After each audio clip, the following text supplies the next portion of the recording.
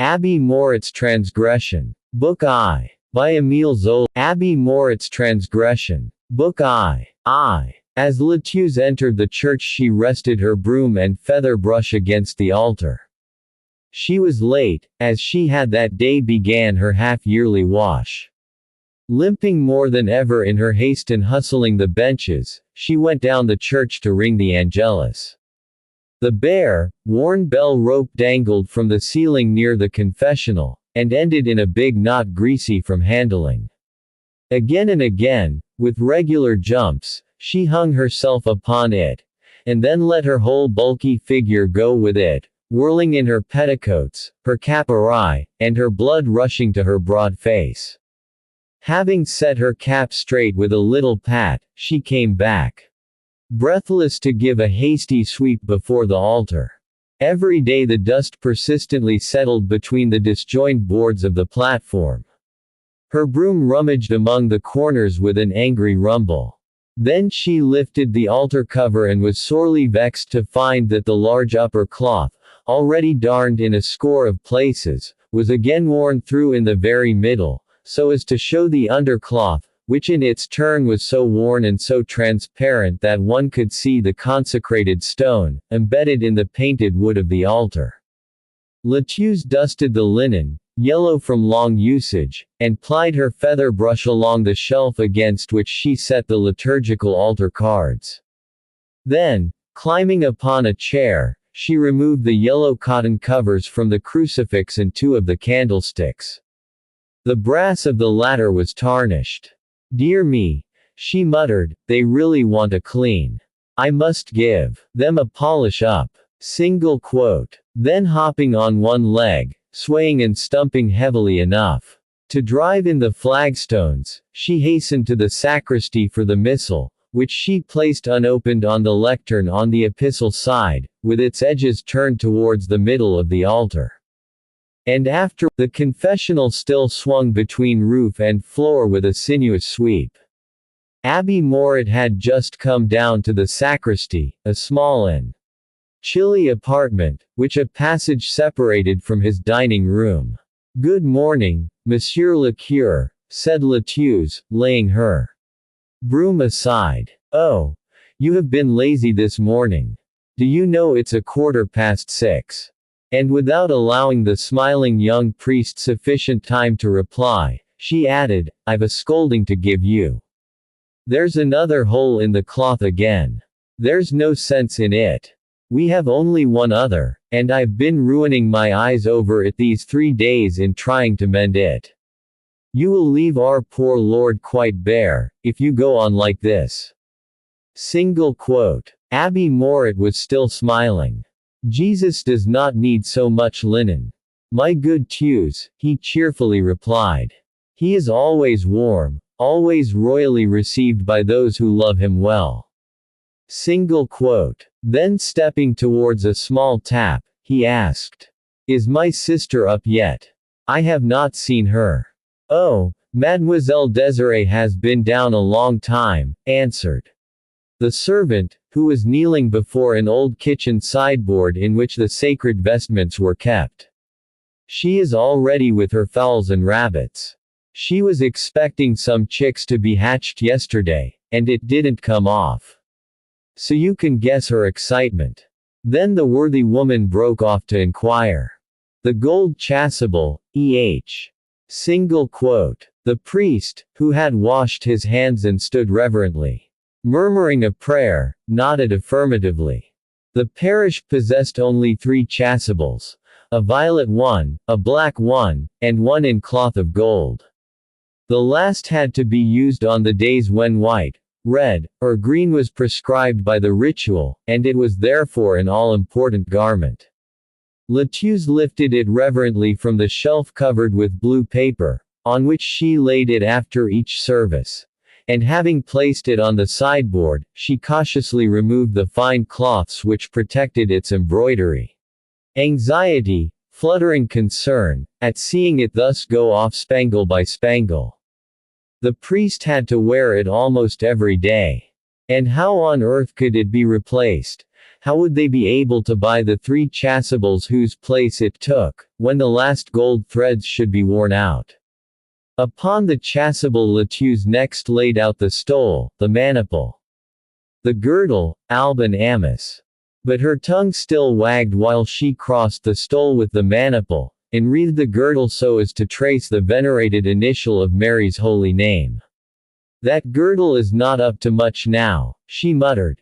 You will have to make up your mind to get another, your reverence. It wouldn't be very hard. I could play you one myself if I only had some hemp. Single quote. Abbe Mouret made no answer.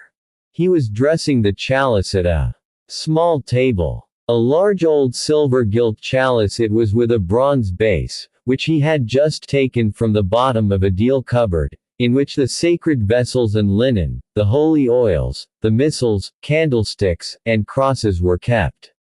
Across the cup he laid a clean purificator, and on this set the silver gilt paten, with the host in it, which he covered with a small lawn pall. As he was hiding the chalice by gathering together the folds in the veil of cloth of gold matching the chasuble, Latuse exclaimed, "Stop! There's no corporal in the burse. Last night I took all the dirty purificators, palls, and corporals to wash them. Separately, of course. Not with the house wash. By the by, your reverence, I didn't tell you. I have just started the house wash. A fine fat one it will be. Better than the last." Single quote. Then while the priest slipped a corporal into the burse and laid the latter on the veil, she went on quickly. "By the by, I forgot. That gadabout Vincent hasn't come. Do you wish me to serve your mass, your reverence?" Single quote. The young priest eyed her sternly. "Well, it isn't a sin," she continued, with her genial smile. "I did serve a mass once, in Monsieur Caffin's time.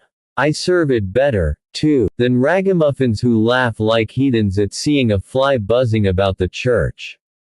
True, I may wear a cap, I may be 60 years old, and as round as a tub, but I have more respect for our Lord than those imps of boys whom I caught only the other day playing at leap-frog behind the altar." Single quote. The priest was still looking at her and shaking his head. "What a hole this village is," she grumbled. "Not 150 people in it. There are days, like today, when you wouldn't find a living soul in Les Artois. Even the babies in swaddling clothes are gone to the vineyards. And goodness knows what they do among such vines. Vines that grow under the pebbles and look as dry as thistles. A perfect wilderness, 3 miles from any highway. Unless an angel comes down to serve your mass, your reverence, you've only got me to help you, on my honor. Or one of Mademoiselle Désirée's rabbits, no offense to your reverence." Single quote. Just at that moment, however, Vincent, the Brichette's younger son, gently opened the door of the sacristy. His shock of red hair and his little, glistening, gray eyes exasperated Latuse. "Oh, the wretch!" she cried.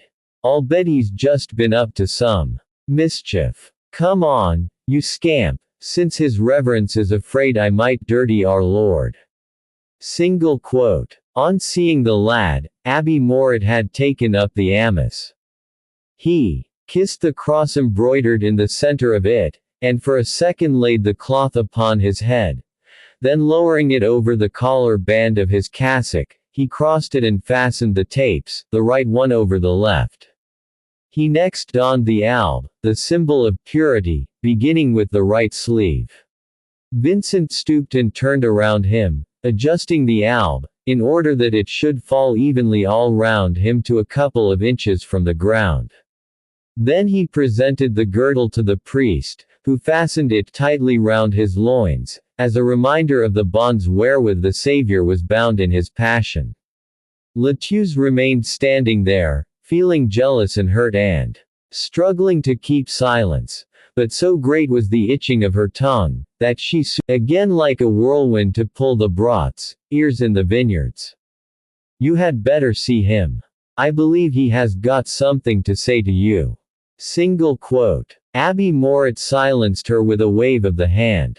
Then he repeated the usual prayers while he took the maniple, which he kissed before slipping it over his left forearm, as a symbol of the practice of good works, and while crossing on his breast the stole, the symbol of his dignity and power.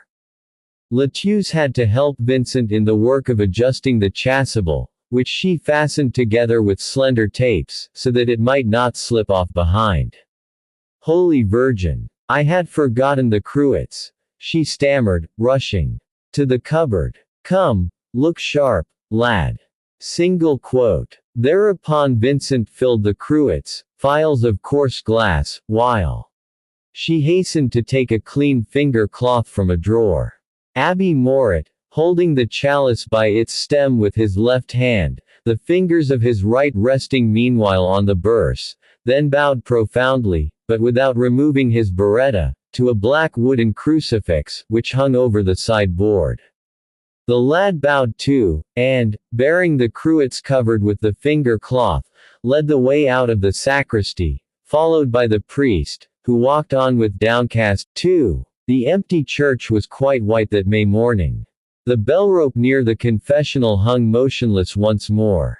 The little bracket light, with its stained glass shade, burned like a crimson splotch against the wall on the right of the tabernacle. Vincent, having set the cruets on the credence, came back and knelt just below the altar step on the left, while the priest, after rendering homage to the Holy Sacrament by a genuflection, went up to the altar and there spread out the corporal, on the center of which he placed the chalice. Then, having opened the missal, he came down again. Another bend of the knee followed, and, after crossing himself and uttering aloud the formula, "In the name of the Father, the Son, and the Holy Ghost," he raised his joined hands to his breast, and entered on the great divine drama, with his countenance blanched by faith and love. Introibo ad alter Dei. Single quote. Ad diem qui letificat juventutem meam, gabbled Vincent, who, squatting on his heels, mumbled the responses of the antiphon and the psalm, while watching Latuse as she roved about the church. The old servant was gazing at one of the candles with a troubled look. Her anxiety seemed to increase while the priest, bowing down with hands joined again, recited the Confiteor. She stood still, in her turn struck her breast, her head bowed, but still keeping a watchful eye on the taper. For another minute the priest's grave voice and the server's stammers alternated. Dominus vobiscum. Single quote. Et cum spiritu tuo. Single quote. Then the priest, spreading out his hands and afterwards again, joining them, said with devout compunction, Oremus, let us pray. Latuse could now stand it no longer, but stepped behind the altar, reached the guttering candle, and trimmed it with the points of her scissors. 2 large blobs of wax had already been wasted. When she came back again, putting the benches straight on her way, and making sure that there was holy water in the fonts, the priest, whose hands were resting on the edge of the altar cloth, was praying in subdued tones. And at last he kissed the altar. Behind him, the little church still looked wan in the pale light of early morn. The sun, as yet, was only level with the tiled roof. The Kyrie eleisons rang quiveringly through that sort of whitewashed stable with flat ceiling and bedaubed beams.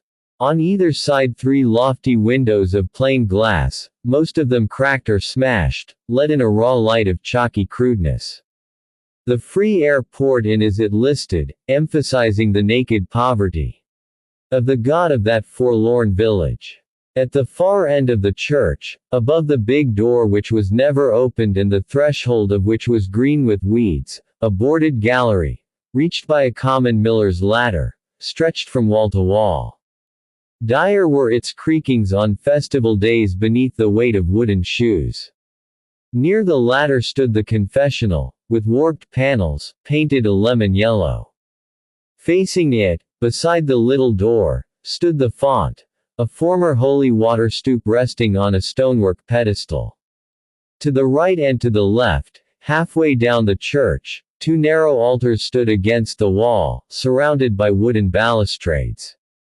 On the left-hand one, dedicated to the Blessed Virgin, was a large gilded plaster statue of the Mother of God, wearing a regal gold crown upon her chestnut hair, while on her left arm sat the Divine Child, nude and smiling, whose little hand raised the star-spangled orb of the universe. The Virgin's feet were poised on clouds, and beneath them peeped the heads of winged cherubs. Then the right-hand altar, used for the masses for the dead, was surmounted by a crucifix of painted papier-mâché, a pendant, as it were, to the Virgin's effigy. The figure of Christ, as large as a child of 10 years old, showed him in all the horror of his death throes, with head thrown back, ribs projecting, abdomen hollowed in, and limbs distorted and splashed with blood. There was a pulpit, too, a square box reached by a 5-step block, near a clock with running weights, in a walnut case, whose thuds shook the whole church like the beatings of some huge heart concealed, it might be, under the stone, the walls with the yellow, blue, and scarlet of scenes from the Passion. Deo gratias, stuttered out Vincent at the end of the epistle. The mystery of love, the immolation of the holy victim, was about to begin. The server took the missal and bore it to the left, or gospel side, of the altar, taking care not to touch the pages of the book. Each time he passed before the tabernacle he made a genuflection slantwise, which threw him all askew. Returning to the right-hand side once more, he stood upright with crossed arms during the reading of the gospel. The priest, after making the sign of the cross upon the missal, next crossed himself, first upon his forehead, to declare that he would never blush for the divine word, then on his mouth, to show his unchanging readiness to confess his faith, and finally on his heart, to mark that it belonged to God alone. Dominus vobiscum, said he, turning round and facing the cold, white church. Et cum spiritu tuo, answered Vincent, who once more was on his knees. The offertory having been recited, the priest uncovered the chalice. For a moment he held before his breast the paten containing the host, which he offered up to God, for himself, for those present, and for all the faithful, living and dead. Then, slipping it onto the edge of the corporal without touching it with his fingers, he took up the chalice and carefully wiped it with the purificator. Vincent had in the meanwhile fetched the cruets from the credence table, and now presented them in turn, first the wine and then the water. The priest then offered up on behalf of the whole world the half-filled chalice, which he next replaced upon the corporal and covered with the pall. Then once again he prayed, and returned to the side of the altar where the server let a little water dribble over his thumbs and forefingers to purify him from the slightest sinful stain. When he had dried his hands on the finger cloth, Lateus, orate, fratres, resumed the priest aloud as he faced the empty benches, extending and reclasping his hands in a gesture of appeal to all men of good will. And turning again towards the altar, he continued his prayer in a lower tone, while Vincent began to mutter a long Latin sentence in which he eventually got lost. Now it was that the yellow sunbeams began to dart through the windows. Called, as it were, by the priest, the sun itself had come to mass, throwing golden sheets of light upon the left-hand wall, the confessional, the Virgin's altar, and the big clock. A gentle creak came from the confessional. The Mother of God, in a halo, in the dazzlement of her golden crown and mantle, smiled tenderly with tinted lips upon the infant Jesus, and the heated clock throbbed out the time with quickening strokes. It seemed as if the sun peopled the benches with the dusty motes that danced in his beams, as if the little church, that whitened stable, were filled with a glowing throng. Without, were heard the sounds that told of the happy waking of the countryside, the blades of grass sighed out content, the damp leaves dried themselves in the warmth, the birds pruned their feathers and took a first flit round. And indeed the countryside itself seemed to enter with the sun, for beside one of the windows a large rowan tree shot up, thrusting some of its branches through the shattered panes and stretching out leafy buds as if to take a peep within, while through the fissures of the great door the weeds on the threshold threatened to encroach upon the nave. Amid all this quickening life, the big Christ, still in shadow, alone displayed signs of death, the sufferings of ochre-daubed and lake-bespattered flesh. A sparrow raised himself up for a moment at the edge of a hole, took a glance, then flew away, but only to reappear almost immediately when with noiseless wing he dropped between the benches before the Virgin's altar. A second sparrow followed, and soon from all the boughs of the rowan tree came others that calmly hopped about the flags. Sanctus, Sanctus, Sanctus, Dominus Deus Sabaoth, said the priest in a low tone, whilst slightly stooping. Vincent rang the little bell thrice, and the sparrows, scared by the sudden tinkling, flew off with such a mighty buzz of wings that Latius, who had just gone back into the sacristy, came out again, grumbling. The little rascals. They will mess everything. I'll bet that Mademoiselle Desiree has been here again to scatter breadcrumbs for them. Single quote. The dread moment was at hand. The body and the blood of a god were about to descend upon the altar. The priest kissed the altar cloth, clasped his hands, and multiplied signs of the cross over host and chalice. The prayers of the canon of the Mass now fell from his lips in a very ecstasy of humility and gratitude. His attitude, his gestures, the inflections of his voice, all expressed his consciousness of his littleness, his emotion at being selected for so great a task. Vincent came and knelt beside him, lightly lifted the chasuble with his left hand, the bell ready in his right, and the priest, his elbows resting on the edge of the altar, holding the host with the thumbs and forefingers of both hands, pronounced over it the words of consecration. Hoc est enim corpus meum. Then having bowed the knee before it, he raised it slowly as high as his hands could reach, following it upwards with his eyes, while the kneeling server rang the bell thrice. Then he consecrated the wine. Hic est enim calix. Leaning once more upon his elbows, bowing, raising the cup aloft, his right hand round the stem, his left holding its base, and his eyes following it aloft. Again the server rang the bell 3 times. The great mystery of the redemption had once more been repeated, once more had the adorable blood flowed forth. Just you wait a bit, growled Latius, as she tried to scare away the sparrows with outstretched fist. But the sparrows were now fearless. They had come back even while the bell was ringing, and, unabashed, were fluttering about the benches. The repeated tinklings even roused them into liveliness, and they answered back with little chirps which crossed amid the Latin words of prayer, like the rippling laughs of free urchins. The sun warmed their plumage, the sweet poverty of the church captivated them. They felt at home there, as in some barn whose shutters had been left open, and screeched, fought, and squabbled over the crumbs they found upon the floor. One flew to perch himself on the smiling Virgin's golden veil. Another, whose daring put the old servant in a towering rage, made a hasty reconnaissance of Latius's skirts. And at the altar, the priest, with every faculty absorbed, his eyes fixed upon the sacred host, his thumbs and forefingers joined, did not even hear this invasion of the warm May morning, this rising flood of sunlight, greenery and birds, which overflowed even to the foot of the Calvary where doomed nature was wrestling in the death throes. Per omnia soecula soeculorum, he said.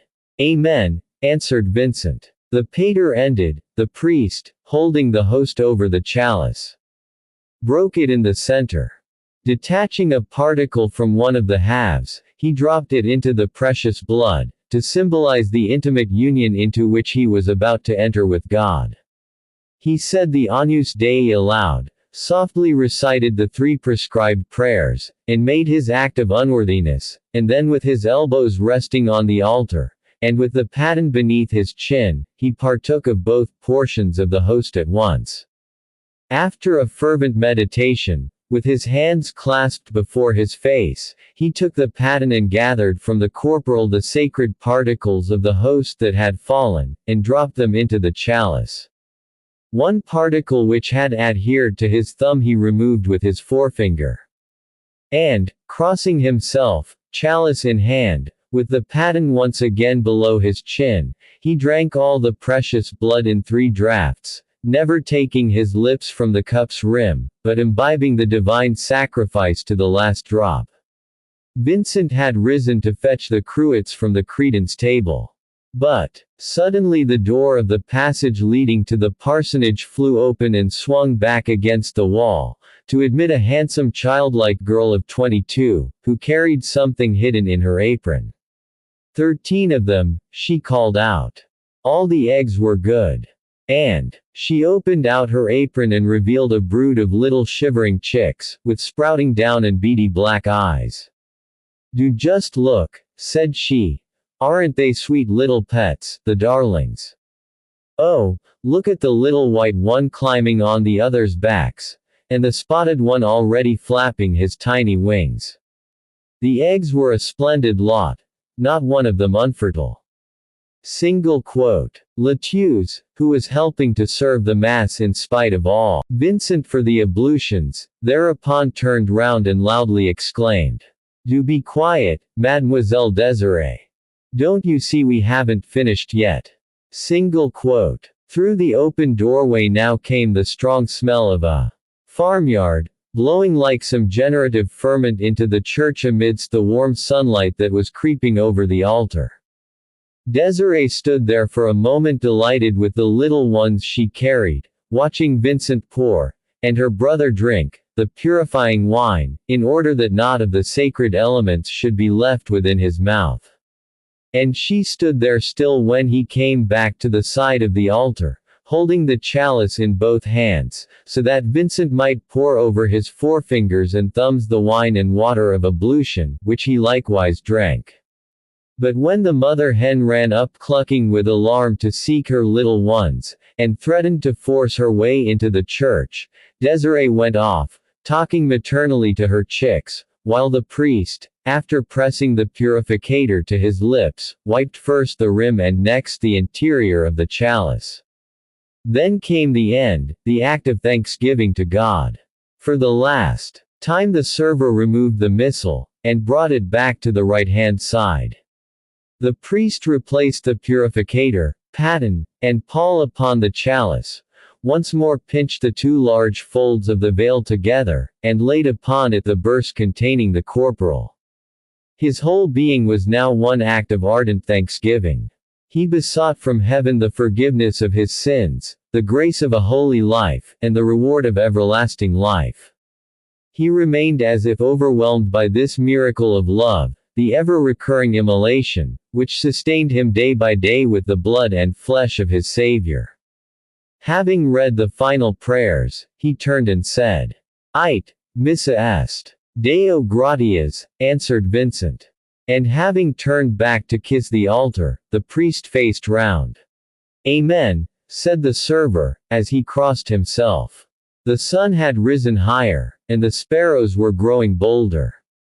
While the priest read from the left-hand altar card the passage of the Gospel of St. John, announcing the eternity of the Word, the sunrays set the altar ablaze, whitened the panels of imitation marble, and dimmed the flame of the 2 candles, whose short wicks were now merely 2 dull spots. The victorious orb enveloped with his glory the crucifix, the candlesticks, the chasuble, the veil of the chalice, all the gold work that paled beneath his beams. And when at last the priest, after taking the chalice in his hands and making a genuflection, covered his head and turned from the altar to follow the server, laden with the cruets and finger cloth, to the sacristy, the planet remained sole master of the church. Its rays in turn now rested on the altar cloth, irradiating the tabernacle door with splendor, and celebrating the fertile powers of May. Warmth rose from the stone flags. The daubed walls, the tall Virgin, the huge Christ, too, all seemed to quiver as with shooting sap, as if death had been conquered by the earth's eternal youth.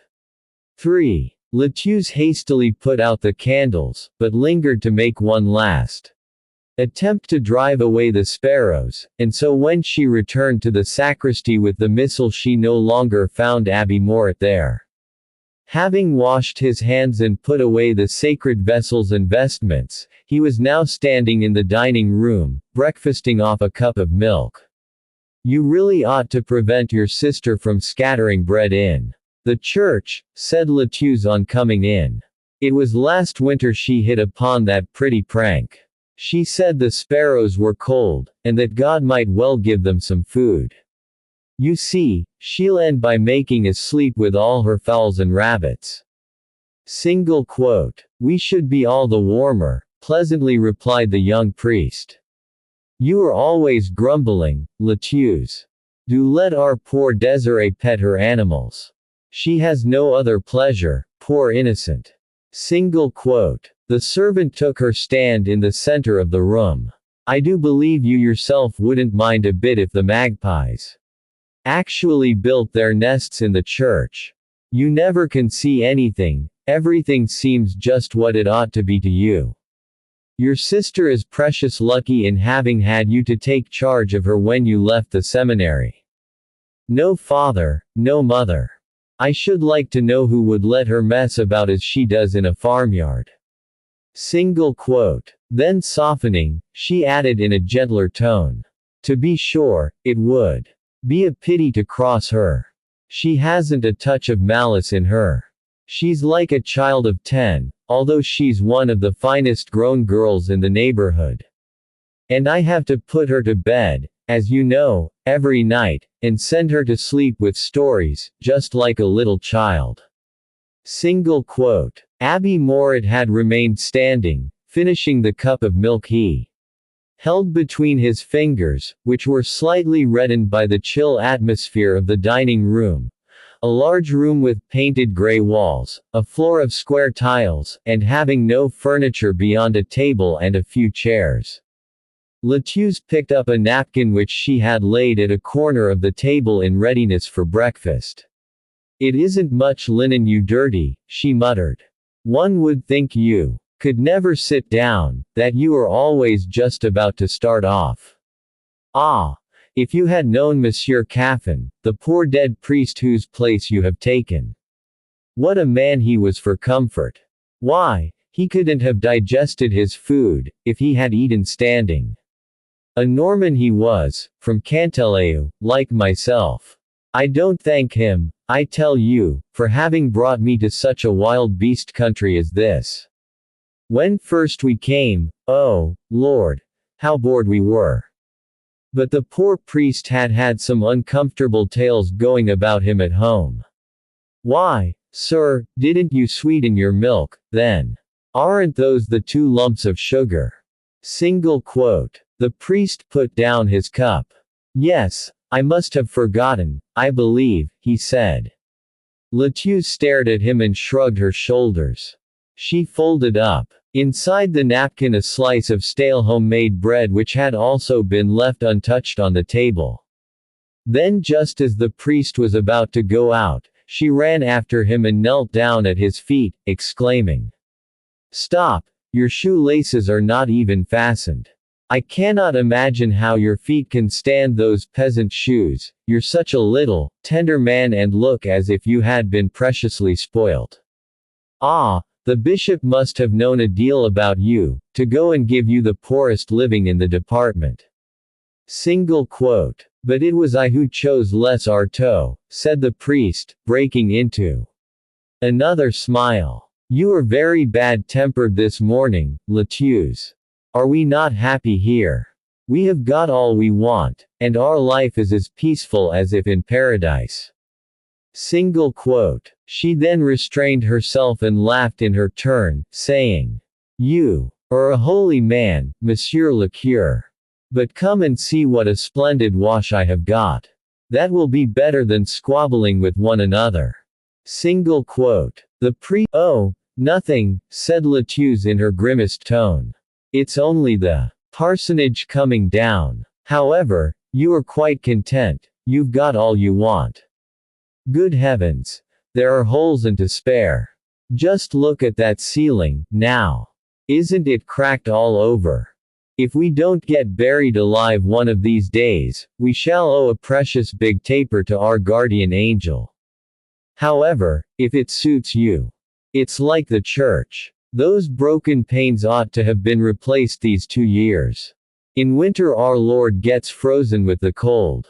Besides, it would keep out those rascally sparrows. I shall paste paper over the holes. You see if I don't. Single quote. A capital idea, murmured the priest, they might very well be pasted over. As to the walls, they are stouter than we think. In my room, the floor has only given way slightly in front of the window. The house will see us all buried. Single quote. On reaching the little open shed near the kitchen, in order to please Lettice he went into ecstasies over the washing. He even had to dip his fingers into it and feel it. This so pleased the old woman that her attentions became quite motherly. She no longer scolded, but ran to fetch a clothes brush, saying, "You surely are not going out with yesterday's mud on your cassock. If you had left it out on the banister, it would be clean now, it's still a good one. But do lift it up well when you cross any field. The thistles tear everything." Single quote. While speaking she kept turning him round like a child, shaking him from head to foot with her energetic brushing. There, that will do, he said, escaping from her at last. Take care of Desiree, won't you? I will tell her I am going out. Single quote. But at this minute a fresh clear voice called to him. Serge. Single quote. Desiree came flying up, her cheeks ruddy with glee, her head bare, her black locks twisted tightly upon her neck, and her hands and arms smothered up to the elbows with manure. She had been cleaning out her poultry house. When she caught sight of her brother just about to go out with his breviary under his arm, she laughed aloud, and kissed him on his mouth, with her arms thrown back behind her to avoid soiling him. No, she hurriedly exclaimed, I should dirty you. Oh, I am having such fun. You must see the animals when you come back. Single quote. Thereupon she fled away again. Abbe Mouret then said that he would be back about 11 for luncheon, and as he started, Lettice, who had followed him to the doorstep, shouted after him her last injunctions. Don't forget to see Brother Archangias. And look in also at the Brichettes. The wife came again yesterday about that wedding. Just listen, Monsieur le Curé. I met there Rosalie. She'd ask nothing better than to marry Big Fortune. Have a talk with old Bamboos. Perhaps he will listen to you now. And don't come back at 12 o'clock, like the other day. Come, say you'll be back at 11, won't you? Single quote. But the priest turned round no more. So she went in again, growling between her teeth. When does he ever listen to me? Barely 26 years old and does just as he likes. To be sure, he's an old man of 60 for holiness. But then he has never known life. He knows nothing, it's no trouble to him to be as good as a cherub. Single quote. IV. When Abbe Mouret had got beyond all hearing of Lettice he stopped, thankful to be alone at last. The church was built on a hillock, which sloped down gently to the village. With its large gaping windows and bright red tiles, it stretched out like a deserted sheepcote. The priest turned round and glanced at the parsonage, a grayish building springing from the very side of the church, but as if fearful that he might again be overtaken by the interminable chatter that had been buzzing in his ears ever since morning, he turned up to the right again, and only felt safe when he at last stood before the great doorway, where he could not be seen from the parsonage. The front of the church, quite bare and worn by the sunshine and rain of years, was crowned by a narrow open stone belfry, in which a small bell showed its black silhouette, whilst its rope disappeared through the tiles. 6 broken steps, on one side half buried in the earth, led up to the lofty arched door, now cracked, smothered with dust and rust and cobwebs, and so frailly hung upon its outtrenched hinges that it seemed as if the first slight puff would secure free entrance to the winds of heaven. Abbe Mouret, who had an affection for this dilapidated door, leaned against one of its leaves as he stood upon the steps. Thence he could survey the whole country round at a glance. And shading his eyes with his hands he scanned the horizon. In the month of May exuberant vegetation burst forth from that stony soil. Gigantic lavenders, juniper bushes, patches of rank herbage swarmed over the church threshold, and scattered clumps of dark greenery even to the very tiles. It seemed as if the first throb of shooting sap in the tough matted underwood might well topple the church over. At that early hour, amid all the travail of nature's growth, there was a hum of vivifying warmth, and the very rocks quivered as with a long and silent effort. But the abbé failed to comprehend the ardor of nature's painful labor. He simply thought that the steps were tottering, and thereupon leant against the other side of the door. The countryside stretched away for a distance of 6 miles. Bounded by a wall of tawny hills speckled with black pine woods. It was a fearful landscape of arid wastes and rocky spurs rending the soil. The few patches of arable ground were like scattered pools of blood, red fields with rows of lean almond trees, gray-topped olive trees and long lines of vines, streaking the soil with their brown stems. It was as if some huge conflagration had swept by there, scattering the ashes of forests over the hilltops, consuming all the grass of the meadowlands, and leaving its glare and furnace-like heat behind in the hollows. Only here and there was the softer note of a pale green patch of growing corn.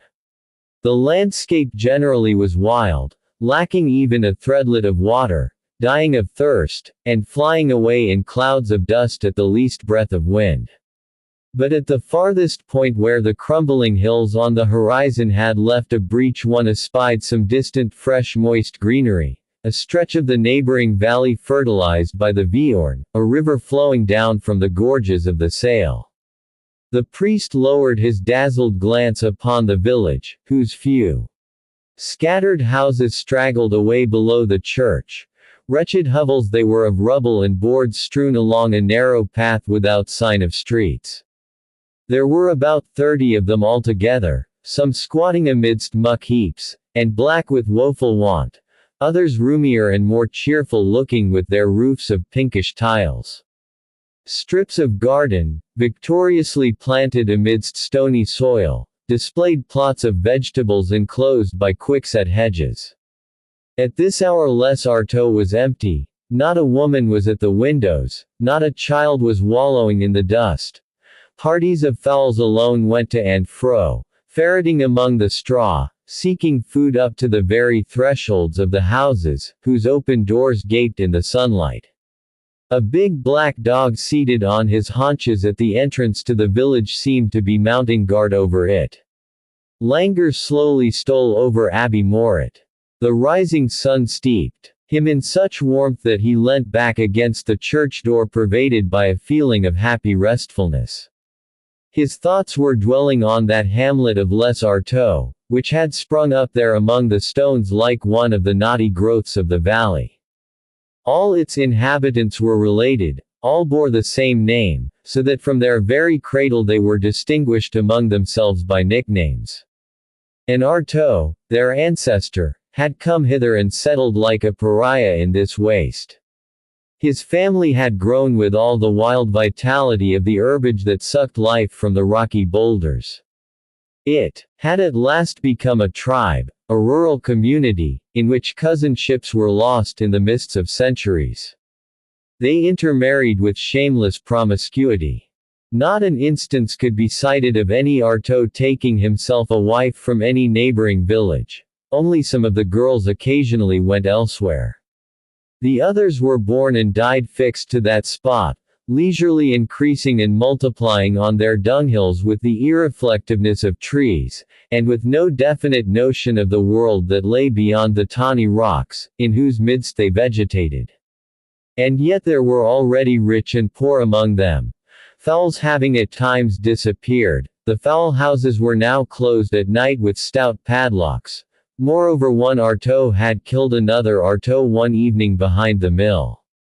These folk, begirt by that belt of desolate hills, were truly a people apart, a race sprung from the soil, a miniature replica of mankind, 300 souls all told, beginning the centuries yet once again.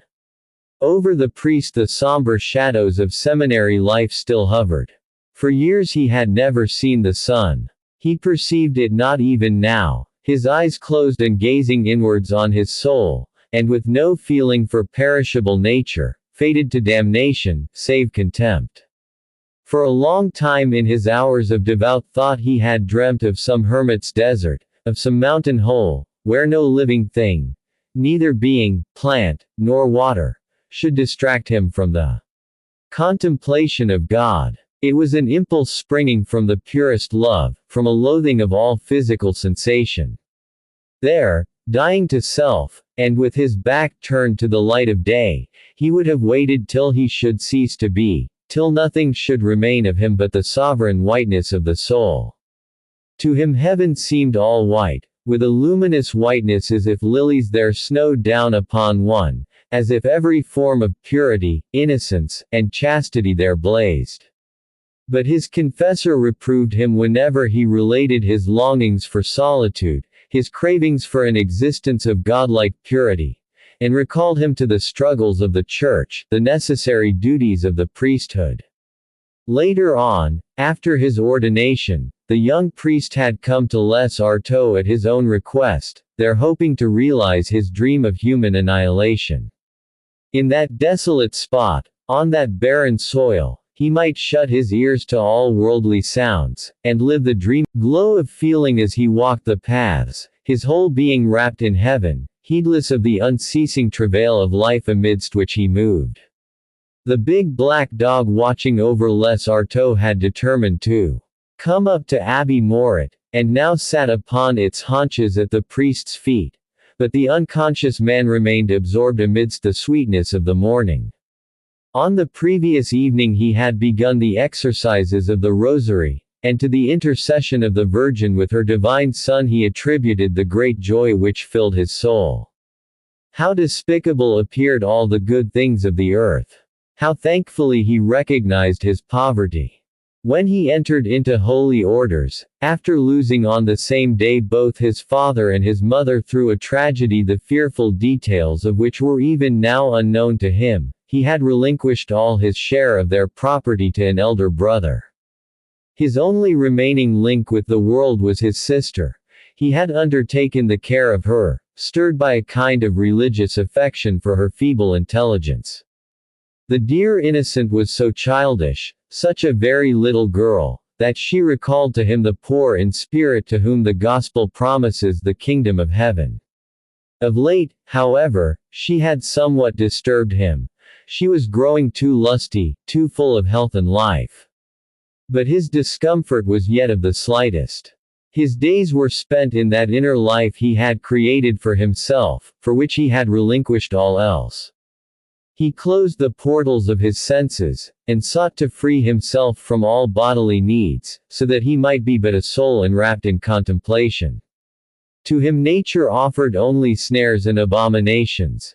He gloried in maltreating her, in despising her, in releasing himself from his human slime. And as the just man must be a fool according to the world, he considered himself an exile on this earth. His thoughts were solely fixed upon the favors of heaven, incapable as he was of understanding how an eternity of bliss could be weighed against a few hours of perishable enjoyment. His reason duped him and his senses lied, and if he advanced in virtue it was particularly by humility and obedience. His wish was to be the last of all, one subject to all, in order that the divine dew might fall upon his heart as upon arid sand. He considered himself overwhelmed with reproach and with confusion, unworthy of ever being saved from sin. He no longer belonged to himself. Blind, deaf, dead to the world as he was. He was God's thing. And from the sought to plunge, hosannas suddenly bore him aloft, above the happy and the mighty into the splendor of never-ending bliss. Thus, at Les Artois, Abbe Mouret had once more experienced. Each time he read the Imitation, the raptures of the cloistered life which he had longed for at one time so ardently. As yet he had not had to fight any battle. From the moment that he knelt down, he became perfect, absolutely oblivious of the flesh, unresisting, undisturbed, as if overpowered by the divine grace. Such ecstasy at God's approach is well known to some young priests. It is a blissful moment when all is hushed, and the only desire is but a boundless craving for purity. From no human creature had he sought his consolations. He who believes a certain thing to be all in all cannot be troubled. And he did believe that God was all in all, and that humility, obedience, and chastity were everything. He could remember having heard temptation spoken of as an abominable torture that tries the holiest. But he would only smile. God had never left him. He bore his faith about him thus like a breastplate protecting him from the slightest breath of evil. He could recall how he had hidden himself and wept for very love. He knew not whom he loved, but he wept for love of someone afar off. The recollection never failed to move him. Later on he had decided on becoming a priest in order to satisfy that craving for a superhuman affection which was his sole torment. He could not see where greater love could be. In that state of life he satisfied his being, his inherited predisposition, his youthful dreams, his first virile desires. If temptation must come, he awaited it with the calmness of the seminarist ignorant of the world. While the priest pondered, the sun was heating the big church door. Gilded flies buzzed round a large flower that was blooming between two of the church door steps. Abbe Mouret, feeling slightly dazed, was at last about to move away, when the big black dog sprang, barking violently, towards the iron gate of the little graveyard on the left of the church. At the same time a harsh voice called out, "Ah! You young rascal! So you stop away from school, and I find you in the graveyard. Oh, don't say no. I have been watching you this quarter of an hour." As the priest stepped forward he saw Vincent, whom a brother of the Christian schools was clutching tightly by the ear. The lad was suspended, as it were, over a ravine skirting the graveyard, at the bottom of which flowed the Maskell, a mountain torrent whose crystal waters plunged into the Viorne, 6 miles away. "Brother Archangius," softly called the priest, as if to appease the fearful man. The brother, however, did not release the boy's ear. "Oh, it's you, Monsieur le Curé," he growled. "Just fancy, this rascal is always poking his nose into the graveyard. I don't know what he can be up to here. I ought to let go of him and let him smash his skull down there. It would be what he deserves." The lad remained dumb, with his cunning eyes tight shut as he clung to the bushes. "Take care, Brother Archangius," continued the priest, "he might slip." And he himself helped Vincent to scramble up again. "Come, my young friend, what were you doing there?" he asked. "You must not go playing in graveyards." The lad had opened his eyes, and crept away, fearfully, from the brother, to place himself under the priest's protection. "I'll tell you," he said in a low voice, as he raised his bushy head. "There is a tomtit's nest in the brambles there, under that rock. For over 10 days I've been watching it, and now the little ones are hatched, so I came this morning after serving your mass. A tomtit's nest, exclaimed Brother Archangius. Wait a bit. Wait a bit. Single quote. Thereupon he stepped aside, picked a clod of earth off a grave and flung it into the brambles. But he missed the nest. Another clod, however, more skillfully thrown upset the frail cradle, and precipitated the fledglings into the torrent below. Now, perhaps, he continued, clapping his hands to shake off the earth that soiled them, you won't come roaming here any more, like a heathen. The dead will pull your feet at night if you go walking over them again. Single quote. Vincent, who had laughed at seeing the nest dive into the stream, looked round him and shrugged his shoulders like one of strong mind. Oh, I'm not afraid, he said. Dead folk don't stir. Single quote. The graveyard, in truth, was not a place to inspire fear. It was a barren piece of ground whose narrow paths were smothered by rank weeds. Here and there the soil was bossy with mounds. A single tombstone, that of Abbe Caffin, brand new and upright, could be perceived in the center of the ground. Save this, all around there were only broken fragments of crosses, withered tufts of box, and old slabs split and moss-eaten. There were not 2 burials a year. Death seemed to make no dwelling in that waste spot, whither Latuse came every evening to fill her apron with grass for Desiree's rabbits. A gigantic cypress tree, standing near the gate, alone cast shadow upon the desert field. This cypress, a landmark visible for 9 miles around, was known to the whole countryside as the Solitaire. It's full of lizards, added Vincent, looking at the cracks of the church wall. But he sprang out with a bound on seeing the brother lift his foot. The latter proceeded to call the priest's attention to the dilapidated state of the gate, which was not only eaten up with rust, but had one hinge off, and the lock broken. It ought to be repaired, said he. Abbe Mouret smiled, but made no reply. Addressing Vincent, who was romping with the dog. I say, my boy, he asked, do you know where old Bamboos is at work this morning? Single quote. The lad glanced towards the horizon. He must be at his Olivet's field now, he answered, pointing towards the left. But Vorio will show your reverence the way. He's sure to know where his master is. And he clapped his hands and called. He. Vorio. He. Single quote. The big black dog paused a moment, wagging his tail, and seeking to read the urchin's eyes. Then, barking joyfully, he set off down the slope to the village. Abbe Mouret and Brother Archangius followed him, chatting. 100 yards further Vincent surreptitiously bolted, and again glided up towards the church, keeping a watchful eye upon them, and ready to dart behind a bush if they should look round. With adder-like suppleness, he once more glided into the graveyard, that paradise full of lizards, nests, and flowers. Meantime, while Vorio led the way before them along the dusty road, Brother Archangius was angrily saying to the priest, let be. Monsieur le Curé, their spawn of damnation, those toads are. They ought to have their backs broken, to make them pleasing to God. They grow up in irreligion, like their fathers. 15 years have I been here, and not one Christian have I been able to turn out.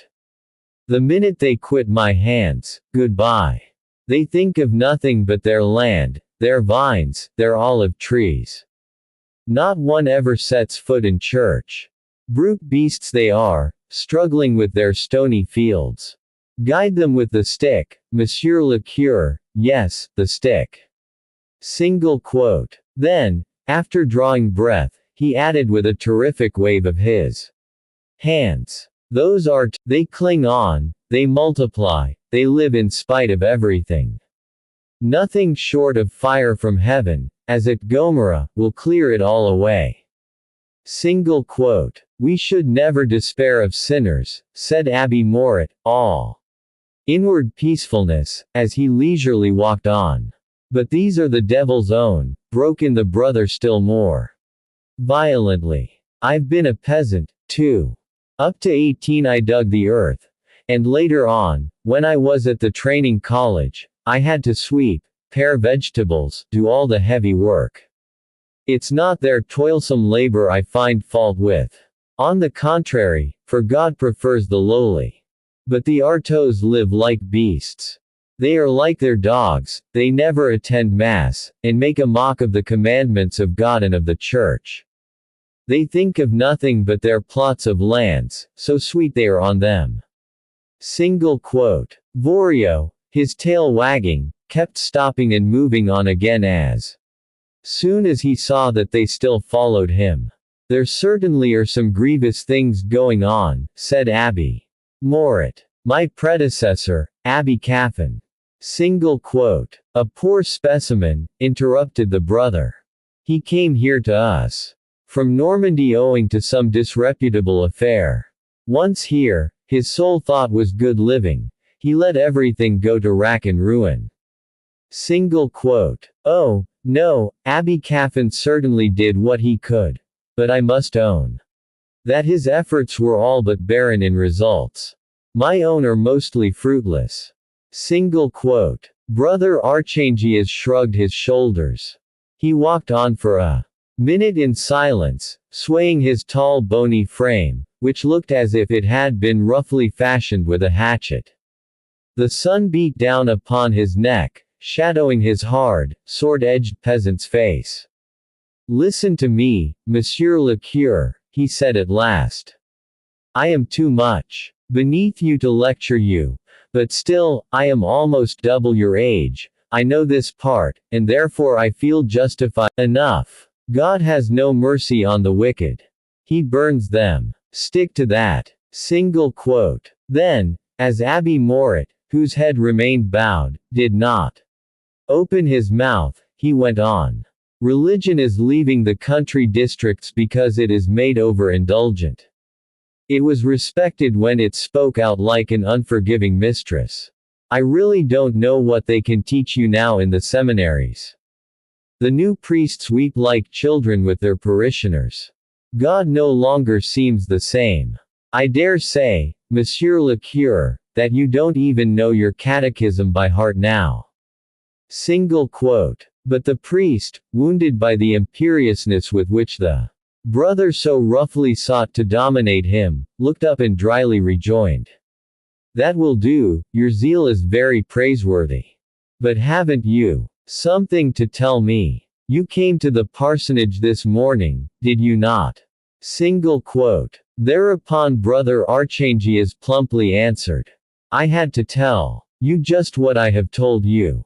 The Artos live like pigs. Only yesterday I learned that Rosalie, old Bambus's eldest daughter, is in the family way. It happens with all of them before they get married. And they simply laugh at reproaches, as you know. Single quote. Yes, murmured Abbe Mouret, it is a great scandal. I am just on my way to see old Bambus to speak to him about it. It is desirable that they should be married as soon as possible. The child's father, it seems, is Fortune, the Brichet's eldest son. Unfortunately the Brichets are poor. Single quote. That Rosalie, now, continued the brother, is just 18. Not 4 years since I still had her under me at school, and she was already a gadabout. I have now got her sister Catherine, a chit of 11, who seems likely to become even worse than her elder. One comes across her in every corner with that little scamp, Vincent. It's no good, you may pull their ears till they bleed, the woman always crops up in them. They carry perdition about with them and are only fit to be thrown on a muck heap. What a splendid riddance if all girls were strangled at their birth. Single quote. His loathing, his hatred of woman made him swear like a carter. Abbe Mouret, who had been listening to him with unmoved countenance, smiled at last at his rabid utterances. He called Vorio, who had strayed into a field close by. "There, look there," cried Brother Archangias, pointing to a group of children playing at the bottom of a ravine. "There are my young devils, who play the truant under pretense of going to help their parents among the vines. You may be certain that jade of a Catherine is among them. There, didn't I tell you? Till tonight, Monsieur le Cure. Oh, just you wait, you rascals." Single quote. Off he went at a run, his dirty neckband flying over his shoulder, and his big greasy cassock tearing up the thistles. Abbe Mouret watched him swoop down into the midst of the children, who scattered like frightened sparrows. But he succeeded in seizing Catherine and one boy by the ears and led them back towards the village, clutching them tightly with his big hairy fingers, and overwhelming them with abuse. The priest walked on again. Brother Archangias sometimes aroused strange scruples in his mind. With his vulgarity and coarseness the brother seemed to him the true man of God, free from earthly ties, submissive in all to heaven's will, humble, blunt, ready to shower abuse upon sin. He, the priest, would then feel despair at his inability to rid himself more completely of his body. He regretted that he was not ugly, unclean, covered with vermin like some of the saints. Whenever the brother had wounded him by some words of excessive coarseness, or by some over-hasty churlishness, he would blame himself for his refinement, his innate shrinking, as if these were really faults. Ought he not to be dead to all the weaknesses of this world? And this time also he smiled sadly as he thought how near he had been to losing his temper at the brother's roughly put lesson. It was pride, it seemed to him, seeking to work his perdition by making him despise the lowly. However, the road wound on between fallen rocks, among which the peasants had succeeded here and there in reclaiming 6 or 7 yards of chalky soil, planted with old olive trees.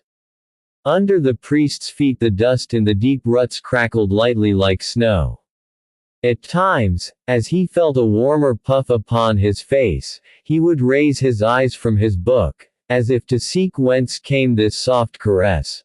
But his gaze was vacant, straying without perception over the glowing horizon, over the twisted outlines of that passion-breathing landscape as it stretched out in the sun before him, dry, barren, despairing of the fertilization for which it longed. And he would lower his hat over his forehead to protect himself against the warm breeze and tranquilly resume his reading, his cassock raising behind him a cloudlet of dust which rolled along the surface of the road. "Good morning, Monsieur le Cure," a passing peasant said to him. Sounds of digging alongside the cultivated strips of ground again roused him from his abstraction. He turned his head and perceived big knotty-limbed old men greeting him from among the vines. The Artois were eagerly satisfying their passion for the soil, in the sun's full blaze. Sweating brows appeared from behind the bushes, heaving chests were slowly raised, the whole scene was one of ardent fructification, through which he moved with the calm step born of ignorance. No discomfort came to him from the great travail of love that permeated that splendid morning. "Steady, Vorio, you mustn't eat people," someone gaily shouted, in a powerful voice by way of silencing the dog's loud barks. Abbe Mouret looked up. "Oh, it's you, Fortune," he said, approaching the edge of the field, in which the young peasant was at work. "I was just on my way to speak to you."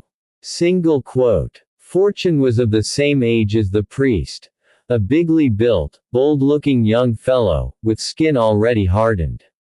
He was clearing a small plot of stony heath. "What about, Monsieur le Cure?" he asked. "About Rosalie and you," replied the priest. Fortune began to laugh. Perhaps he thought it droll that a priest should interest himself in such a matter. "Well," he muttered, "I'm not to blame in it nor she either. So much The worse if old Bamboos refuses to let me have her. You saw yourself how his dog was trying to bite me just now. He sets him on me. Then, as Abbe Mouret was about to continue, old Artaud, called Brichet, whom he had not previously perceived, emerged from the shadow of a bush behind which he and his wife were eating. He was a little man, withered by age, with a cringing face. "Your reverence must have been told a pack of lies," he exclaimed. "The youngster is quite ready to marry Rosalie. What's happened isn't anybody's fault. It has happened to others who got on all right just the same. The matter doesn't rest with us. You ought to speak to Bamboos. He's the one who looks down on us because he's got money." Single quote. "Yes, we are very poor," whined his wife, a tall lachrymose woman, who also rose to her feet. "We've only this scrap of ground where the very devil seems to have been hailing stones. Not a bite of bread from it, even. Without you, your reverence, life would be impossible." Single quote. Brichet's wife was the one solitary devotee of the village.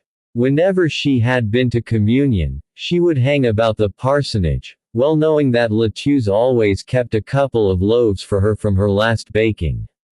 At times she was even able to carry off a rabbit or a fowl given her by Désiré. "There's no end to the scandals," continued the priest. "The marriage must take place without delay." Single quote. "Oh, at once, as soon as the Brichet. We are not such bad Christians as to go against his reverence." Single quote. Fortune sniggered. "Oh, I'm quite ready," he said, "and so is Rosalie. I saw her yesterday at the back of the mill. We haven't quarreled. We stopped there to have a bit of a laugh." Single quote. But Abbe Mouret interrupted him. "Very well, I am now going to speak to Bamboos. He is over there, at Les Olivettes, I believe." Single quote. The priest was going off when the mother asked him what had become of her younger son Vincent, who had left in the early morning to serve Mass. There was a lad now who badly needed his reverence's admonitions. And she walked by the priest's side for another 100 yards, bemoaning her poverty, the failure of the potato crop, the frost which had nipped the olive trees, the hot weather which threatened to scorch up the scanty corn. Then, as she left him, she solemnly declared that her son Fortune always said his prayers, both morning and evening. Vorio now ran on in front, and suddenly, at a turn in the road, he bolted across the fields. The priest then struck into a small path leading up a low hill. He was now at Les Olivettes, the most fertile spot in the neighborhood, where the mayor of the commune, Artaud, otherwise Bamboos, owned several fields of corn, olive plantations, and vines. The dog was now romping round the skirts of a tall brunette, who burst into a loud laugh as she caught sight of the priest. "Is your father here, Rosalie?" the latter asked. "Yes, just across there," she said, pointing with her hand and still smiling. Leaving the part of the field she had been weeding, she walked on before him with the vigorous springiness of a hard-working woman, her head unshielded from the sun, her neck all sunburnt, her hair black and coarse like a horse's mane. Her green-stained hands exhaled the odor of the weeds she had been pulling up. "Father," she called out, "here's Monsieur le Curé asking for you." Single quote. And there she remained, bold, unblushing, with a sly smile still hovering over her features. Bamboos, a stout, sweating, round-faced man, left his work and gaily came towards the priest. "I'd take my oath you are going to speak to me about the repairs of the church," he exclaimed, as he clapped his earthy hands. "Well, then, Monsieur le Curé, I can only say no, it's impossible. The commune hasn't got the coin. If the Lord provides plaster and tiles, we'll provide the workmen." Single quote. At this jest of his the unbelieving peasant burst into a loud guffaw, slapped his thighs, coughed, and almost choked himself. It was not for the church I came, replied the Abbe Mouret. I wanted to speak to you about your daughter Rosalie. Single quote. Rosalie. What has she done to you, then? Inquired Bamboos, his eyes blinking. The girl was boldly staring at the young priest, scrutinizing his white hands and slender, feminine neck, as if trying to make him redden. He, however, bluntly and with unruffled countenance, as if speaking of something quite indifferent, continued. You know what I mean, Bamboos. She must get married. Single quote. Oh, that's it, is it? Muttered the old man, with a bantering look. Many thanks for the message. The Brichettes sent you, didn't they? Mother Brichette goes to Mass, and so you give her a helping hand to marry her son. It's all very fine. But, I've got nothing to do with that. It doesn't suit me. That's all. Single quote. Thereupon the astonished priest represented to him that the scandal must be stopped, and that he ought to forgive Fortune, as the latter was willing to make reparation for his transgression, and that, lastly, his daughter's reputation demanded a speedy marriage. Ta, ta, ta, replied Bamboos, what a lot of words. I shall keep an easy job, if one could marry a girl like that. At that rate we should have all the young things marrying off morning and night. Thank heaven. I'm not worried about Rosalie. Everybody knows what has happened, but it makes no difference. She can marry anyone she chooses in the neighborhood. Single quote. But the child, interrupted the priest. The child indeed. There'll be time enough to think of that when it's born. Single quote. Rosalie, perceiving the turn the priest's application was taking, now thought it proper to ram her fists into her eyes and whimper. And she even let herself fall upon the ground. Shut up, will you, you hussy, howled her father in a rage. And he proceeded to revile her in the coarsest terms, which made her laugh silently behind her clenched fists. You won't shut up, won't you? Just wait a minute then, you jade. Single quote. Continued old Bamboos. And thereupon he picked up a clod of earth and flung it at her. It burst upon her knot of hair, crumbling down her neck and smothering her in dust. Dizzy from the blow, she bounded to her feet and fled, sheltering her head between her hands. But Bamboos had time to fling 2 more clods at her, and if the first only grazed her left shoulder, the next caught her full on the base of the spine, with such force that she fell upon her knees. Bamboos! Cried the priest, as he wrenched from the peasant's hand a number of stones which he had just picked up. Let be, Monsieur le Curé, said the other. It was only soft earth. I ought to have thrown these stones at her. It's easy to see that you don't know girls. Hard as nails, all of them. I might duck that one in the well, I might break all her bones with a cudgel, and she'd still be just the same. But I've got my eye on her, and if I catch her. Ah! Well, they are all like that. Single quote. He was already comforted. He took a good pull at a big flat bottle of wine, in ground, and breaking once more into a laugh, he said, if I only had a glass, Monsieur le Curé, I would offer you some with pleasure. Single quote. So then, again asked the priest, this marriage. Single quote. No, it can't be. I should get laughed at. Rosalie is a stout wench. She's worth a man to me. I shall have to hire a lad the day she goes off. We can have another talk about it after the vintage. Besides, I don't want to be robbed. Give and take, say I. That's fair. What do you think? Single quote. Nevertheless for another long half-hour did the priest remain there preaching to Bamboos, speaking to him of God, and plying him with all the reasons suited to the circumstances. But the old man had resumed his work. He shrugged his shoulders, jested, and grew more and more obstinate. At last, he broke out.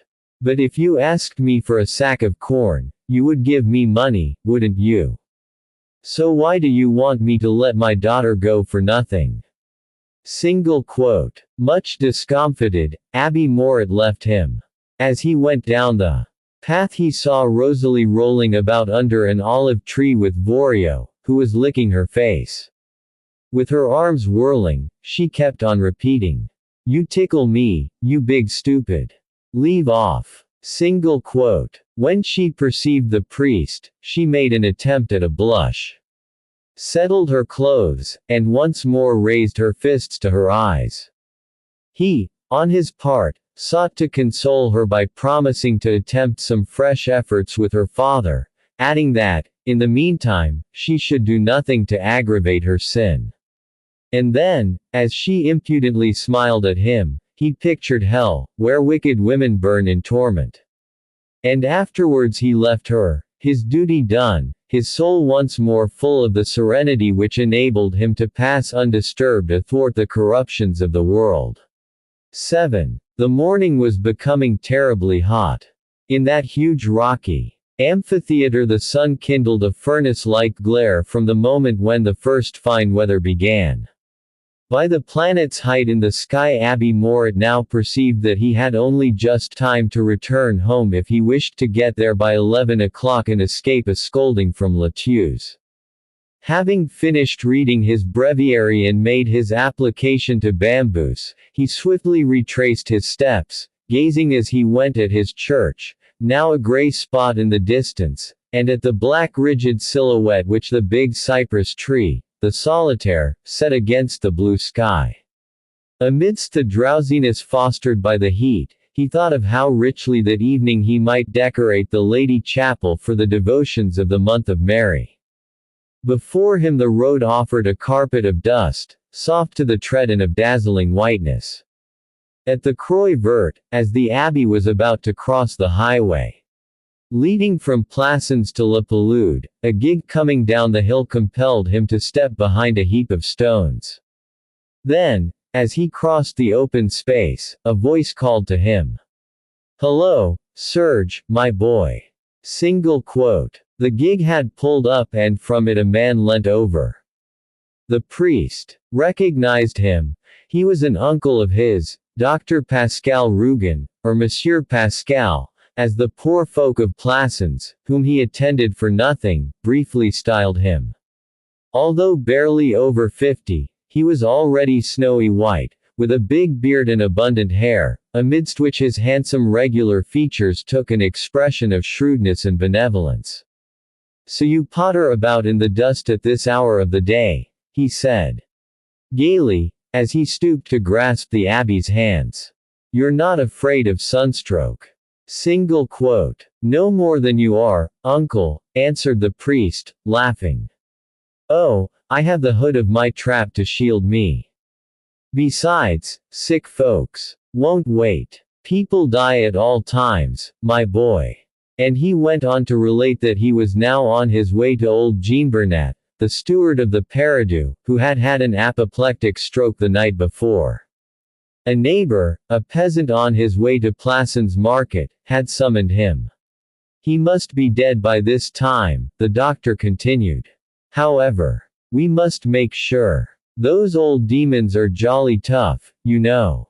Single quote. He was already raising his whip, when Abbe Mouret stopped him. "Stay. What o'clock do you make it, uncle?" Single quote. "11:15. Single quote. The abbé hesitated. He already seemed to hear Latius's terrible voice bawling in his ears that his luncheon was getting cold. But he plucked up courage and added swiftly, "I'll go with you, uncle. The unhappy man may wish to reconcile himself to God in his last hour." Single quote. Dr. Pascal could not restrain a laugh. "What, Jean Bernat?" he said. "Ah, well, if ever you convert him. Never mind, come all the same." The sight of you is enough to cure him. Single quote. The priest got in. The doctor, apparently regretting his jest, displayed an affectionate warmth of manner, whilst from time to time clucking his tongue by way of encouraging his horse. And out of the corner of his eye he inquisitively observed his nephew with the keenness of a scientist bent on taking notes. In short kindly sentences he inquired about his life, his habits, and the peaceful happiness he enjoyed at Les Artois. And at each satisfactory reply he murmured, as if to himself in a tone of reassurance, "Come, so much the better. That's just as it should be." Single quote. He displayed peculiar anxiety about the young priest's state of health. And Serge, greatly surprised, assured him that he was in splendid trim, and had neither fits of giddiness or of nausea, nor headaches whatsoever. "Capital, capital," reiterated his uncle Pascal. "In spring, you see. The blood is active. But you are sound enough." "What life?" innocently inquired the priest. To avoid replying, the doctor chirruped to his horse, and then went on. "Briefly, everybody is well. Your Aunt Félicité, your Uncle Rougon, and the others. Still, that does not hinder our needing your prayers. You are the saint of the family, my lad. I rely upon you to save the whole lot." Single quote. He laughed, but in such a friendly, good-humored way that Serge himself began to indulge in jocularity.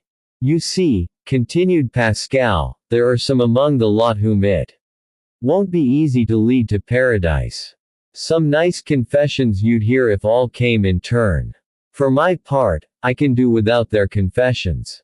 I watch them from a distance. I have got their records at home among my botanical specimens and medical notes. Some day I shall be able to draw up a wondrously interesting diagram. We shall see. We shall see." Single quote. He was forgetting himself, carried away by his enthusiasm for science. A glance at his nephew's cassock pulled him up short. "As for you, you're a parson," he muttered.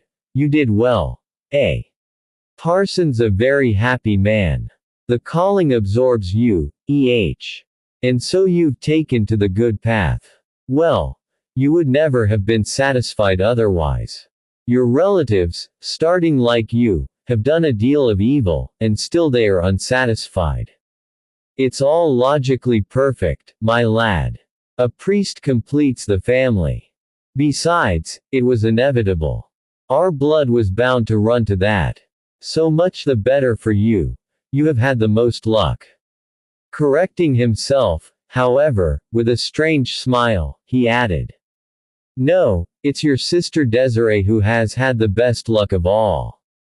Single quote. He whistled, whipped up his horse, and changed the conversation. The gig, after climbing a somewhat steep slope, was threading its way through desolate ravines.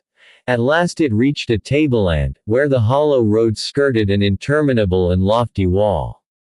Les Artois had disappeared. They found themselves in the heart of a desert. "We are getting near, are we not?" asked the. "This is the Paradou," replied the doctor, pointing to the wall. "Haven't you been this way before, then? We are not 3 miles from Les Artois. A splendid property it must have been, this Paradou. The park wall this side alone is quite a mile and a half long. But for over 100 years it's all been running wild." Single quote. "There are some fine trees," observed the Abbe, as he looked up in astonishment at the luxuriant mass of foliage which jutted over. "Yes, that part is very fertile. In fact, the park is a regular forest. Amidst the bare rocks which surround it. The Mascal, too, rises there. I have heard 4 or 5 springs mentioned, I fancy." Single quote. In short sentences, interspersed with irrelevant digressions, he then related the story of the Paradou, according to the current legend of the countryside. In the time of Louis XV, a great lord had erected a magnificent palace there, with vast gardens, fountains, trickling streams, and statues. A miniature Versailles hidden away among the stones, under the full blaze of the southern sun. But he had there spent but one season with a lady of bewitching beauty, who doubtless died there, as none had ever seen her leave. Next year the mansion was destroyed by fire, the park doors were nailed up, the very loopholes of the walls were filled with mold. And thus, since that remote time, not a glance had penetrated that vast enclosure which covered the whole of one of the plateau of the Garrigue Hills. There can be no lack of nettles there, laughingly said Abbe. Mouret. Don't you find that the whole wall reeks of damp, uncle? Single quote. A pause followed, and he asked. And whom does the Peridou belong to now? Single quote. Why, nobody knows, the doctor answered. The owner did come here once, some 20 years ago. But he was so scared by the sight of this adder's nest that he has never turned up since. The real master is the caretaker, that old oddity. The gig passed by a lordly iron gate, ruddy with rust, and lined inside with a layer of boards. The wide dry throats were black with brambles. 100 yards further on was the lodge inhabited by Jean Burnett. It stood within the park, which it overlooked. But the old keeper had apparently blocked up that side of his dwelling, and had cleared a little garden by the road. And there he lived, facing southwards, with his back turned upon the Peridou, as if unaware of the immensity of verdure that stretched away behind him. The young priest jumped down, looking inquisitively around him, and questioning the doctor, who was hurriedly fastening the horse to a ring fixed in the wall. And the old man lives all alone in this out-of-the-way hole? He asked. Yes, quite alone, replied his uncle, adding, however, the next minute. Well, he has with him a niece whom he had. 8. The house with its shutters closed seemed wrapped in slumber as it stood there in the midday sun, amidst the hum of the big flies that swarmed all up the ivy to the roof tiles. The sunlit ruin was steeped in happy quietude. When the doctor had opened the gate of the narrow garden, which was enclosed by a lofty quickset hedge, there, in the shadow cast by a wall, they found Jean Burnett, tall and erect, and calmly smoking his pipe, as in the deep silence he watched his vegetables grow. What, are you up then, you humbug? Exclaimed the astonished doctor. So you were coming to bury me, were you? Growled the old man harshly. I don't want anybody. I bled myself. Single quote. He stopped short as he caught sight of the priest, and assumed so threatening an expression that the doctor hastened to intervene. This is my nephew, he said, the new cure of Les Artois. A good fellow, too. Devil take it, we haven't been bowling over the roads at this hour of the day to eat you, Jean Burnett. Single quote. The old man calmed down a little. I don't want any shavelings here, he grumbled. They're enough to make one croak. Mind, doctor, no priests, and no physics when I go off, or we shall quarrel. Let him come in, however, as he is your nephew.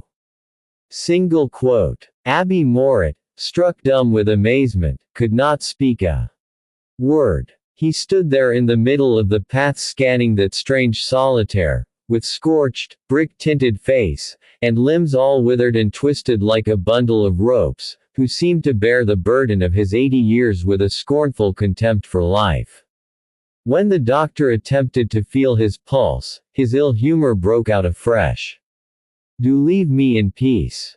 I bled myself with my knife, I tell you. It's all over, now. Who is the fool of a peasant who disturbed you? The doctor here, and the priest as well, why not the mutes too? Well, it can't be helped, people will be fools. It won't prevent us from having a drink, Single quote. He fetched a bottle and 3 glasses, and stood them on an old table which he brought out into the shade. Then, Having filled the glasses to the brim, he insisted on clinking them. His anger had given place to jeering cheerfulness. "It won't poison you, Monsieur le Curé," he said. "A glass of good wine isn't a sin. Upon my word, however, this is the first time I ever clinked a glass with a cassock, but no offense to you. That poor Abbe Caffin, your predecessor, refused to argue with me. He was afraid." Single quote. Jean-Bernat gave vent to a hearty laugh, and then went on. "Just fancy, he had pledged himself that he would prove to me that God exists. So, whenever I met him, I defied him to do it. And he sloped off crestfallen, I can tell you." Single quote. "What? God does not exist?" cried Abbe Mouret, roused from his silence. "Oh, just as you please," mockingly replied Jean-Bernat. "We'll begin together all over again, if it's any pleasure to you. But I warn you that I'm a tough hand at it. There are some thousands of books in one of the rooms upstairs, which were rescued from the fire at the Paradou. All the philosophers of the 18th century, a whole heap of old books on religion. I've learned some fine things from them. I've been reading them these 20 years. Mary, you'll find you've got someone who can talk, Monsieur le Curé." Single quote. He had risen, slowly waving his hand towards the surrounding horizon, to the earth and to the sky, and repeating solemnly, "There's nothing, nothing, nothing. When the sun is snuffed out, all will be at an end." Single quote. Dr. Pascal nudged Abbe Mouret with his elbow. With blinking eyes he was curiously observing the old man and nodding approvingly in order to induce him to talk. "So you are— Oh, I am only a poor man," replied the old fellow, relighting his pipe. "When Count de Corbière, whose foster brother I was, died from a fall from his horse, his children sent me here to look after this park of the Sleeping Beauty, in order to get rid of me. I was 60 years old then, and I thought I was about done. But death forgot me, and I had to make myself a burrow. If one lives all alone, look you, one gets to see things in rather a queer fashion. The trees are no longer trees, the earth puts on the ways of a living being, the stones seem to tell you tales. A parcel of rubbish, But I know some secrets that would fairly stagger you. Besides, what do you think there is to do in this devilish desert? I read the old books. It was more amusing than shooting. The Count, who used to curse like a heathen, was always saying to me, 'Jean-Bernat, my boy, I fully expect to meet you again in the hot place, so that you will be able to serve me there as you have up here.'" Single quote. Once more he waved his hand to the horizon and added, "You hear nothing. There's nothing. It's all foolery." Single quote. Dr. Pascal began to laugh. "A pleasant piece of foolery, at any rate," he said. "Jean-Bernat, you are a deceiver. I suspect you are in love, in spite of your affectation of being blasé. You were speaking very tenderly of the trees and stones just now." Single quote. "Oh, no, I assure you," murmured the old man, "I have done with that. At one time, it's true, when I first knew you and used to go herborizing with you, I was stupid enough to love all sorts of things I came across in that huge lyre, the country. Fortunately, the old volumes have killed all that. I only wish my garden was smaller. I don't go out into the road twice a year. You see that bench? That's where I spend all my time, just watching my lettuces grow." Single quote. "And what about your rounds in the park?" broke in the doctor. "In the park?" repeated Jean-Bernat, with a look of profound surprise. "Why, it's more than 12 years since I set foot in it. What do you suppose I could do inside that cemetery? It's too big. It's stupid, What with those endless trees and moss everywhere and broken statues, and holes in which, every step. The last time I went in there, it was so dark under the trees, there was such a stink of wild flowers, and such queer breezes blew along the paths, that I felt almost afraid. So I have shut myself up to prevent the park coming in here. A patch of sunlight, 3 feet of lettuce before me, and a big hedge shutting out all the view, why, that's more than enough for happiness. Nothing, that's what I'd like, nothing at all, something so tiny that nothing from outside could come to disturb me. 7 feet of earth, if you like, just to be able to croak on my back. Single quote. He struck the table with his fist, and suddenly raised his voice to call out to Abbe Mouret. Come, just another glass, your reverence. The old gentleman isn't at the bottom of the bottle, you know. Single quote. The priest felt ill at ease. To lead back to God that singular old man, whose reason seemed to him to be strangely disordered, appeared a task beyond his powers. He now remembered certain bits of gossip he had heard from Latouze about the philosopher, as the peasants of Les Artois dubbed Jean-Bernat. Scraps of scandalous stories vaguely floated in his memory. He rose, making a sign to the doctor that he wished to leave this house, where he seemed to inhale an odor of damnation. But, in spite of his covert fears, a strange feeling of curiosity made him linger. He simply walked to the end of the garden, throwing a searching glance into the vestibule, as if to see beyond it, behind the walls. All he could perceive, however, through the gaping doorway, was the black staircase. So he came back again, and sought for some hole, some glimpse of that sea of foliage which he knew was near by the mighty murmur that broke upon the house, like the sound of waves. And is the little one well? Asked the doctor, taking up his hat. Pretty well, answered Jean-Bernat. She's never here. She often disappears all day long. Still, she may be in the upstairs rooms. Single quote. He raised his head and called. Albine. Albine. Then with a shrug of his shoulders, he added. Yes, my word, she is a nice hussy. Well, till next time, Monsieur le Curé. I'm always at your disposal. Single quote. Abbe Mouret, however, had no time to accept the philosopher's challenge. A door suddenly opened at the end of the vestibule. A dazzling breach was made in the black darkness of the wall, and through the breach came a vision of a virgin forest, a great depth of woodland, beneath a flood of sunbeams. In that sudden blaze of light the priest distinctly perceived certain faraway things. A large yellow flower in the middle of a lawn, a sheet of water falling from a lofty rock, a colossal tree filled with a swarm of birds.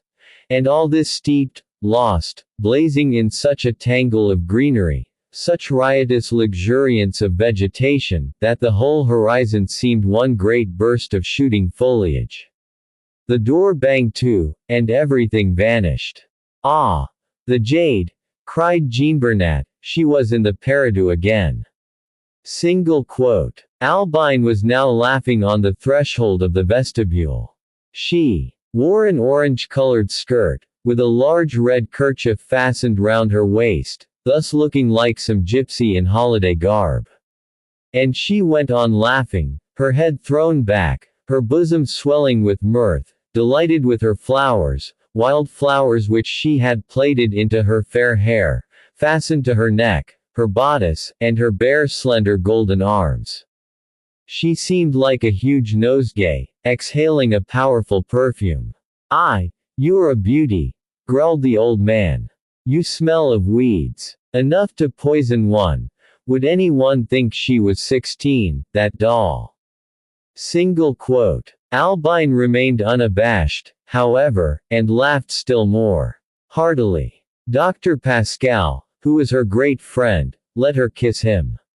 "So you are not frightened in the Paradou?" he asked. "Frightened? What of?" she said, her eyes wide open with Astonishment. The walls are too high, no one can get in. There's only myself. It is my garden, all my very own. A fine big one, too. I haven't found out where it ends yet. Course. There's shade. If there were none, the sun would burn my face up. It is very pleasant in the shade among the leaves. Single quote. She flitted about, filling the little garden with the rustling sweep of her skirts, and scattering round the pungent odor of wild flowers which clung to her. She had smiled at Abbe Mouret without trace of shyness, without heed of the astonished look with which he observed her. The priest had stepped aside. That fair-haired maid, with long oval face, glowing with life, seemed to him to be the weird mysterious offspring of the forest of which he had caught a glimpse in a sheet of sunlight. I say, I have got some blackbird nestlings. Would you like them? Single quote. Albine asked the doctor. No, thanks, he answered, laughing. You should give them to the cure's sister. She is very fond of pets. Good day, Jean Bernat. Single quote. Albine, however, had fastened on the priest. You are the vicar of Les Artois, aren't you? You have a sister. I'll go and see her. Only you must not speak to me about God. My uncle will not have it. You bother us, be off, exclaimed Jean Bernat, shrugging his shoulders. Then bounding away like a goat, dropping a shower of flowers behind her, she disappeared. The slam of a door was heard, and from behind the house came bursts of laughter, which died away in the distance like the scampering rush of some mad animal let loose among the grass. You'll see, she will end by sleeping in the Paradou, muttered the old man with indifference. And as he saw his visitors off, he added, if you should find me dead one of these fine days, doctor, just do me the favor of pitching me into the muck pit there, behind my lettuces. Good evening, gentlemen. Single quote. He let the wooden gate which closed the hedge fall to again, and the house assumed once more its aspect. The noonday sunlight, amidst the buzzing of the big flies that swarmed all up the ivy even to the roof tiles. The gig once more rolled along the road skirting the Paradou's interminable wall. Abbe Mouret, still silent, scanned with upturned eyes the huge boughs which stretched over that wall, like the arms of giants hidden there. All sorts of sounds came from the park. Rustling of wings, quivering of leaves, furtive bounds at which branches snapped, mighty sighs that bowed the young shoots, a vast breath of life sweeping over the crests of a nation of trees. At times, as he heard a bird-like note that seemed like a human laugh, the priest turned his head, as if he felt uneasy. A queer girl, said his uncle as he eased the reins a little. She was 9 years old when she took up her quarters with that old heathen. Some brother of his had ruined himself, though in what I can't remember. The little one was at school somewhere when her father killed himself. She was even quite a little lady, up to reading, embroidery, chattering, and strumming on the piano. And such a coquette too. I saw her arrive with open-worked stockings, embroidered skirts, frills, cuffs, a heap of finery. Ah, well, the finery didn't last long. Single quote. He laughed. A big stone nearly upset the gig. It will be lucky if I don't leave a wheel in this cursed road, he muttered. Hold on, my boy. Single quote. The wall still stretched beside them. The priest still listened. As you may well imagine, continued the doctor, the Paradou, what with its sun, its stones, and its thistles, would wreck a whole outfit every day. 3 or 4 mouthfuls, that's all it made of all the little one's beautiful dresses. She used to come back naked. Now she dresses like a savage. Today she was rather presentable, but sometimes she has scarcely anything on beyond her shoes and chemise. Did you hear her? The Paradou is hers. The very day after she came she took possession of it. She lives in it. Jumps out of the window when Jean-Bernat locks the door. Bolts off in spite of all. Goes nobody knows whither. Buries herself in some invisible burrows known only to herself. She must have a fine time in that wilderness. Single quote. Hark, uncle, interrupted Abbe Mouret. Isn't that some animal running behind the wall? Single quote. Uncle Pascal listened. No, he said after a minute's silence, it is the rattle of the trap on the stones. No, the child doesn't play the piano now. I believe she has even forgotten how to read. Just picture to yourself a young lady gone back to a state of primevalness, turned out to play on a desert island. My word, if ever you get to know of a girl who needs proper bringing up, I advise you not to entrust her to Jean-Bernat. He has a most primitive way of letting nature alone. When I ventured to speak to him about Albine, he answered me that he must not prevent trees from growing as they pleased. He says he is for the normal development of temperaments. All the same, they are very interesting, both of them. I never come this way without paying them a visit. Single quote. The gig was now emerging from the hollowed road. At this point, the wall of the Peridou turned and wound along the crest of the hills as far as one could see. As Abbe Mouret turned to take a last look at that gray-hued barrier, whose impenetrable austerity had at last begun to annoy him, a rustling of shaken boughs was heard and a clump of young birch trees seemed to bow in greeting from above the wall. I knew some animal was running behind, said the priest. But, although nobody could be seen, though nothing was visible in the air above save the birches rocking more and more violently, they heard a clear, laughing voice call out, "Goodbye, doctor. Goodbye, monsieur le curé. I am kissing the tree, and the tree is sending you my kisses." Single quote. Why, it is Albine, exclaimed Dr. Pascal. She must have followed the trap at a run. Jumping over bushes is mere play to her, the little elf. Single quote. And he in his turn shouted. The laughter grew louder, the birches bowed still lower, scattering their leaves around even on the hood of the gig. I am as tall as the trees. All the leaves that fall are kisses, replied the voice, now mellowed by distance, so musical, so merged into the rippling whispers of the park, that the young priest was thrilled. The road grew better. On coming down the slope, Les Artois reappeared in the midst of the scorched plain. When the gig reached the turning to the village, Abbe Mouret would not let his uncle drive him back to the vicarage. He jumped down, saying, "No, thanks, I prefer to walk. It will do me good." Single quote. Well, just as you like, at last answered the doctor. And with a clasp of the hand, he added, "Well, if you only had such parishioners as that old brute Jean-Bernat, you wouldn't often be disturbed. However, you yourself wanted to come. And mind you keep well. At the slightest ache, night or day, send for me. You know X." Abbe Mouret felt more at ease when he found himself again alone, walking along the dusty road. The stony fields brought him back to his dream of austerity, of an inner life spent in a desert. From the trees all along the sunken road disturbing moisture had fallen on his neck, which now the burning sun was drying. The sight of the lean almond trees, the scanty corn crops, the weak vines, on either side of the way, soothed him, delivered him from the perturbation into which the lusty atmosphere of the Peridou had thrown him. Amid the blinding glare that flowed from heaven over the bare land, Jean-Bernat's blasphemies no longer cast even a shadow. A thrill of pleasure ran through the priest as he raised his head and caught sight of the solitaire's motionless bar-like silhouette and the pink patch of tiles on the church. But, as he walked on, fresh anxiety beset the abbé.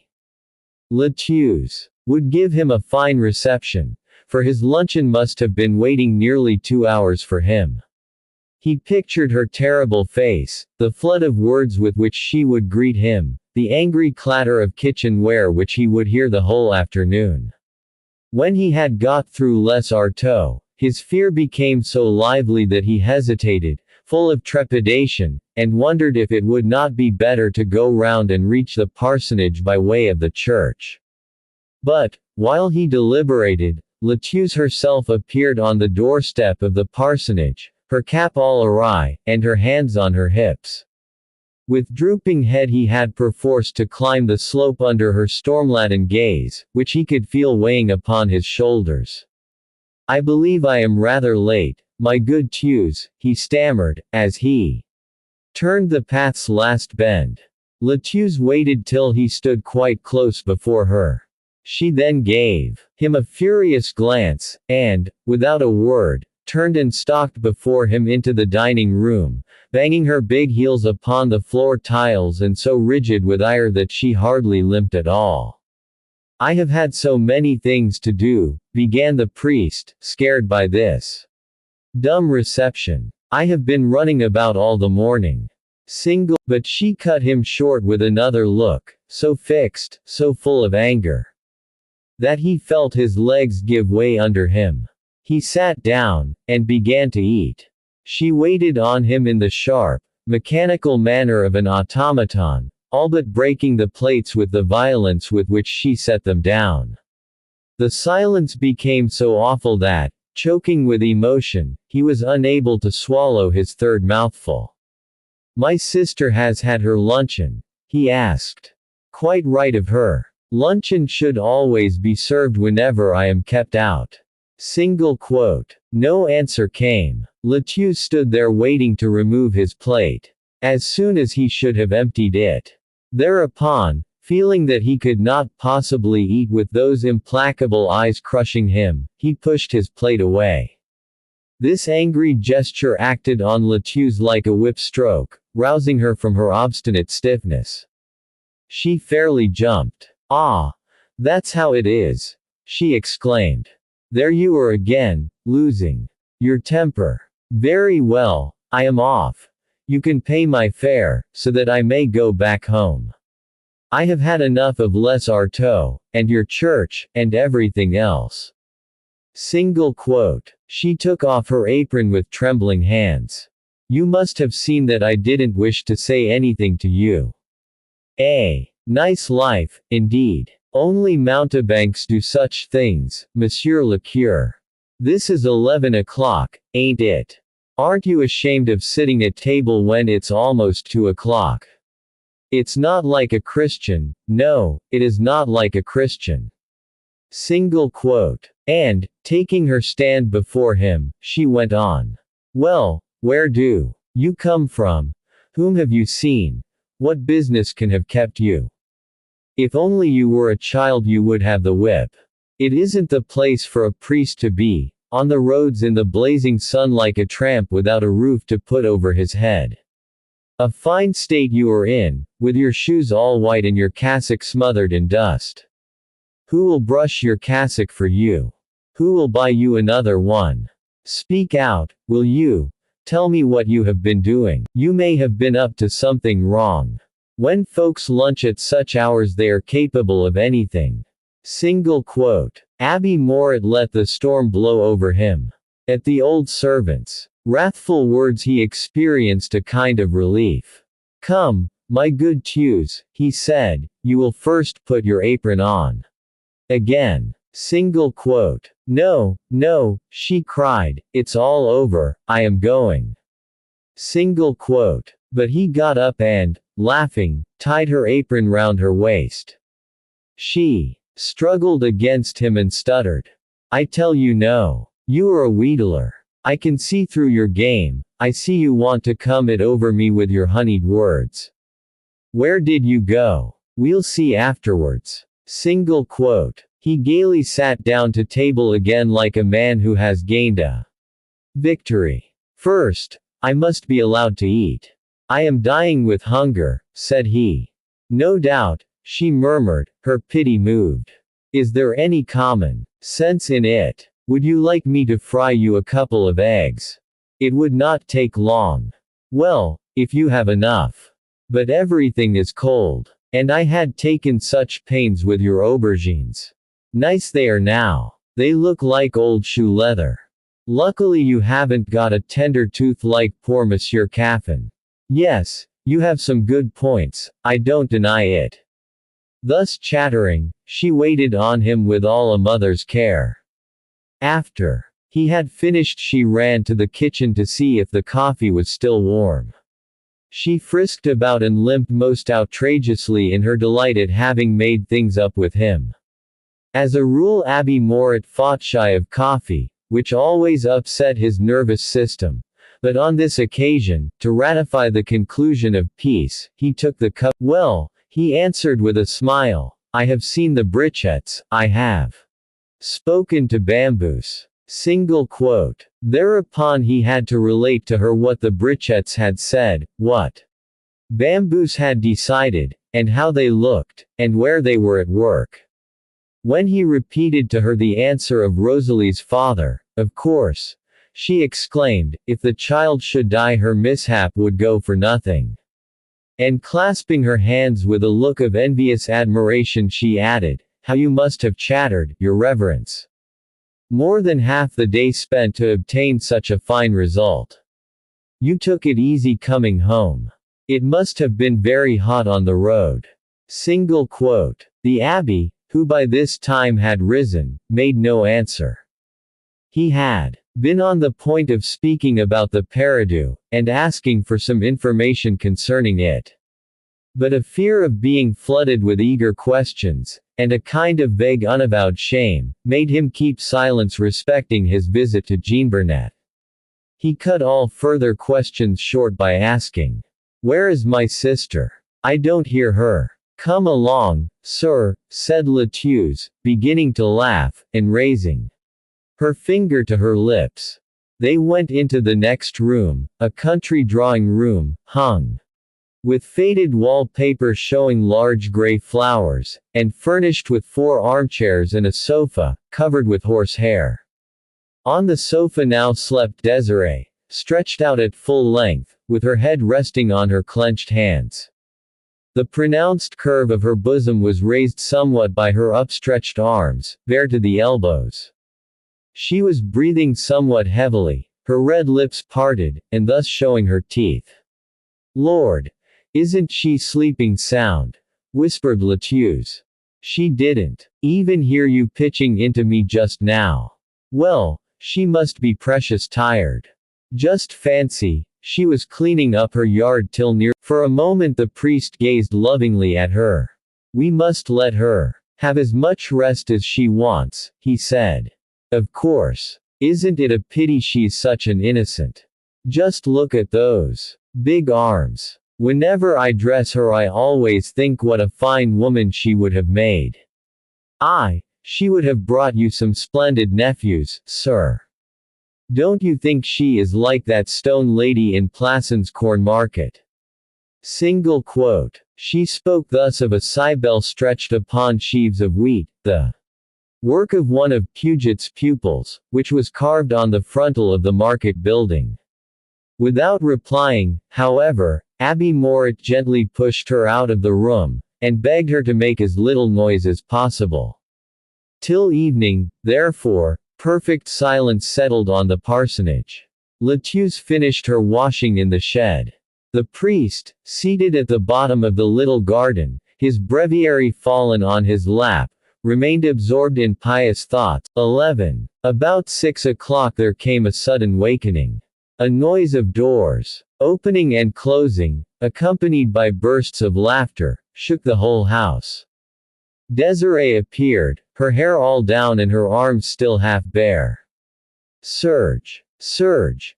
She called. And catching sight of her brother in the garden, she ran up to him. And sat down for a minute on the ground at his feet, begging him to follow her. Do come and see the animals.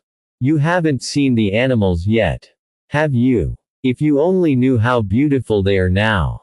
Single quote. She had to beg very hard, for the yard rather scared him. But, when he saw tears in Désirée's eyes, he yielded. She threw herself on his neck in a sudden puppy-like burst of glee, laughing more than ever, without attempting to dry her cheeks. "Oh, how nice you are," she stammered, as she dragged him off. "You shall see the hens, the rabbits, the pigeons, and my ducks which have got fresh water, and my goat, whose room is as clean as mine now. I have 3 geese and 2 turkeys, you know. Come quick. You shall see all." Single quote. Désirée was then 22 years old. Reared in the country by her nurse, a peasant woman of Saint Eutrope, she had grown up anyhow. Her brain void of all serious thoughts, she had thriven on the fat soil and open air of the country, developing physically but never mentally, growing into a lovely animal, white, with rosy blood and firm skin. She was not unlike a high-bred donkey endowed with the power of laughter. Although she dabbled about from morning till night, her delicate hands and feet, the supple outlines of her hips, the bourgeois refinement of her maiden form remained unimpaired, so that she was in truth a creature apart, neither lady nor peasant, but a girl nourished by the soil, with the broad shoulders and narrow brow of a youthful goddess. Doubtless it was by reason of her weak intellect that she was drawn towards animals. She was never happy save with them. She understood their language far better than that of mankind, and looked after them with motherly affection. Her reasoning powers were deficient, but in lieu thereof she had an instinct which put her on a footing of intelligence with them. At their very first cry of pain she knew what ailed them. She would choose dainties upon which they would pounce greedily. A single gesture from her quelled their squabbles. She seemed to know their good or their evil character at a glance, and related such long tales about the tiniest chick, with such an abundance and minuteness of detail, as to astound those to whom one chicken was exactly like any other. Her farmyard had thus become a country, as it were, over which she reigned. A country complex in its organization, disturbed by rebellions, peopled by the most diverse creatures whose records were known to her alone. So accurate was her instinct that she detected the unfertile eggs in a sitting, and foretold the number of a litter of rabbits. When, at 16, Désirée became a young woman, she retained all her wanted health, and rapidly developed, with round, free-swaying bust, broad hips like those of an antique statue, the full growth indeed of a vigorous animal. One might have thought that she had sprung from the rich soil of her poultry yard, that she absorbed the sap with her sturdy legs, which were as firm as young trees. And not disturbed her amidst all this plenitude. She found continuous satisfaction in being surrounded by birds and animals which ever increased and multiplied, their fruitfulness filling her with delight. Nothing could have been healthier. She innocently feasted on the odor and warmth of life, knowing no depraved curiosity, but retaining all the tranquility of a beautiful animal, simply happy at seeing her little world thus multiply, feeling as if she thereby became a mother, the common natural mother of one and all. Since she had been living at Les Artois, she had spent her days in complete beatitude. At last she was satisfying the dream of her life, the only desire which had worried her amidst her weak-minded puerility. She had a poultry yard, a pond for the ducks, knocking in nails, fetching straw, allowing no one to assist her. All that Latouze had to do was to wash her afterwards.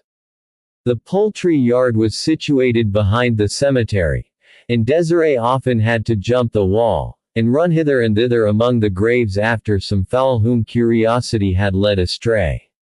Right at the end was a shed giving accommodation to the fowls and the rabbits, to the right was a little stable for the goat. Moreover, all the animals lived together. The rabbits ran about with the fowls, the nanny goat would take a footbath in the midst of the ducks. The geese, the turkeys, the guinea fowls, and the pigeons all fraternized in the company of 3 cats. Whenever Desiree appeared at the wooden fence which prevented her charges from making their way into the church, a deafening uproar greeted her. Can't you hear them? She said to her brother, as they reached the dining room door. But, when she had admitted him and closed the gate behind them, she was assailed so violently that she almost disappeared. The ducks and the geese, opening and shutting their beaks, tugged at her skirts. The greedy hens sprang up and pecked her hands. The rabbits squatted on her feet and then bounded up to her knees, whilst the 3 cats leapt upon her shoulders, and the goat bleated in its stable at being unable to reach her. "Leave me alone, do, all you creatures," she cried with a hearty, sonorous laugh, feeling tickled by all the feathers, claws, and beaks and paws rubbing against her. However, she did not attempt to free herself. As she often said, she would have let herself be devoured. It seemed so sweet to feel all this life cling to her and encompass her with the warmth of eiderdown. At last only one cat persisted in remaining on her back. "It's Moo," she said. "His paws are like velvet." Then, calling her brother's attention to the yard, she proudly added, "See, how clean it is." The yard had indeed been swept out, washed, and raked over. But, the disturbed water and the powerful an odor that Abbe Mouret half choked. The dung was heaped against the graveyard wall in a huge smoking mound. "What a pile, continued Desiree, leading her brother into the pungent vapor. "I put it all there myself, nobody helped me." "Go on, it isn't dirty. It cleans. Look at my arms." As she spoke she held out her arms, which she had merely dipped into a pail of water. Regal arms they were, superbly rounded, blooming like full white roses amidst the manure. Yes, gently said the priest, "you have worked hard. It's very nice now." Then he turned towards the wicket, but she stopped him. "Do wait a bit. You shall see them all. You have no idea." And so, saying, she dragged him to the rabbit house under the shed. "There are young ones in all the hutches," she said, clapping her hands in glee. Then at great length she proceeded to explain to him all about the litters. He had to crouch down and come close to the wire netting, whilst she gave him minute details. The motherdas, with big restless ears, eyed him askance, panting and motionless with fear. Then, in one hutch, he saw a hairy cavity wherein crawled a living heap, an indistinct dusky mass heaving like a single body. Close by some young ones, with enormous heads, ventured to the edge of the hole. A little farther were yet stronger ones, who looked like young rats, ferreting and leaping about with their raised rumps showing their white scuts. Others, white ones with pale ruby eyes, and black ones with jet eyes, galloped round their hutches with playful grace. Now a scare would make them bolt off swiftly, revealing at every leap their slender reddened paws. Next they would squat down all in a heap, so closely packed that their heads could no longer be seen. "It is you they are frightened at," Desiree kept on saying. "They know me well." She called them and drew some bread crust from her pocket. The little rabbits then became more confident, and, with puckered noses, kept sidling up, and rearing against the netting one by one. She kept them like that for a minute to show her brother the rosy down upon their bellies, and then gave her crust to the boldest one. Upon this the whole of them flocked up, sliding forward and squeezing one another, but never quarreling. At one moment 3 little ones were all nibbling the same piece of crust, but others darted away, turning to the wall so as to eat in peace, while their mothers in the rear remained snuffing distrustfully and refused the crusts. "Oh, the greedy little things!" exclaimed Desiree. "They would eat like that till tomorrow morning." At night, even, you can bear them crunching the leaves they have overlooked in the daytime. Single quote. The priest had risen as if to depart, but she never wearied of smiling on her dear little ones. You see the big one there, that's all white, with black ears. Well, he dotes on poppies. He is very clever at picking them out from the other weeds. The other day he got the colic. So I took him and kept him warm in my pocket. Since then he has been quite frisky. Single quote. She poked her fingers through the wire netting and stroked the rabbits' backs. Wouldn't you say it was satin? She continued. They are dressed like princes. And ain't they coquettish? Look, there's one who is always cleaning himself. He wears the fur off his paws. If only you knew how funny they are. I say nothing, but I see all their little games. That gray one looking at us, for instance, used to hate a little doe, which I had to put somewhere else. There were terrible scenes between them. It would take too long to tell you all, but the last time he gave her a drubbing, when I came up in a rage, what do you think I saw? Why, that rascal huddled up at the back there as if he was just at his last gasp. He wanted to make me believe that it was he who had to complain of her. Then Desiree paused to apostrophize the rabbit. Yes, you may. Listen to me. But Abbe Mouret could stand it no longer. He was perturbed by the heat that emanated from the litters, the life that crawled under the hair plucked from the bellies, exhaling powerful emanations. On the other hand, Desiree, as if slowly intoxicated, was growing brighter and pinker. But there's nothing to take you away, she cried. You always seem anxious to go off. You must see my little chicks. They were born last night. Single quote. She took some rice and threw a handful before her. The hen gravely drew near, clucking to the little band of chickens that followed her, chirping and scampering as if in bewilderment. When they were fairly in the middle of the scattered rice, the hen eagerly pecked at it, and threw down the grains she cracked, while her little ones hastily began to feed. All the charm of infancy was theirs. Half-naked as it were, with round heads, eyes sparkling like steel needles, beaks so queerly set, and down so quaintly ruffled up, they looked like penny toys. Desiree laughed with enjoyment at sight of them. What little loves they are, she stammered. She took up two of them, one in each hand, and smothered them with eager kisses. And then the priest had to inspect them all over, while she coolly said to him, "It isn't easy to tell the cocks. But I never make a mistake. This one is a hen, and this one is a hen too." Single quote. Then she set them on the ground again. Other hens were now coming up to eat the rice.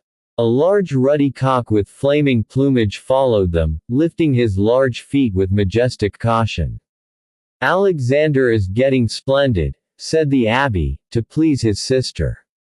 Alexander was the cock's name. He looked up at the young girl with his fiery eye, his head. "He is very fond of me," she said. "Only I can touch him. He is a good bird. There are 14 hens, and never do I find a bad egg in the nests. Do I, Alexander?" Single quote. She stooped. The bird did not fly from her caress.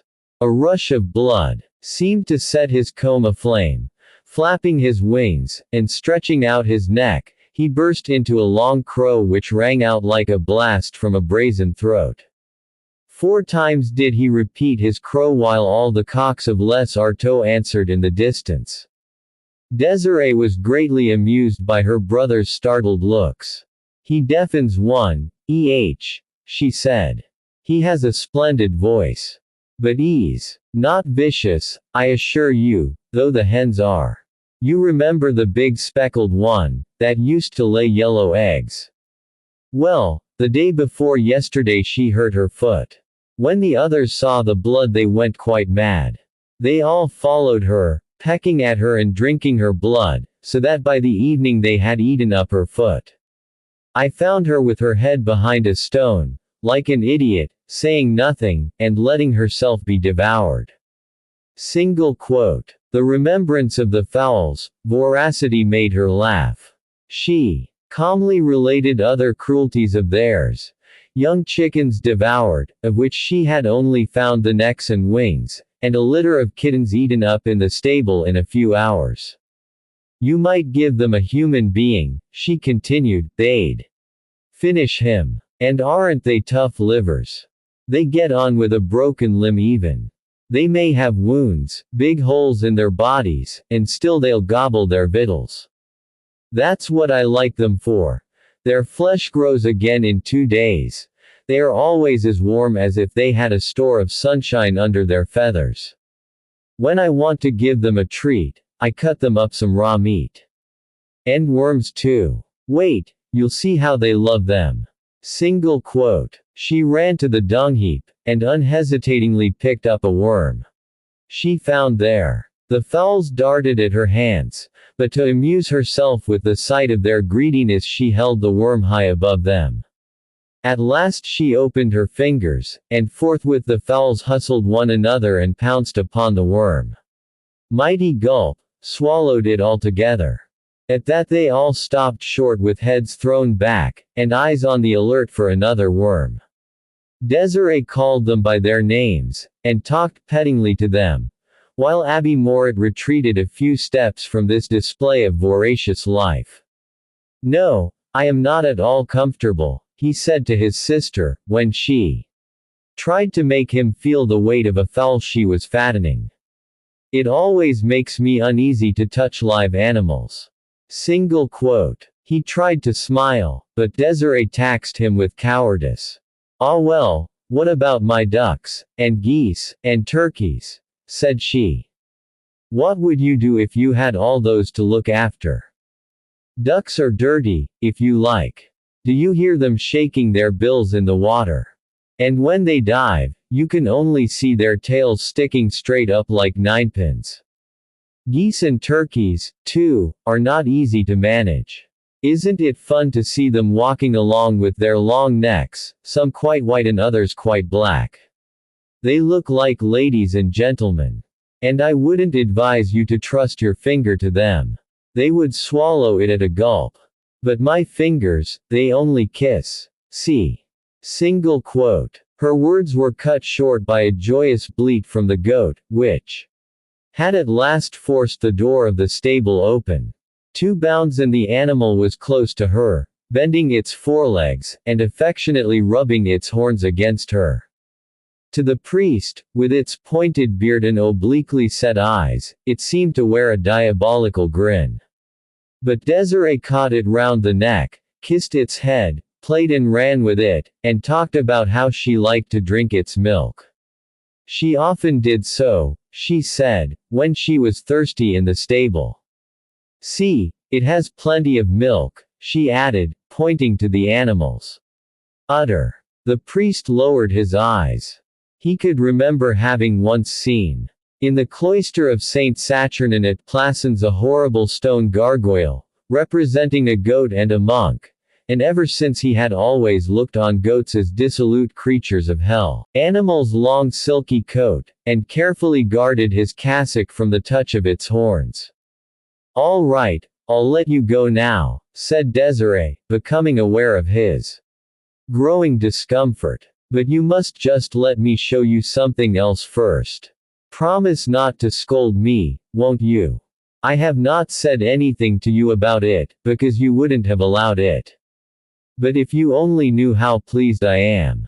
Single quote. As she spoke she put on an entreating expression, clasped her hands, and laid her head upon her brother's shoulder. Another piece of folly, no doubt, he murmured, unable to refrain from smiling. You won't mind, will you? She continued, her eyes glistening with delight. You won't be angry. He is so pretty. Single quote. Thereupon she ran to open the low door under the shed, and forthwith a little pig bounded into the middle of the yard. Oh, isn't he a cherub? She exclaimed with a look of profound rapture as she saw him leap out. The little pig was indeed charming, quite pink, his snout washed clean by the greasy slops placed before him, though incessant routing in his trough had left a ring of dirt about his eyes. He trotted about, hustled the fowls, rushing to gobble up whatever was thrown them, and upsetting the little yard with his sudden turns and twists. His ears flapped over his eyes, his snout went snorting over the ground, and with his slender feet he resembled a toy animal on wheels. From behind, his tail looked like a bit of string that served to hang him up by. "I won't have this beast here," exclaimed the priest, terribly put out. "Oh, Serge, dear old Serge," begged Desiree again, "don't be so unkind. See, what a harmless little thing he is. I'll wash him, I'll keep him very clean. Latuse went and had him given her for me. We can't send him back now." But she broke off, seized with irresistible laughter. The little pig had blundered in a dazed fashion between the goat's legs, and tripped her up. And he was now madly careering round, squeaking, rolling, scaring all the denizens of the poultry yard. To quiet him, Desiree had to get him an earthen pan full of dish water. In this he wallowed up to his ears, splashing and grunting, while quick quivers of delight coursed over his rosy skin. And now his uncurled tail hung limply down. The stirring of this foul water put a crowning touch to Abbe Mouret's disgust. Ever since he had been there, he had choked more and more. His hands and chest and face were afire, and he felt quite giddy. The odor of the fowls and rabbits, the goat, and the pig, all mingled in one pestilential stench. The atmosphere, laden with the ferments of life, was too heavy for his maiden shoulders. And it seemed to him that Desiree had grown taller, expanding at the hips, waving huge arms, sweeping the ground with her skirts, and stirring up all that powerful odor which overpowered him. He had only just time to open the wicket. His feet clung to the stone flags still dank with manure, in such wise that it seemed as if he were held there by some clasp of the soil. And suddenly, despite himself, there came back to him a memory of the Paradou, with its huge trees, its black shadows, its penetrating perfumes. "There, you are quite red now," Desiree said to him as she joined him outside the wicket. "Aren't you pleased to have seen everything? Do you hear the noise they are making?" Single quote. On seeing her depart, the birds and animals had thrown themselves against the trellis work emitting piteous cries. The little pig, especially, gave vent to prolonged whines that suggested the sharpening of a saw. Desiree, however, curtsied to them and kissed her fingertips to them, laughing at seeing them all huddled together there, like so many lovers of hers. Then, hugging her brother, as she accompanied him to the garden, she whispered into his ear with a blush, "I should so like a cow." Single quote. He looked at her, with a ready cow with red spots. "You'd soon see what nice milk we should have. A goat becomes too little in the end. And when the cow has a calf." Single quote. At the mere thought of this she skipped and clapped her hands with glee. And to the priest she seemed to have brought the poultry yard away with her in her skirts. So he left her at the end of the garden, sitting in the sunlight on the ground before a hive, whence the bees buzzed like golden berries round her neck, along her bare arms and in her hair. 12. Brother Archangius dined at the parsonage every Thursday. As a rule he came early so as to talk over parish matters. It was he who, for the last 3 months, had kept the abbey informed of all the affairs of the valley. That Thursday, while waiting till Latuse should call them, they strolled about in front of the church. The priest, on relating his interview with Bamboos, was surprised to find that the brother thought the peasant's reply quite natural. "The man's right," said the ignoranton. "You don't give away chattels like that. Rosalie is no great bargain, but it's always hard to see your own daughter throw herself away on a pauper. Single quote. Still, rejoined Abbe Mouret, a marriage is the only way of stopping the scandal. Single quote. The brother shrugged his big shoulders and laughed. Aggravatingly. Do you think you'll cure the neighborhood with that marriage? He exclaimed. Before another 2 years Catherine will be following her sister's example. They all go the same way, and as they end by marrying, they snap their fingers at every one. These Artois flourish in it all, as on a congenial dung-heap. There is only one possible remedy, as I have told you before. Wring all the girls' necks if you don't want the country to be poisoned. No husbands, Monsieur le Curé, but a good thick stick. Single quote. Then calming down a bit, he added. Let every one do with their own as they think best.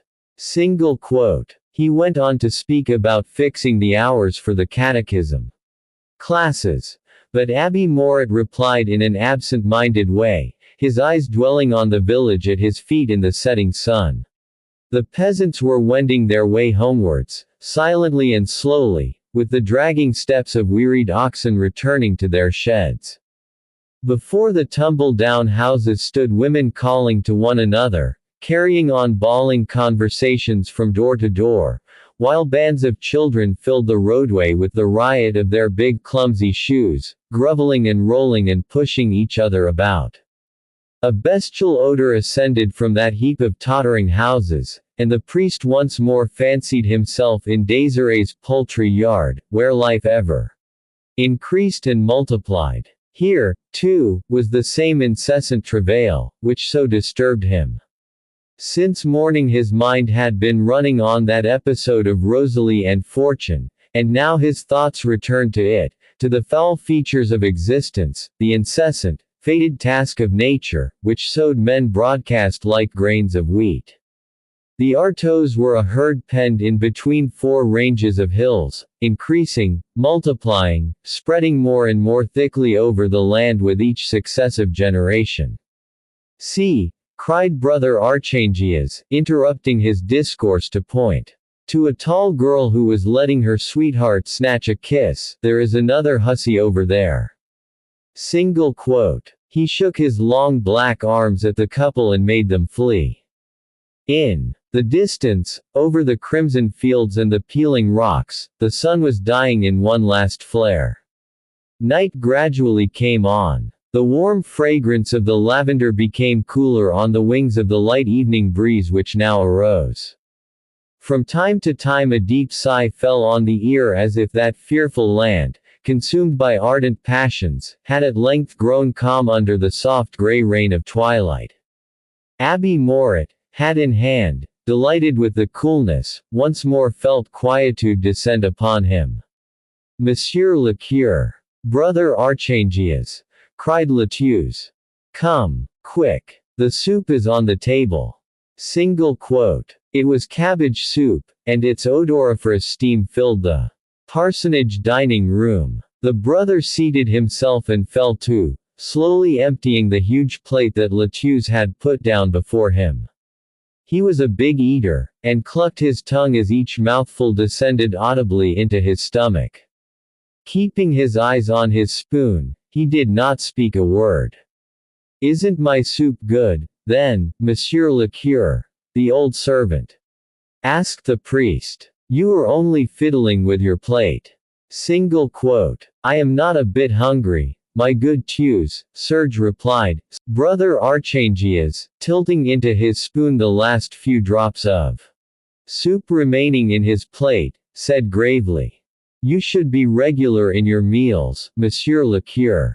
Single quote. At this moment Désirée, who also had finished her soup, sedately and in silence, rose and followed Latius to the kitchen.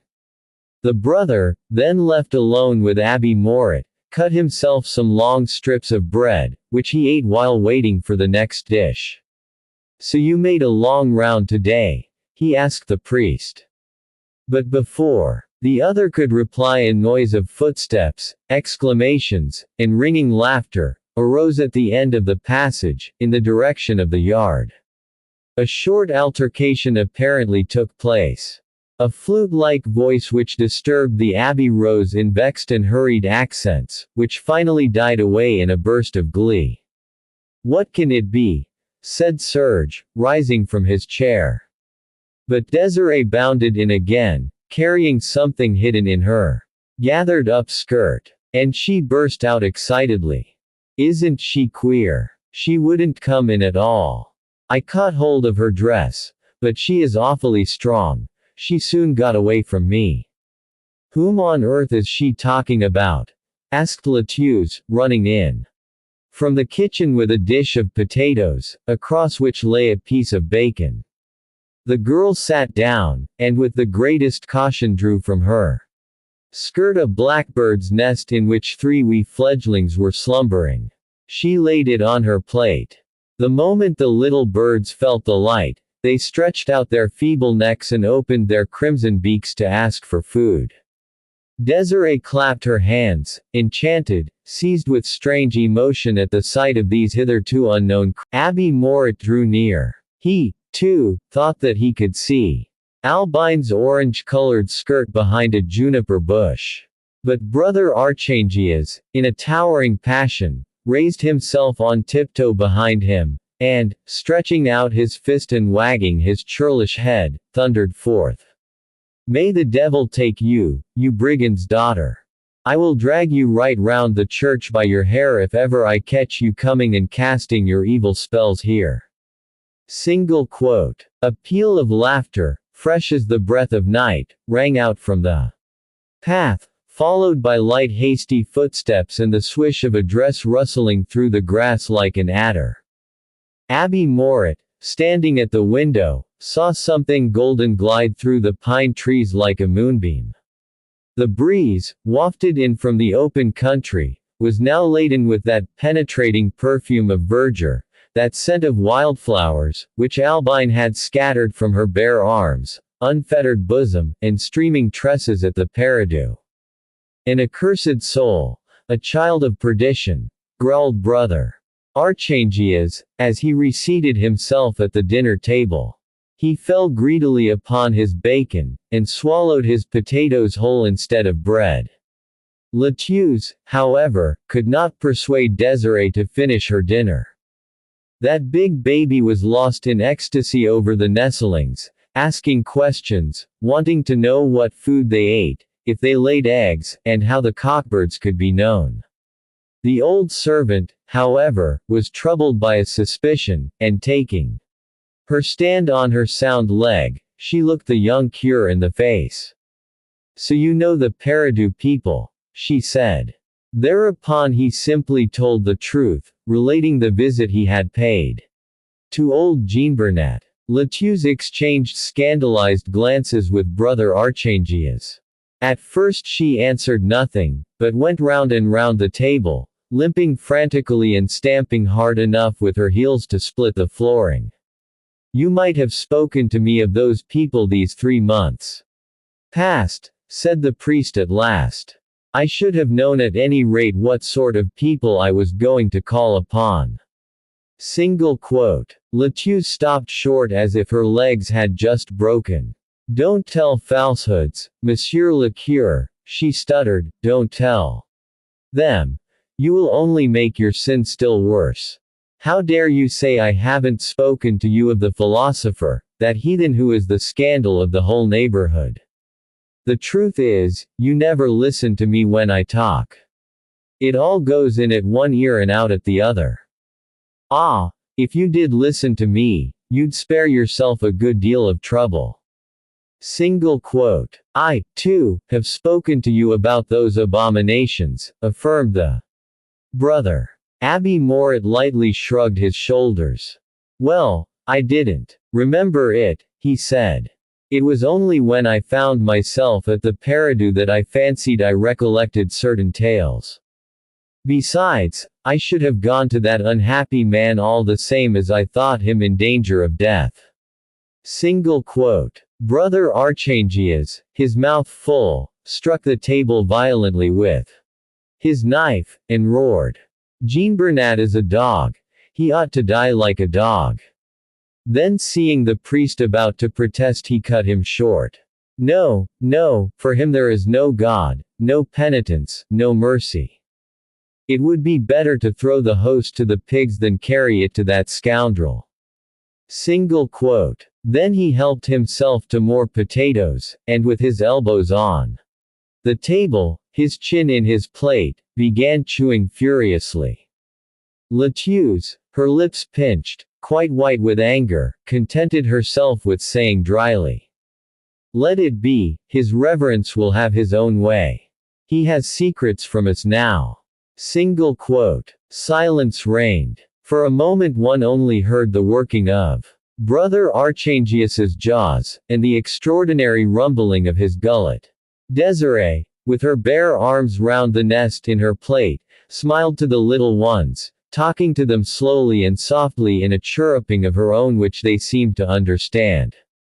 "People say what they have done when they have nothing to hide," suddenly cried Latuse. And then silence reigned again.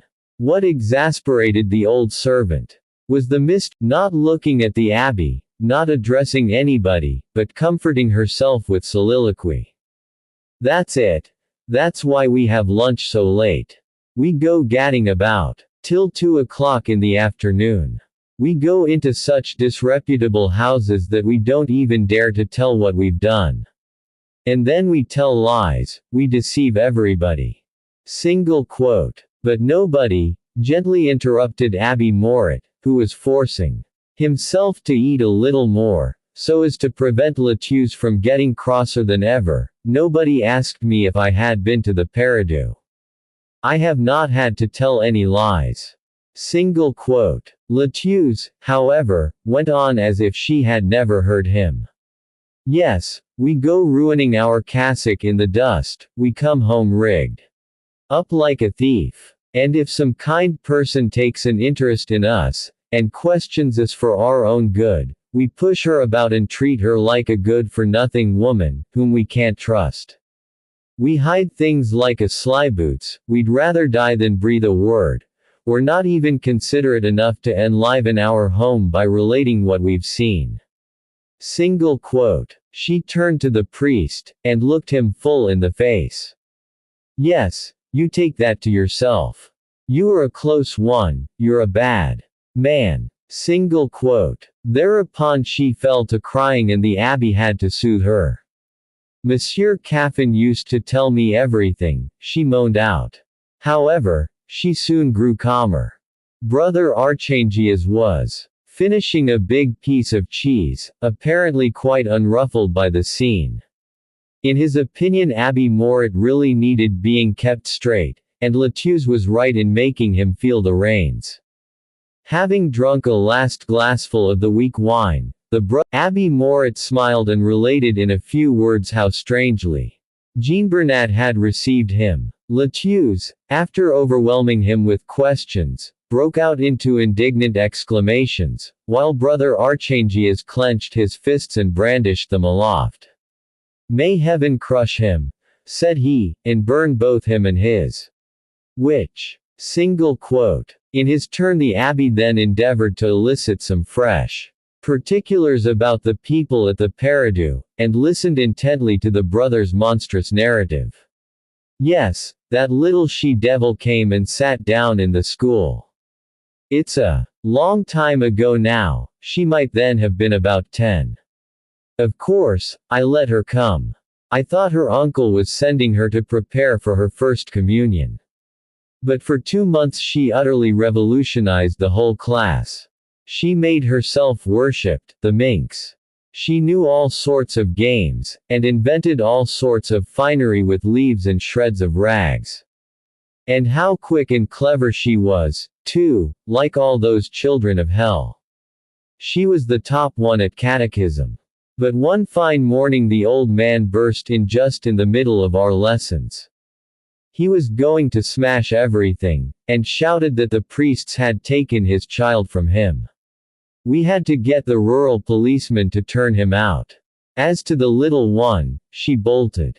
I could see her through the window, in a field opposite, laughing at her uncle's frenzy. She had been coming to school for the last 2 months without his even suspecting it.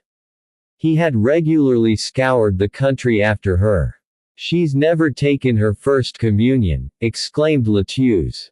Below her breath with a slight shudder. No, never, rejoined Brother Archangius. She must be 16. Now. She's growing up like a brute beast. I have seen her running on all fours in a thicket near La Palude. Single quote. On all fours, muttered the servant, turning towards the window. With superstitious anxiety, Abbe Mouret attempted to express some doubt, but the brother burst out. Yes, that are far more pleasing to God than she is. Besides, everyone knows she comes caterwauling every night round Les Artois. She howls like a beast. If ever a man should fall into her clutches, she wouldn't leave him a scrap of skin on his bones, I know. Single quote. The brother's hatred of womankind was boiling over. He banged the table with his fist, and poured forth all his wonted abuse. The devil's in them. They reek of the devil. And that's what bewitches fools. Single quote. The priest nodded approvingly. Brother Archangius's outrageous violence and Latius's loquacious tyranny were like castigation with thongs, which it often rejoiced him to find lashing his shoulders. He took a pious delight in sinking into abasement beneath their coarse speech. He seemed to see the peace of heaven behind contempt of the world and degradation of his whole being. It was delicious to inflict mortification upon his body, to drag his susceptible nature through a gutter. There is naught but filth, he muttered as he folded up his napkin. Latuse began to clear the table and wished to remove the plate, on which Desiree had laid the blackbird's nest. You are not going to bed here, I suppose, mademoiselle, she said. Do leave those nasty things. Single quote. Desiree, however, defended her plate. She covered the nest with her bare arms, no longer gay, but cross at being disturbed.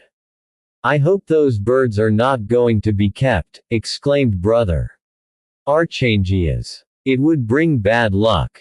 You must wring their necks. Single quote. And he already stretched out his big hands, but the girl rose and stepped back quivering, hugging the nest to her bosom. She stared fixedly at the brother, her lips curling upwards, like those of a wolf about to bite. Don't touch the little things, she stammered. You are ugly. Single quote. With such singular contempt did she emphasize that last word, that Abbe Mouret started as if the brother's ugly him for the first time. The latter contented himself with growling. He had always felt a covert hatred for Desiree, whose lusty physical development offended him. When she had left the room, still walking backwards, and never taking her eyes from him, he shrugged his shoulders and muttered between his teeth some coarse abuse which no one heard.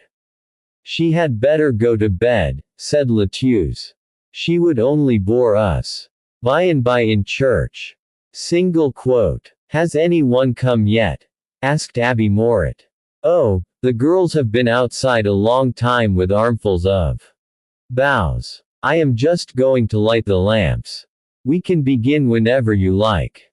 Single quote. A few seconds later she could be heard swearing in the sacristy. Because the matches were damp. Brother Archangius, who remained alone with the priest, sourly inquired. For the month of Mary, E.H. Single quote. Yes, replied Abbe Mouret. The last few days the girls about here were hard at work and couldn't come as usual to decorate the Lady Chapel. So the ceremony was postponed till tonight. Single quote. A nice custom, muttered the brother. When I see them all putting up their boughs I feel inclined to knock them down and make them confess their misdeeds before touching the altar. It's a shame to allow women to rustle their dresses so near the holy relics. Single quote. The abbé made an apologetic gesture. He had only been at Les Artois a little while, he must follow the customs. Whenever you like, Monsieur le Curé, we're ready, now called out Latius. But Brother Archangius detained him a 13. On entering the church, Abbe Mouret found 9 or 10 big girls awaiting him with boughs of ivy, laurel, and rosemary. Few garden flowers grew on the rocks of Les Artois, so the custom was to decorate the Lady Altar with a greenery which might last throughout the month of May. Thereto Latius would add a few wallflowers whose stems were thrust into old decanters. "Will you let me do it, Monsieur le Curé?" she asked. "You are not used to it. Come, stand there in front of the altar. You can tell me if the decorations please you." Single quote. He consented, and it was she who really directed the arrangements. Having climbed upon a pair of steps, she bullied the girls as they came up to her in turn with their leafy contributions. "Not so fast, now. You must give me time to fix the boughs. We can't have all these bundles coming down on his reverence's head. Come on, Babet, it's your turn. What's the good of staring at me like that with your big eyes? Fine rosemary yours is, my word, as yellow as a thistle. You next, Larouse. Ah, well, that is splendid laurel. You got that out of your field at Croix Verte, I know." Single quote. The big girls laid their branches on the altar, which they kissed, and there they lingered for a while, handing up the greenery to Latius. The sly look of devotion they had assumed on stepping onto the altar steps was quickly set aside, and soon they were laughing, digging each other with their knees, swaying their hips against the altar's edge, and thrusting their bosoms against the tabernacle itself. Over them the tall Virgin in gilded plaster bent her tinted face, and smiled with her rosy lips upon the naked Jesus she bore upon her left arm. "That's it, Lisa," cried Latius. "Why don't you sit on the altar? While you're about it, just pull your petticoats straight, will you? Aren't you ashamed of behaving like that? If any one of you lolls about, I'll lay her bows across her face. Can't you hand me the things quietly?" Single quote. Then turning round, she asked, "Do you like it, sir? Do you think it will do?" Single quote. She had converted the space behind the Virgin's statue into a verdant niche, whence leafy sprays projected on either side, forming a bower, and drooping over in front like palm leaves. The priest expressed his approval, but ventured to remark, "I think there ought to be a cluster of more delicate foliage up above." Single quote. "No doubt," grumbled Latius. "But they only bring me laurel and rosemary. I should like to know who has brought an olive branch. Not one, you bet. They are afraid of losing a single olive, the heathens." Single quote. At this, however, Catherine came up laden with an enormous olive bough which completely hid her. "Oh, you've got some, you minx," continued the old servant. "Of course," one of the other girls exclaimed, "she stole it. I saw Vincent breaking it off while she kept a lookout." Single quote. But Catherine flew into a rage and swore it was not true. She turned, and thrusting her auburn head through the greenery, which she still tightly held, she started lying with marvelous assurance, inventing quite a long story to prove that the olive bough was really hers. Besides, she added, all the trees belong to the Blessed Virgin. Single quote. Abbe Mouret was about to intervene, but Latius sharply inquired if they wanted to make game of her and keep her arms up there all night.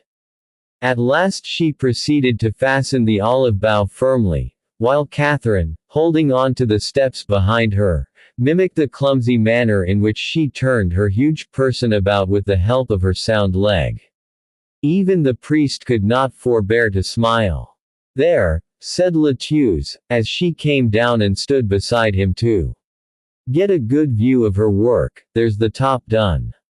Now, the priest decided in favor of some big clumps. Very good. Come on, then, continued the old servant, once more. Clambering up the steps. We can't go to bed here. Just kiss the altar, will you, Miette? Do you fancy you are in your stable? Monsieur le Curé, do just see what they are up to over there. I can hear them laughing like lunatics. Single quote. On raising one of the two lamps, the dark end of the church was lit up and three of the girls were discovered romping about under the gallery. One of them had stumbled and pitched head foremost into the holy water stoup, which mishap had so tickled the others that they were rolling on the ground to laugh at their ease. They all came back, however, looking at the priest sheepishly, with lowered eyelids, but with their hands swinging against their hips as if a scolding rather pleased them than otherwise. However, the measure of Letia's wrath was filled when she suddenly perceived Rosalie coming up to the altar like the others with a bundle of boughs in her arms. Get down, will you? She cried to her. You are a cool one, and no mistake, my lass. Hurry up, off you go with your bundle. Single quote. What for, I'd like to know, said Rosalie boldly.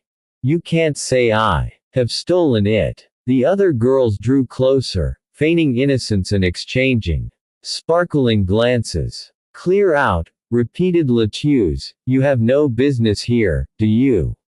Here. Single quote. Then, quite losing her scanty patience, she gave vent to a very coarse epithet, which provoked a titter of delight among the peasant girls.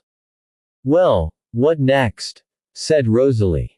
Mind your own business. Is it any concern of yours? Single quote. Then she burst in, already tried to silence Letius, for he was beginning to feel uneasy amidst the big shameless hussies who filled the church with their armfuls of foliage. They were pushing right up to the altar step, enclosing him with a belt of woodland, wafting in his face a rank perfume of aromatic shoots. Let us make haste, be quick, he exclaimed, clapping his hands lightly. Goodness knows I would rather be in my bed, grumbled Letius. It's not so easy as you think to fasten all these bits of stuff. Single quote. Finally, however, she succeeded in setting some lofty plumes of foliage between the candlesticks. Next she folded the steps, which were laid behind the high altar by Catherine. And then she only had to arrange two clumps of greenery at the sides of the altar table. The last boughs sufficed for this, and indeed there were some left which the girls strewed over the sanctuary floor up to the wooden rails. The lady altar now looked like a grove, a shrubbery with a verdant lawn before it. At present Letius was willing to make way for Abbe Mouret, who ascended the altar steps, and, again lightly clapping his hands, exclaimed, Young ladies, tomorrow we will continue the devotions of the month of Mary. Those who may be unable to come ought at least to say their rosary at home. Single quote. He knelt, and the peasant girls, with a mighty rustle of skirts, sank down and settled themselves on their heels. They followed his prayer with a confused muttering, through which burst here and there a giggle. One of them, on being pinched from behind, burst into a scream, which she attempted to stifle with a sudden fit of coughing, and this so diverted the others that for a moment after the amen they remained writhing with merriment, their noses close to. Come, now, clear out, muttered the old woman. You're a pack of good-for-nothings, who can't even respect God. It's shameful, it's unheard of, for girls to roll about on the floor in church like beasts in a meadow. What are you doing there, La Rouse? If I see you pinching any one, you'll have to deal with me. Oh, yes, you may put out your tongue at me. I'll tell his reverence about it. Out you get, you minxes.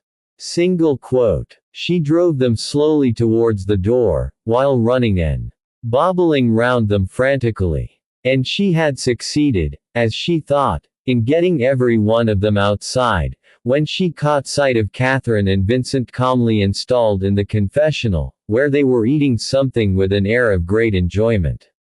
She drove them away, and as she popped her head outside the church, before closing the door, she espied Rosalie throwing her arm over the shoulder of Fortune, who had been waiting for her.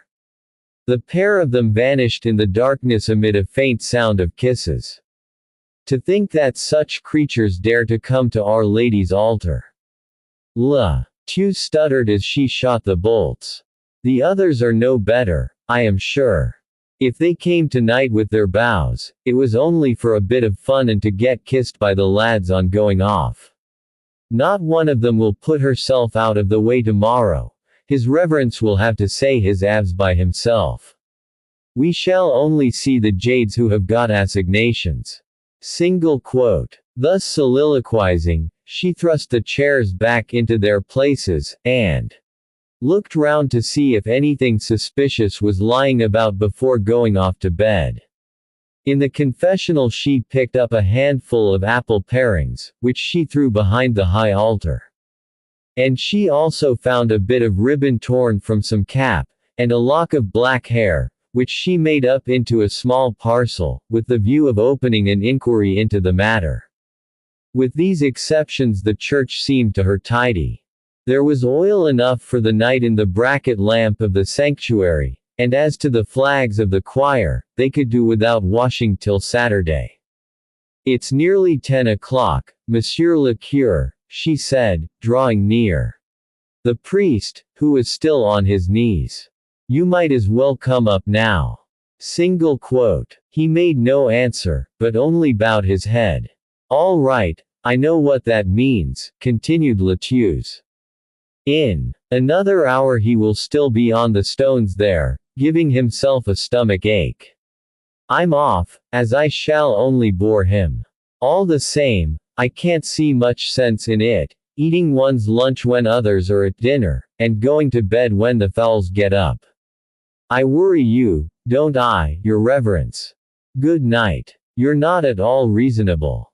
Single quote. She made ready to go, but suddenly came back to put out one of the two lamps, muttering the while that such late prayers spelt ruination in oil.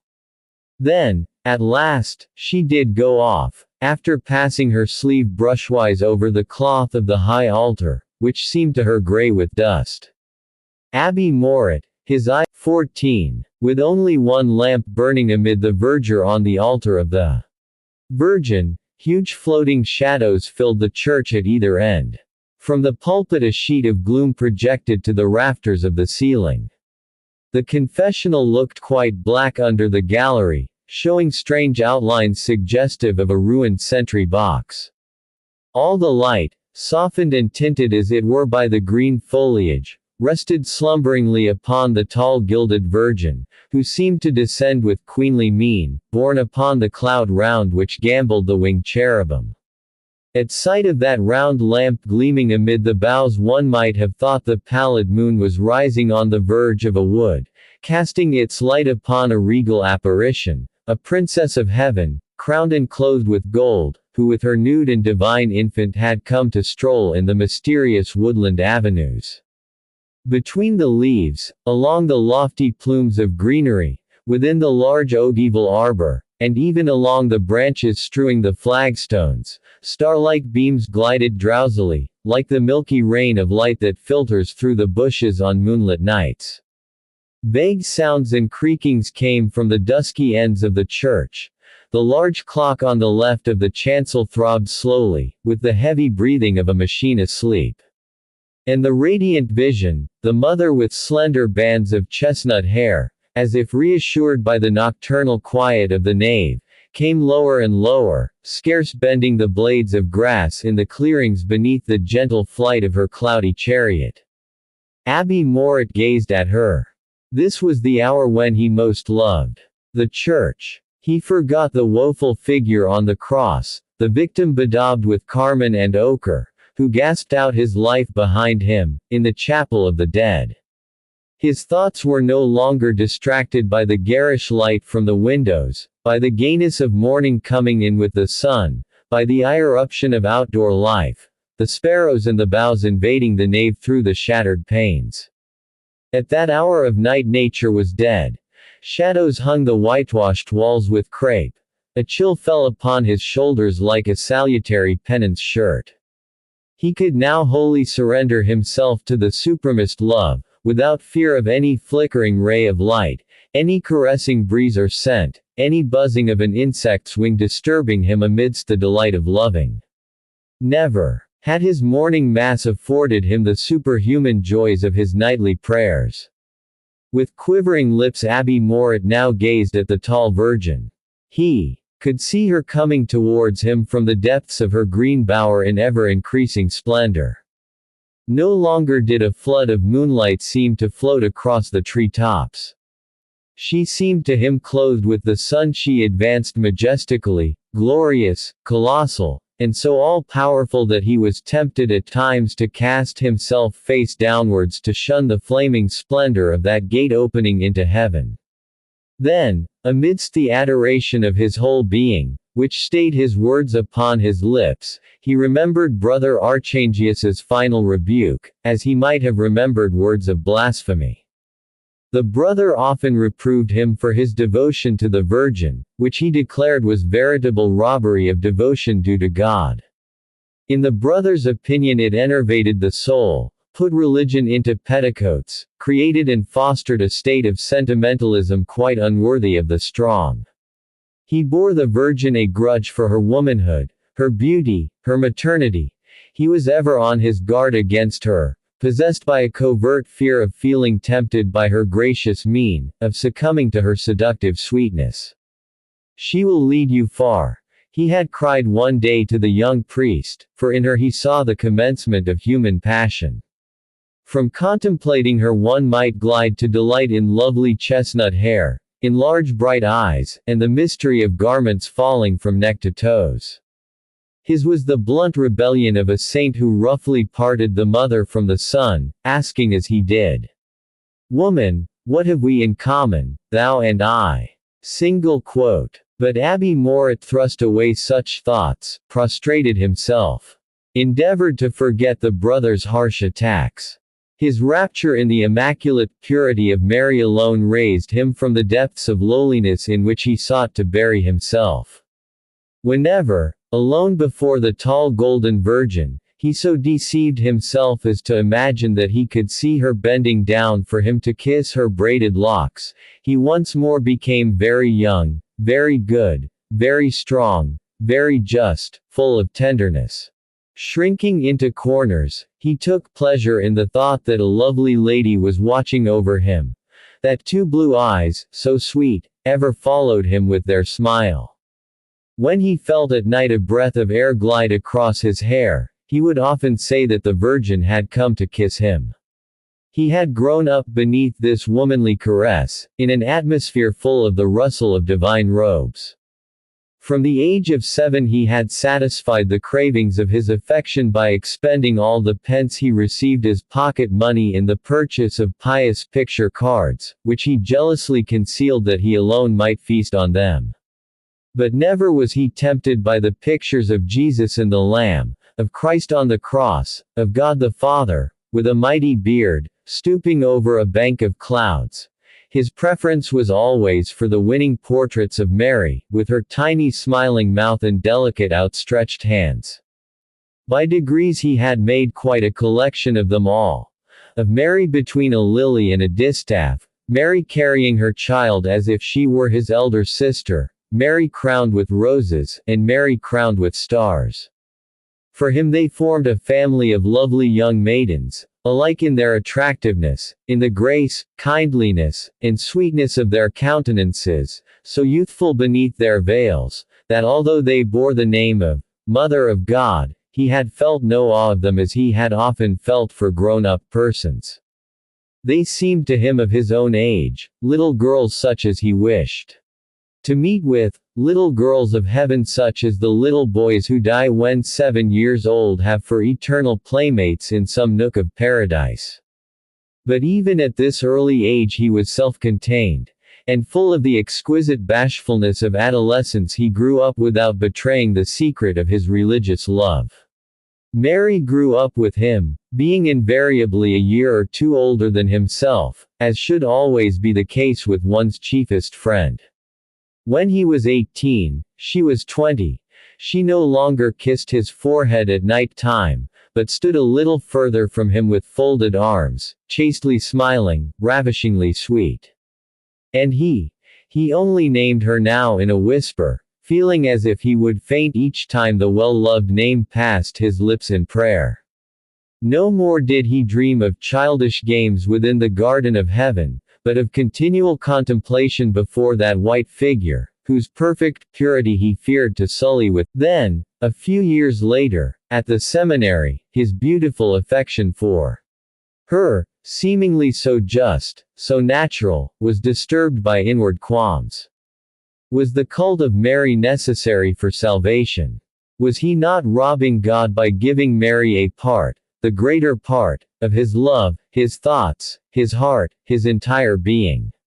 Perplexing questions were these, provoking an inward struggle which increased his passion, riveted his bonds. For he dived into all the subtleties of his affection, found unknown joys in discussing the lawfulness of his feelings.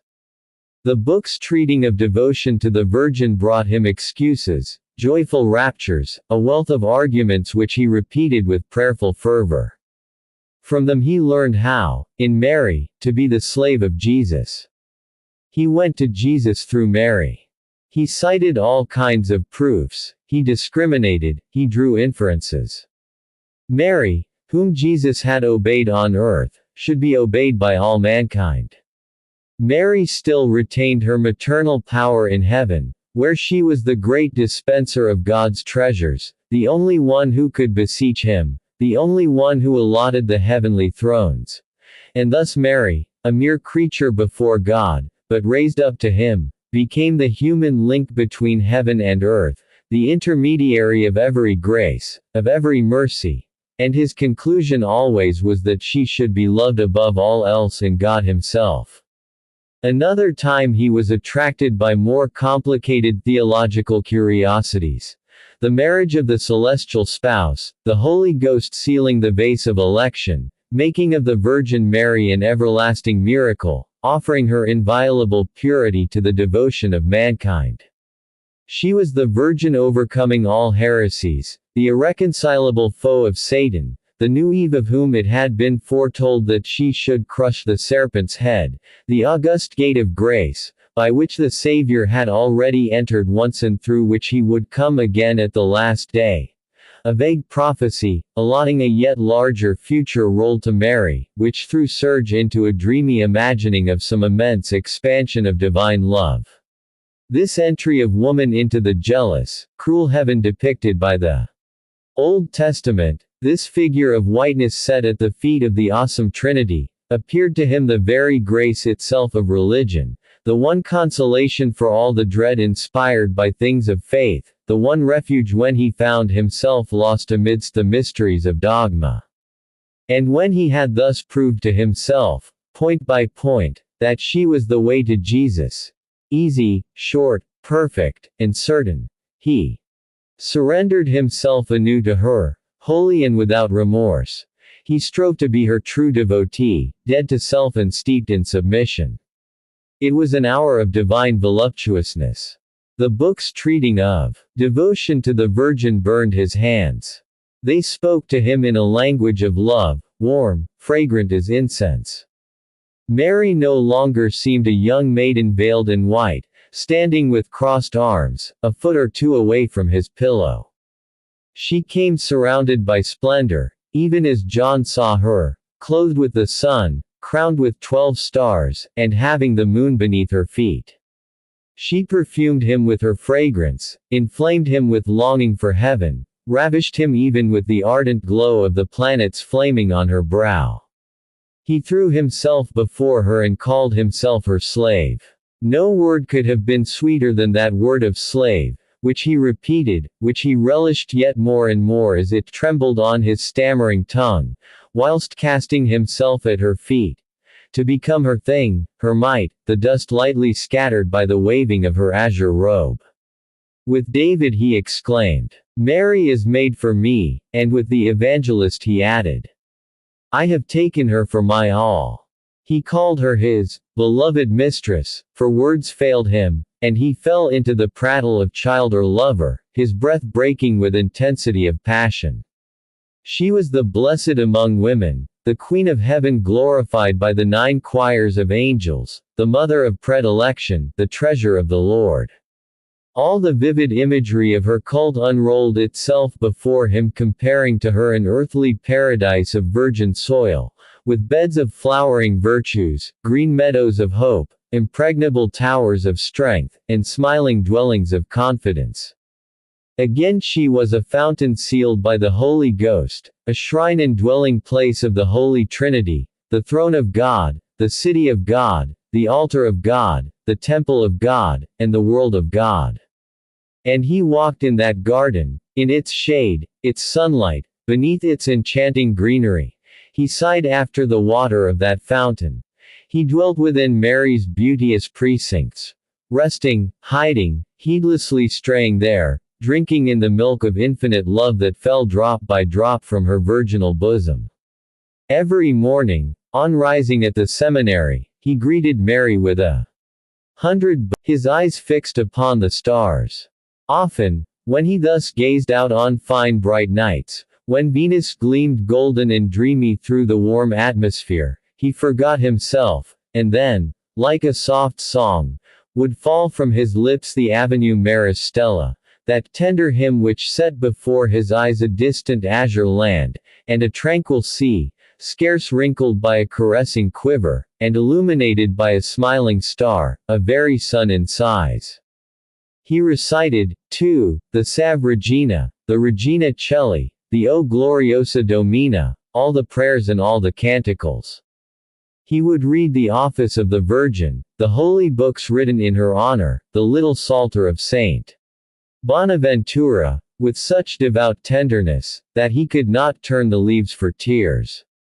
He fasted and mortified himself, that he might offer up to her his bruised and wounded flesh. Ever since the age of 10 he had worn her livery, the holy scapular, the twofold image of Mary sewn on squares of cloth, whose warmth upon his chest and back thrilled him with delight. Later on, he also took to wearing the little chain in token of his loving slavery. But his greatest act of love was ever the angelic salutation, the Ave Maria, his heart's perfect prayer. Hail, Mary! And he saw her advancing towards him, full of grace, blessed amongst women, and he cast his heart at her feet for her to tread on it in sweetness.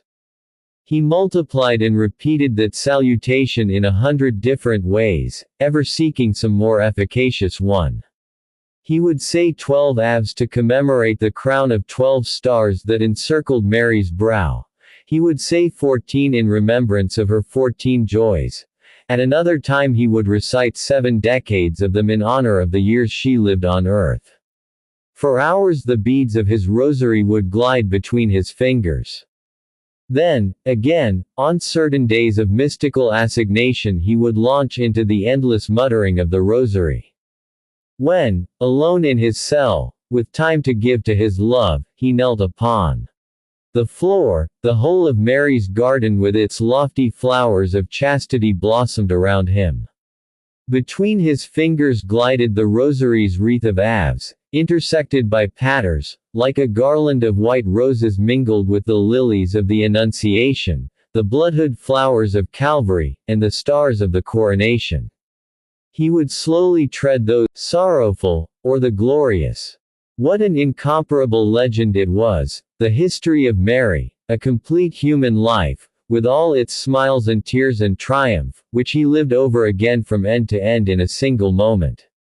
And first he entered into joy with the 5 glad mysteries, steeped in the serene calm of dawn. First the archangel's salutation, the fertilizing ray gliding down from heaven, fraught with the spotless union's adorable ecstasy. Then the visit to Elizabeth on a bright hope-laden morn, When the fruit of Mary's womb for the first time stirred and thrilled her with the shock at which mothers blench. Then the birth in a stable at Bethlehem, and the long string of shepherds coming to pay homage to her divine maternity. Then the newborn babe carried into the temple on the arms of his mother who smiled, still weary, but already happy at offering her child to God's justice, to Simeon's embrace, to the desires of the world. And lastly, Jesus at a later age revealing himself before the doctors, in whose midst he is found by his anxious mother, now proud and comforted. But, after that tender radiant dawn, it seemed to surge as if the sky were suddenly overcast. His feet now trod on brambles, the beads of the rosary pricked his fingers. He cowered beneath the horror of the 5 sorrowful mysteries.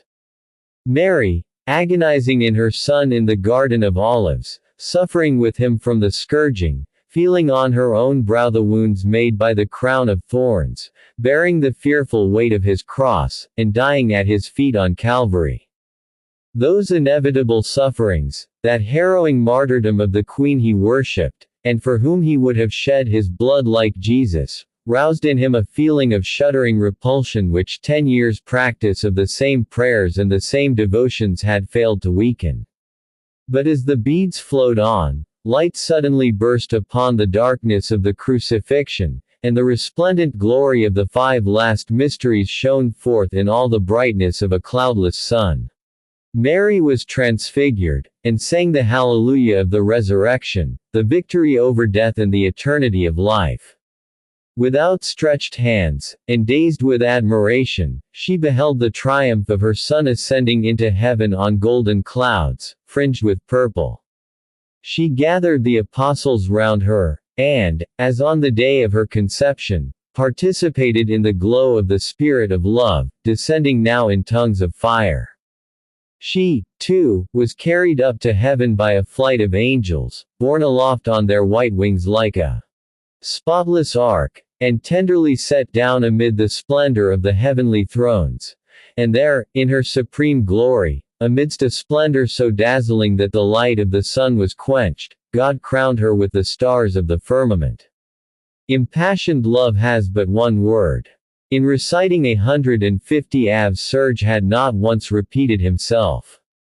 The monotonous murmur, the ever-recurring words, akin to the "I love you" of lovers, assumed each time a deeper and deeper meaning. And he lingered over it all, expressed everything with the aid of the one solitary Latin sentence, and learned to know Mary through and through, until, as the last bead of his rosary slipped from his hand, his heart grew faint with the thought of parting from her. Many a night had the young man spent in this way. Daybreak had found him still murmuring his prayers. It was the moon, he would say to cheat himself, that was making the stars wane. His superiors had to reprove him for those vigils, which left him languid and pale as if he had been losing blood. On the wall of his cell had long hung a colored engraving of the Sacred Heart of Mary, an engraving which showed the Virgin smiling placidly, throwing open her bodice, and revealing a crimson fissure, wherein glowed her heart, pierced with a sword, and crowned with white roses. That sword tormented him beyond measure, brought him an intolerable horror of suffering in woman, the very thought of which scattered his pious submissiveness to the winds. He erased the weapon, and left only the crowned and flaming heart which seemed to be half torn from that exquisite flesh, as if tendered as an offering to himself. And it was then he felt beloved. Mary was giving him her heart, her living heart, even as it throbbed in her bosom, dripping with her rosy blood. In all this there was no longer the imagery of devout passion, but a material entity, a prodigy of affection which impelled him, when he was praying before the engraving, to open out his hands in order that he might reverently receive the heart that leapt from that immaculate bosom. He could see it, hear it beat. He was loved, that heart was beating for himself. His whole being quickened with rapture.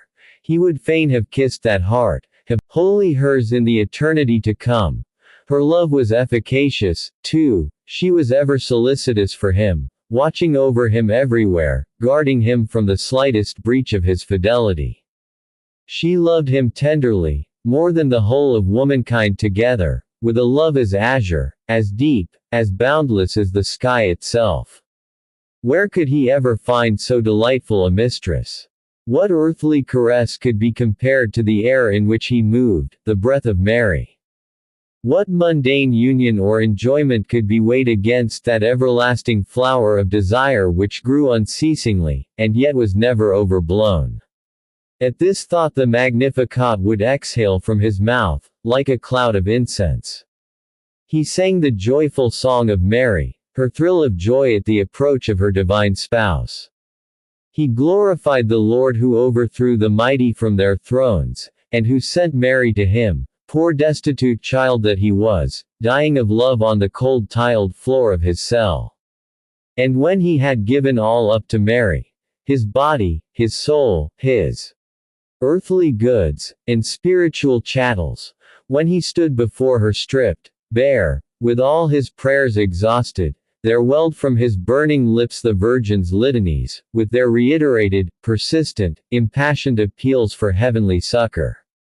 He fancied himself climbing a flight of pious yearnings, which he ascended step by step at each bound of his heart. First he called her, Holy. Next he called her, Mother, most pure, most chaste, amiable, and admirable. And with fresh ardor he 6 times proclaimed her maidenhood. His lips cooled and freshened each time that he pronounced that name of Virgin, which he coupled with power, goodness, and fidelity. And as his heart drew him higher up the ladder of light, a strange voice from his veins spoke within him, bursting into dazzling flowers of speech. He yearned to melt away in fragrance, to be spread around in light, to expire in a sigh of music. As he named her, Mirror of Justice, Seat of Wisdom, and Source of Joy, he could behold himself pale with ecstasy in that mirror, kneeling on the warmth of the divine seat, quaffing intoxication in mighty draughts from the holy source. Again he would transform her, throwing off all restraint in his frantic love, so as to attain to a yet closer union with her. She became the mystical rose, a great flower which bloomed in paradise, with petals formed of the angels clustering round their queen, a flower so fresh, so fragrant, that he could inhale its perfume from the depths of his unworthiness with a joyful dilation of his sides which stretched them to bursting. She became changed into a house of gold, a Tower of David, and a Tower of Ivory, of inestimable richness, of a whiteness that swans might envy, and of lofty, massive, rounded form, which he would fain have encircled with his outstretched arms as with a girdle of submissiveness. She stood on the distant skyline as the gate of heaven, a glimpse of which he caught behind her shoulders when a puff of wind threw back the folds of her veil. She rose in splendor from behind the mountain in the waning hour of night, like the morning star, to help all travelers astray, like the very dawn of love. And when he had ascended to this height, scant of breath, yet still unsatiated, he could only further glorify her with the title of Queen, with which he 9 times hailed her, as with 9 parting salutations from the censer of his soul. His canticle died joyfully away in those last ejaculations of triumph. Queen of virgins, Queen of all saints. Queen conceived without sin. She, ever before him, shone in splendor. And he, on the topmost step, only reached by Mary's intimates, remained there yet another moment, swooning amidst the subtle atmosphere around him. Still too far away to kiss the edge of her azure robe, already feeling that he was about to fall, but ever possessed by a desire to ascend again and again, and seek that superhuman felicity. How many times had not the Litany of the Virgin, recited in common in the seminary chapel, left the young man with broken limbs and void head, as if from some great fall. And since his departure from the seminary, Abbe Mouret had grown to love the Virgin still more. He gave to her that impassioned cult which to Brother Archangius savored of heresy. In his opinion it was she who would save the Church by some matchless prodigy whose near appearance would entrance the world. She was the only miracle of our impious age, the blue-robed lady that showed herself to little shepherdesses, the whiteness that gleamed at night between two clouds, her veil trailing over the low-thatched roofs of peasant homes. When Brother Archangius, secret, truth to say, he saw her every night. She no longer seemed a playful sister or a lovely pious maiden. She wore a bridal robe, with white flowers in her hair, and from beneath her drooping eyelids fell moist glances of hopeful promise that set his cheeks aglow.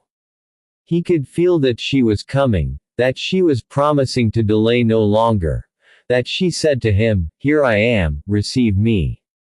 Thrice a day when the Angelus rang out, at break of dawn, in the fullness of midday, and at the gentle fall of twilight, he bared his head and said an avenue with a glance around him as if to ascertain whether the bell were not at last announcing Mary's coming. He was 25. He awaited her. During the month of May the young priest's expectation was fraught with joyful hope. To Letius's grumblings he no longer paid the slightest attention. If he remained so late praying in the church, it was because he entertained the mad idea that the great golden Virgin would at last come down from her pedestal. And yet he stood in awe of that Virgin, so like a princess in her mien. He did not love all the virgins alike, and this one inspired him with supreme respect. She was, indeed, the Mother of God. She showed the fertile development of form, the majestic countenance, the strong arms of the divine spouse bearing Jesus. He pictured her thus, standing in the midst of the heavenly court, the train of her royal mantle trailing among the stars, so far above him, and of such exceeding might, that he would be shattered into dust should she deign to cast her eyes upon him. She was the Virgin of his days of weakness, the austere Virgin who restored his inward peace by an awesome glimpse of paradise. That night Abbe Mouret remained for over an hour on his knees in the empty church. With folded hands and eyes fixed on the golden Virgin rising planet-like amid the verdure, he sought the drowsiness of ecstasy, the appeasement of the strange discomfort he had felt that day. But he failed to find the semi-somnolence of prayer with the delightful ease he knew so well. However glorious and pure Mary might reveal herself, her motherhood, the maturity of her charms, and the bare infant she bore upon her arm, disquieted him. It seemed as if in heaven itself there were a repetition of the exuberant life, through which he had been moving since the morning. Like the vines of the stony slopes, like the trees of the Paradou, like the human troop of Artois, Mary suggested the blossoming, the begetting of life. Prayer came but slowly to his lips. Fancies made his mind wander. He perceived things he had never seen before. The gentle wave of her chestnut hair, the rounded swell of her rosy throat. She had to assume a sterner air and overwhelm him with the splendor of her sovereign power to bring him back to the unfinished sentences of his broken prayer. At last the sight of her golden crown, her golden mantle, all the golden sheen which made of her a mighty princess, reduced him once more to slavish submission, and his prayer again flowed evenly, and his mind became wrapped in worship. In this ecstatic trance, half asleep, half awake, he remained till 11 o'clock, heedless of his aching knees, fancying himself suspended in mid-air, rocked to and fro like a child, and yielding to restful slumber, though conscious of some unknown weight that oppressed his heart. Meanwhile the church around him filled with shadows, the lamp grew dim, and the lofty sprays of leafage darkened the tall Virgin's varnished face. When the clock, about to strike, gave out a rending whine, a shudder passed through Abbe Mouret. He had not hitherto felt the chill of the church upon his shoulders, but now he was shivering from head to foot. As he crossed himself a memory swiftly flashed through the stupor of his wakening, The chattering of his teeth recalled to him the nights he had spent on the floor of his cell before the Sacred Heart of Mary, when his whole frame would quiver with fever. He rose up painfully, displeased with himself. As a rule, he would leave the altar untroubled in his flesh and with Mary's sweet breath still fresh upon his brow. That night, however, as he took the lamp to go up to his room, he felt as if his throbbing temples were bursting. His prayer had not profited him. After a transient alleviation, he still experienced the burning glow which had been rising in his heart and brain since morning. When he reached the sacristy door, he turned and mechanically raised the lamp to take a last look at the tall Virgin. But she was now shrouded in the deep shadows falling from the rafters, buried in the foliage around her, whence only the golden cross upon her crown emerged. 15. Abbe Mouret's bedroom, which occupied a corner of the vicarage, was a spacious one, having two large square windows, one of which opened above Désirée's farmyard, whilst the other overlooked the village, the valley beyond, the belt of hills, the whole landscape. The yellow-curtained bed, the walnut chest of drawers, and the three straw-bottomed chairs seemed lost below that lofty ceiling with whitewashed joists. A faint tartness, the somewhat musty odor of old country houses, ascended from the tiled and ruddled floor that glistened like a mirror. On the chest of drawers a tall statuette of the Immaculate Conception rose grayly between some porcelain vases which Latouze had filled with white lilac. Abbe Mouret set his lamp on the edge of the chest of drawers. Before the Virgin, he felt so unwell that he determined to light the vine-stem fire which was laid in readiness. He stood there, tongs in hand, watching the kindling wood, his face illuminated by the flame. The house beneath slumbered in unbroken stillness. The silence filled his ears with a hum, which grew into a sound of whispering voices. Slowly and irresistibly these voices mastered him and increased the feeling of anxiety which had almost choked him several times that day. What could be the cause of such mental anguish?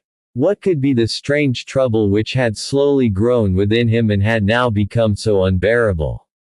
He had not fallen into sin. It seemed as if but yesterday he had left the seminary with all his ardent faith, and so fortified against the world that he moved among men beholding God alone. And, suddenly, he fancied himself in his cell at 5 o'clock in the morning, the hour for rising. The deacon on duty passed his door, striking it with his stick, and repeating the regulation summons. Benedicamus Domino. Single quote. Deo gratias. He answered half asleep, with his eyes still swollen with slumber. And he jumped out upon his strip of carpet, washed himself, made his bed, swept his room, and refilled his little pitcher. He enjoyed this petty domestic work while the morning air sent a thrilling shiver throughout his frame. He could hear the sparrows in the plane trees of the courtyard, rising at the same time as himself with a deafening noise of wings and notes. Their way of saying their prayers, thought he. Then he went down to the meditation room, and stayed there on his knees for half an hour after prayers, to con that reflection of St. Ignatius. What profit be it to a man to gain the whole world if he lose his soul? A subject, this, fertile in good resolutions, which impelled him to renounce all earthly goods, and dwell on that fond dream of a desert life, beneath the solitary wealth and luxury of a vast blue sky. When 10 minutes had passed, his bruised knees became so painful that his whole being slowly swooned into ecstasy, in which he pictured himself as a mighty conqueror, the master of an immense empire, flinging down his crown, breaking his scepter, trampling under foot unheard of wealth, chests of gold, floods of jewels, and rich stuffs embroidered with precious stones, before going to bury himself in some Thebaid, clothed in rough drugget that rasped his back. Mass, however, snatched him from these heated fancies, upon which he looked back as upon some beautiful reality which might have been his lot in ancient times, And then, his communion made, he chanted the psalm for the day unconscious of any other voice than his own, which rang out with crystal purity, flying upward till it reached the very ear of the Lord.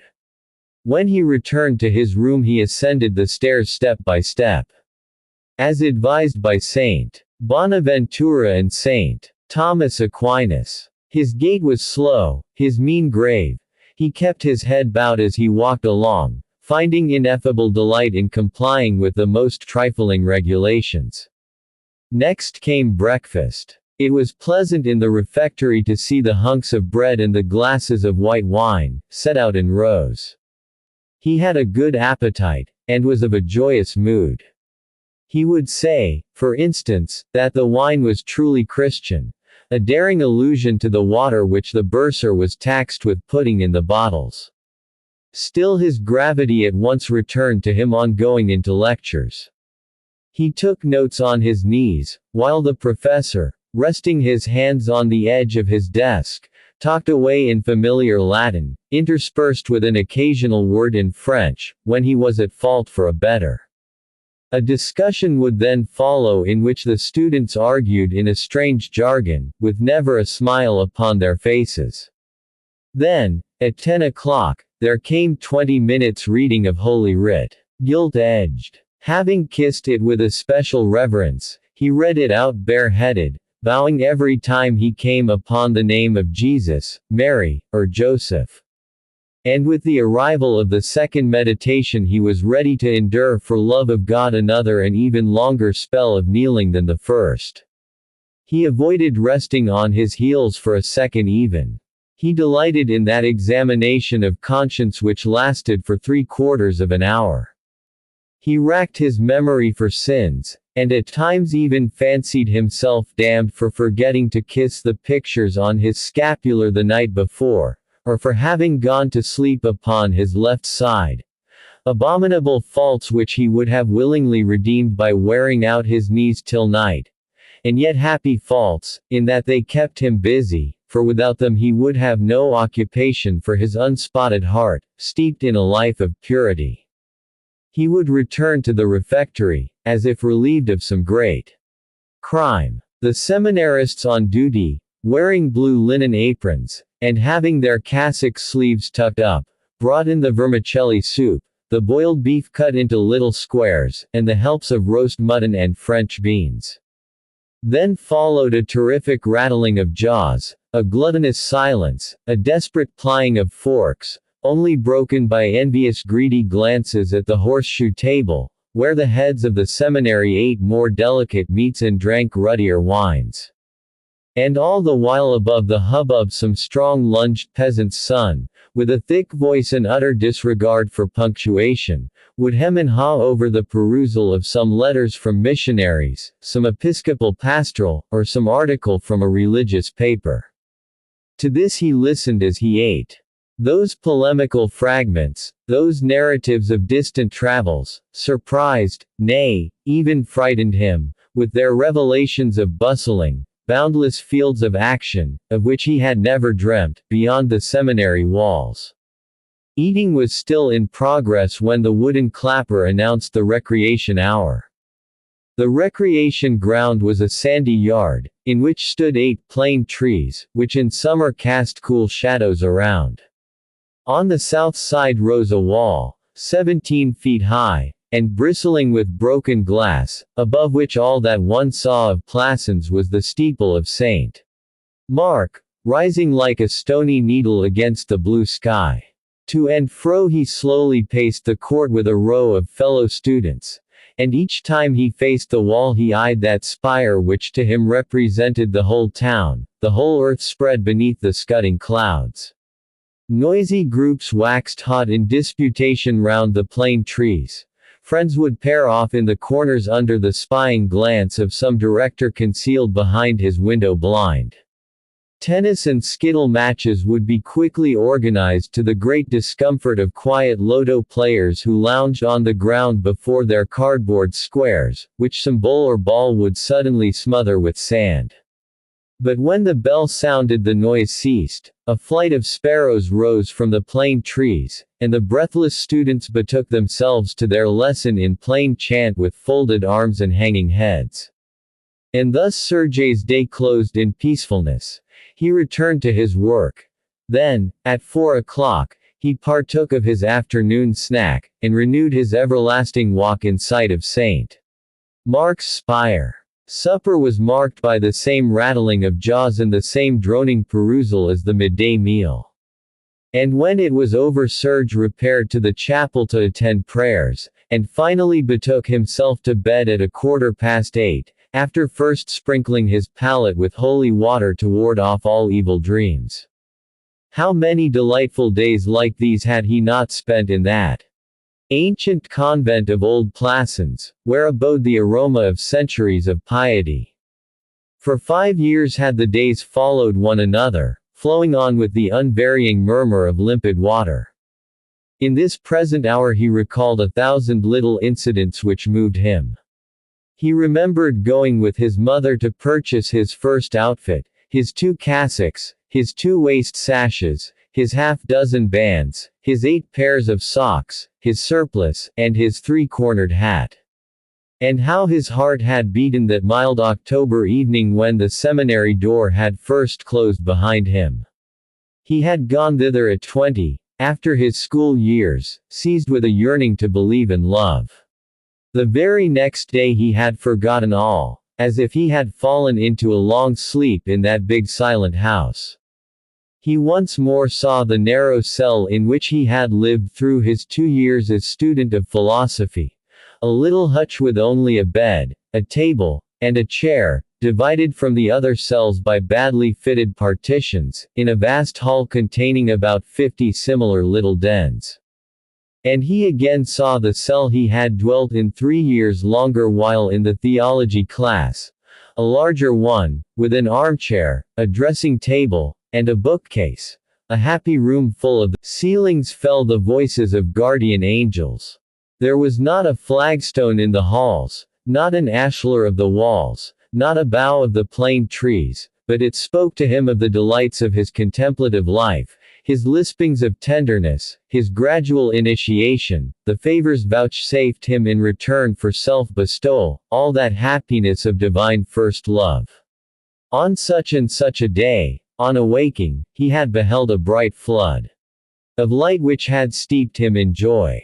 On such and such an evening as he closed the door of his cell he had felt warm hands clasping his neck so lovingly that he had lost consciousness, and had afterwards found himself on the floor weeping and choked by sobs.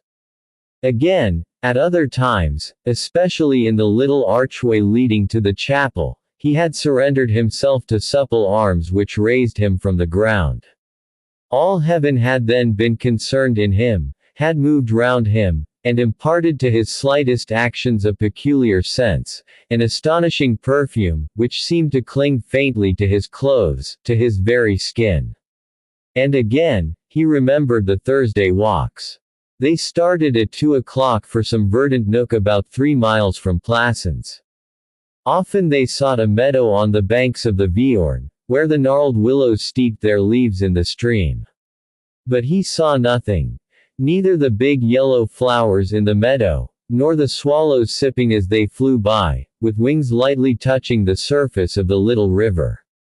Till 6 o'clock, seated in groups beneath the willows, his comrades and himself recited the office of the Virgin in common, or read in pairs the Little Hours, the book of prayers recommended to young seminarists but not enjoined on them.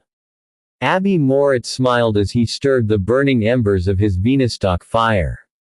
In all that passed he only found great purity and perfect obedience. He had been a lily whose sweet scent had charmed his masters. He could not recall a single bad action. He had never taken advantage of the absolute freedom of those walks, when the 2 prefects in charge would go off to have a chat with a parish priest in the neighborhood, or to have a smoke behind a hedge, or to drink beer with a friend. Never had he hidden a novel under his mattress, nor a bottle of anisette in a cupboard. For a long time, Even, he had had no suspicion of the sinfulness or guilty letters brought in by servers, of the abominable conversations carried on in whispers in certain corners of the courtyard. He had wept hot tears when he first perceived that few among his fellows loved God for his own sake. There were peasants' sons there who had taken orders simply through their terror of conscription, sluggards who dreamed of a career of idleness, and ambitious youths already agitated by a vision of the staff and the mitre. And when he found the world's wickedness reappearing at the altar's very foot, he had withdrawn still further into himself, giving himself still more to God, to console him for being forsaken. He did recollect, however, that he had crossed his legs one day in class, and that, when the professor reproved him for it, his face had become fiery red, as if he had committed some abominable action. He was one of the best students, never arguing, but learning his texts by heart. He established the existence and eternity of God by proofs drawn from Holy Writ, the opinions of the Fathers of the Church, the universal consensus of all mankind. This kind of reasoning filled him with an unshakable certainty. During his first year of philosophy, he had worked at his logic so earnestly that his professor had checked him, remarking that the most learned were not the holiest. In his second year, therefore, he had carried out his study of metaphysics as a regulation task, constituting but a small fraction of his daily duties. He felt a growing contempt for science. He wished to remain ignorant, in order to preserve the humility of his faith. Later on, he only followed the course of Rohrbacher's ecclesiastical history. From submission, he ventured as far as Gusset's arguments, and Bouvier's theological course, without daring to take up Bellarmine, Ligori, Suarez, or St. Thomas Aquinas. Holy Writ alone impassioned him. Therein he found all desirable knowledge, a tale of infinite love which should be sufficient instruction for all men of good will.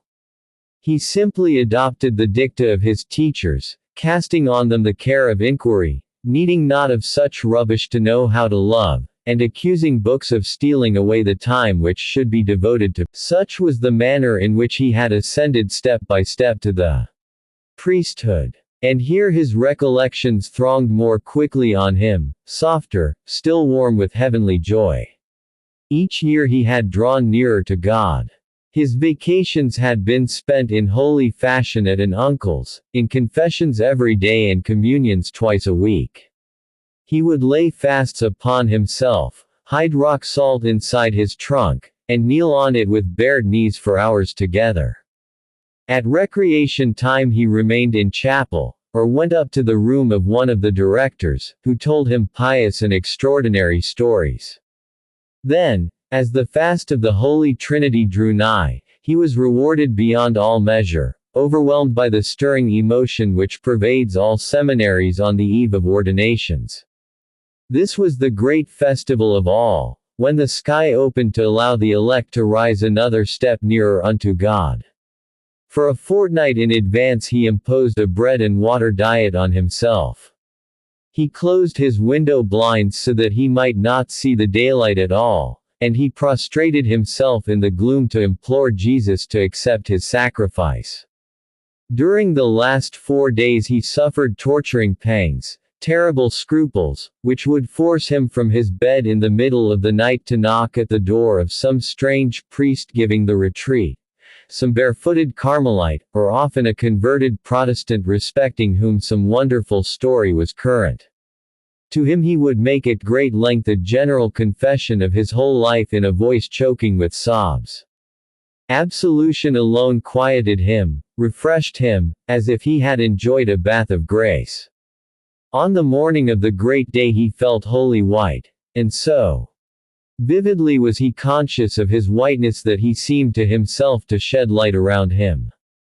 The seminary bell rang out in clear notes, while all the scents of June, the perfume of blossoming stalks, of mignonette and of heliotropes, came over the lofty courtyard wall. In the chapel relatives were waiting in their best attire, so deeply moved that the women sobbed behind their veils. Next came the procession.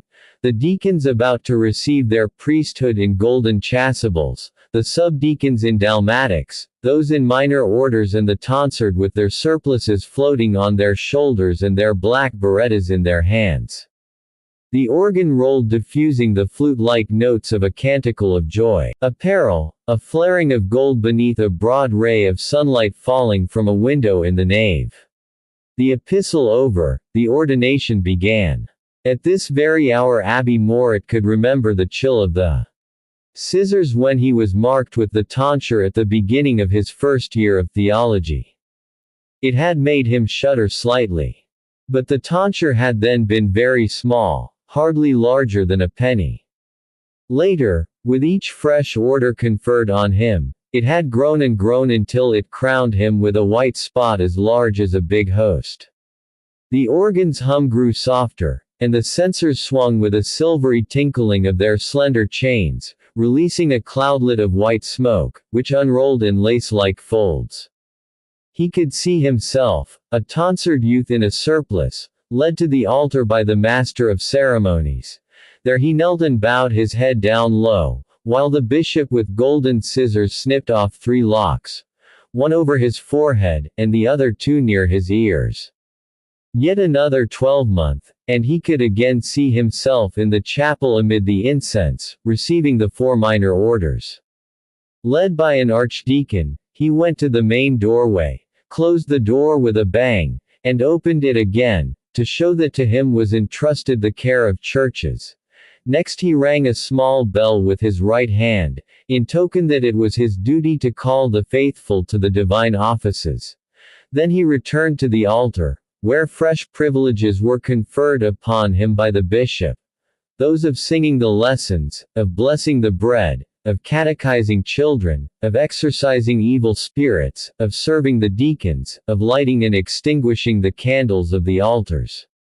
Next came back the memory of the ensuing ordination, more solemn and more dread, amid the same organ strains which sounded now like God's own thunder. This time he wore a subdeacon's dalmatic upon his shoulders, he bound himself forever by the vow of chastity, he trembled in every pore, despite his faith, at the terrible accedit from the bishop, which put to flight 2 of his companions, blanching by his side. His new duties were to serve the priest at the altar, to prepare the cruets, sing the epistle, wipe the chalice, and carry the cross in processions.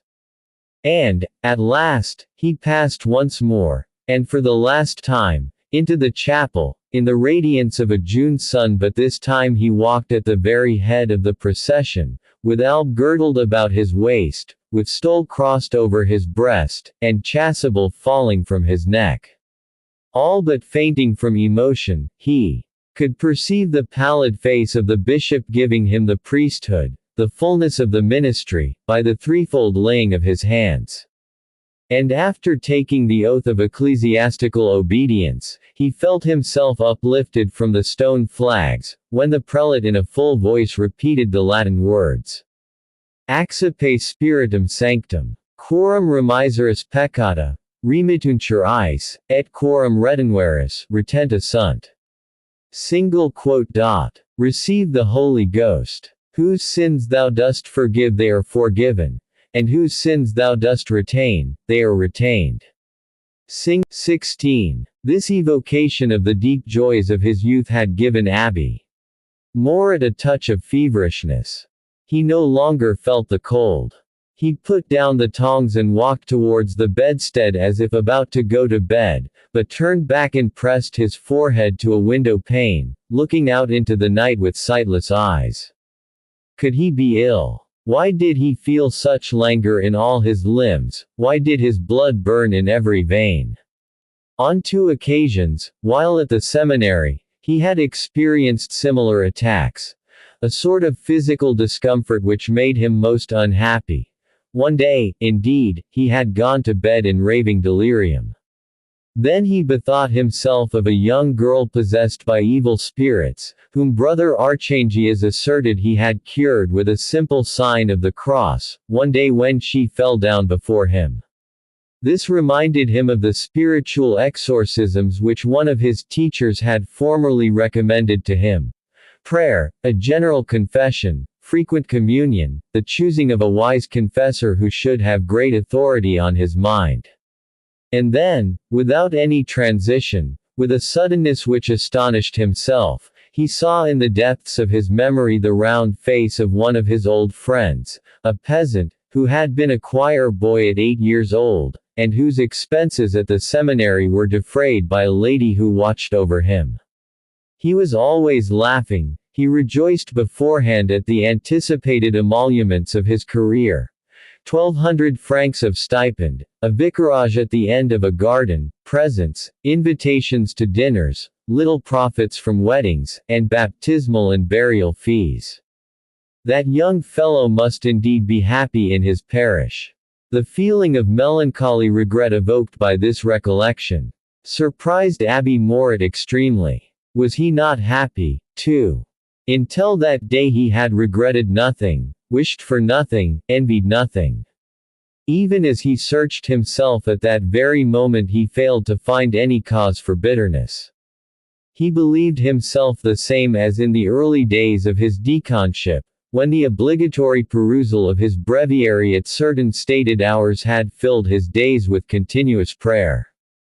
No doubts had tormented him. He had prostrated himself before the mysteries he could not understand. He had sacrificed his reason, which he despised, with the greatest ease. When he left the seminary, he had rejoiced at finding himself a stranger among his fellowmen, no longer walking like them, carrying his head differently, possessed of the gestures, words, and opinions of a being apart. He had felt emasculated, nearer to the angels, cleansed of sexuality. It had almost made him proud to belong no longer to his species, to have been brought up for God and carefully purged of all human grossness by a jealously watchful training. Again, it had seemed to him as if for years he had been dwelling in holy oil, prepared with all due rites, which had steeped his flesh in beatification. His limbs, his brain, had lost material substance to gain in soulfulness, impregnated with a subtle vapor which, at times, intoxicated him and dizzied him as if the earth had suddenly failed beneath his feet. He displayed the fears, the unwittingness, the open candor of a cloistered maiden.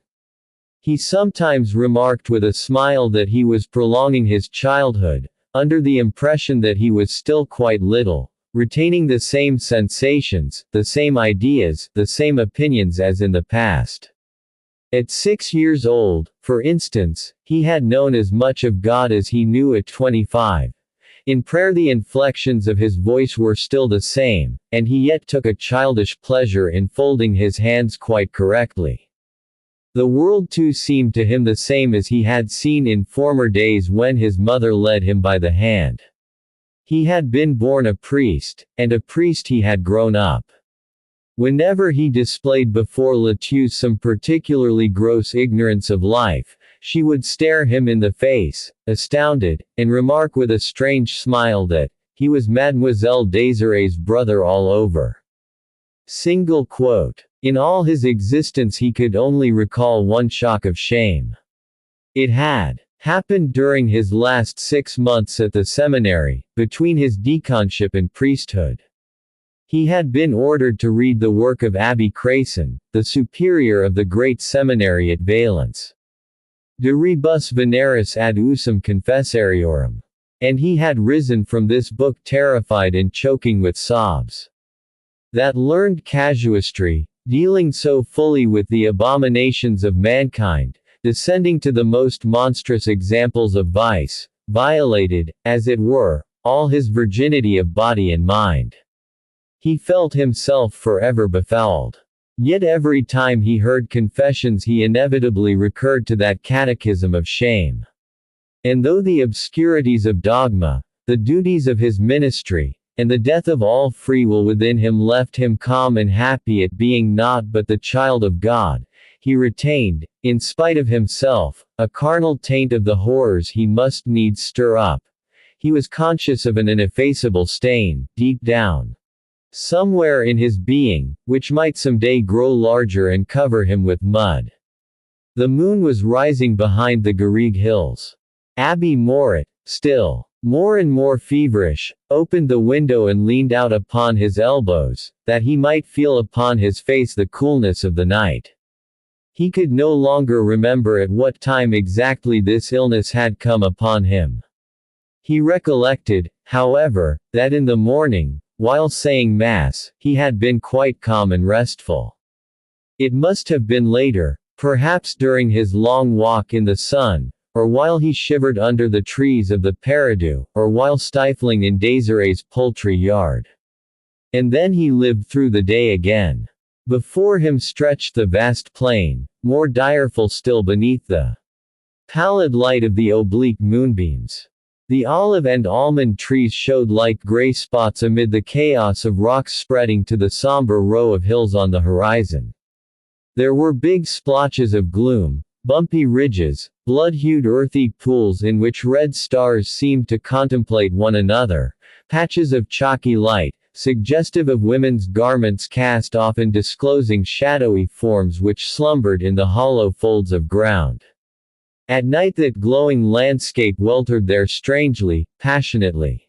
Slumbering with uncovered bosom, and outspread twisted limbs, whilst heaving mighty sighs, and exhaling the strong aroma of a sweating sleeper. It was as if some mighty Cybele had fallen there beneath the moon, intoxicated with the embraces of the sun. Far away, Abbe Mouret's eyes followed the path to Les Olivettes, a narrow pale ribbon stretching along like a wavy stay lace. He could hear Brother Archangias whipping the truant schoolgirls, and spitting in the faces of their elder sisters. He could see Rosalie slyly laughing in her hands while old Bamboos hurled clods of earth after her and smote her on her hips. Then, too, he thought, he had still been well, his neck barely heated by the lovely morning sunshine. He had felt but a quivering behind him, that confused hum of life, which he had faintly heard since morning when the sun, in the midst of his Mass, had entered the church by the shattered windows. Never, then, had the country disturbed him, as it did at this hour of night, with its giant bosom, its yielding shadows, its gleams of ambery skin, its lavish goddess-like. The young priest lowered his eyes, and gazed upon the village of Les Artois.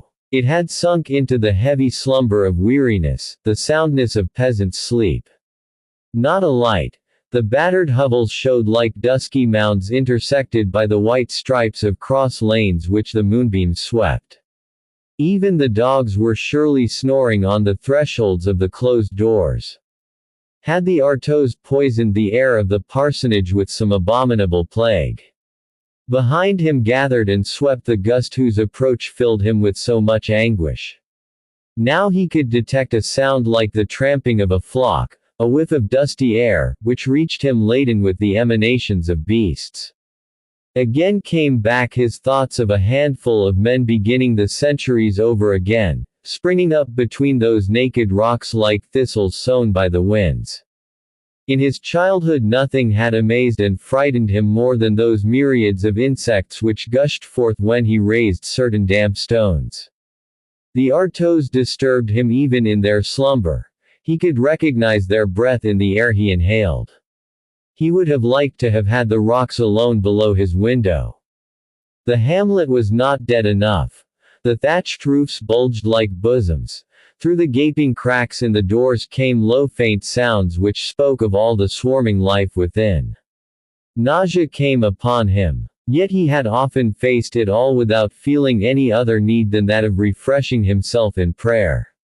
His brow perspiring, he proceeded to open the other window, as if to seek cooler air. Below him, to his left, lay the graveyard with the solitaire erect like a bar, unstirred by the faintest breeze. From the empty field arose an odor like that of a newly mown meadow. The gray wall of the church, that wall full of lizards and planted with wall flowers, gleamed coldly in the moonlight, and the panes of one of the windows glistened like plates of steel.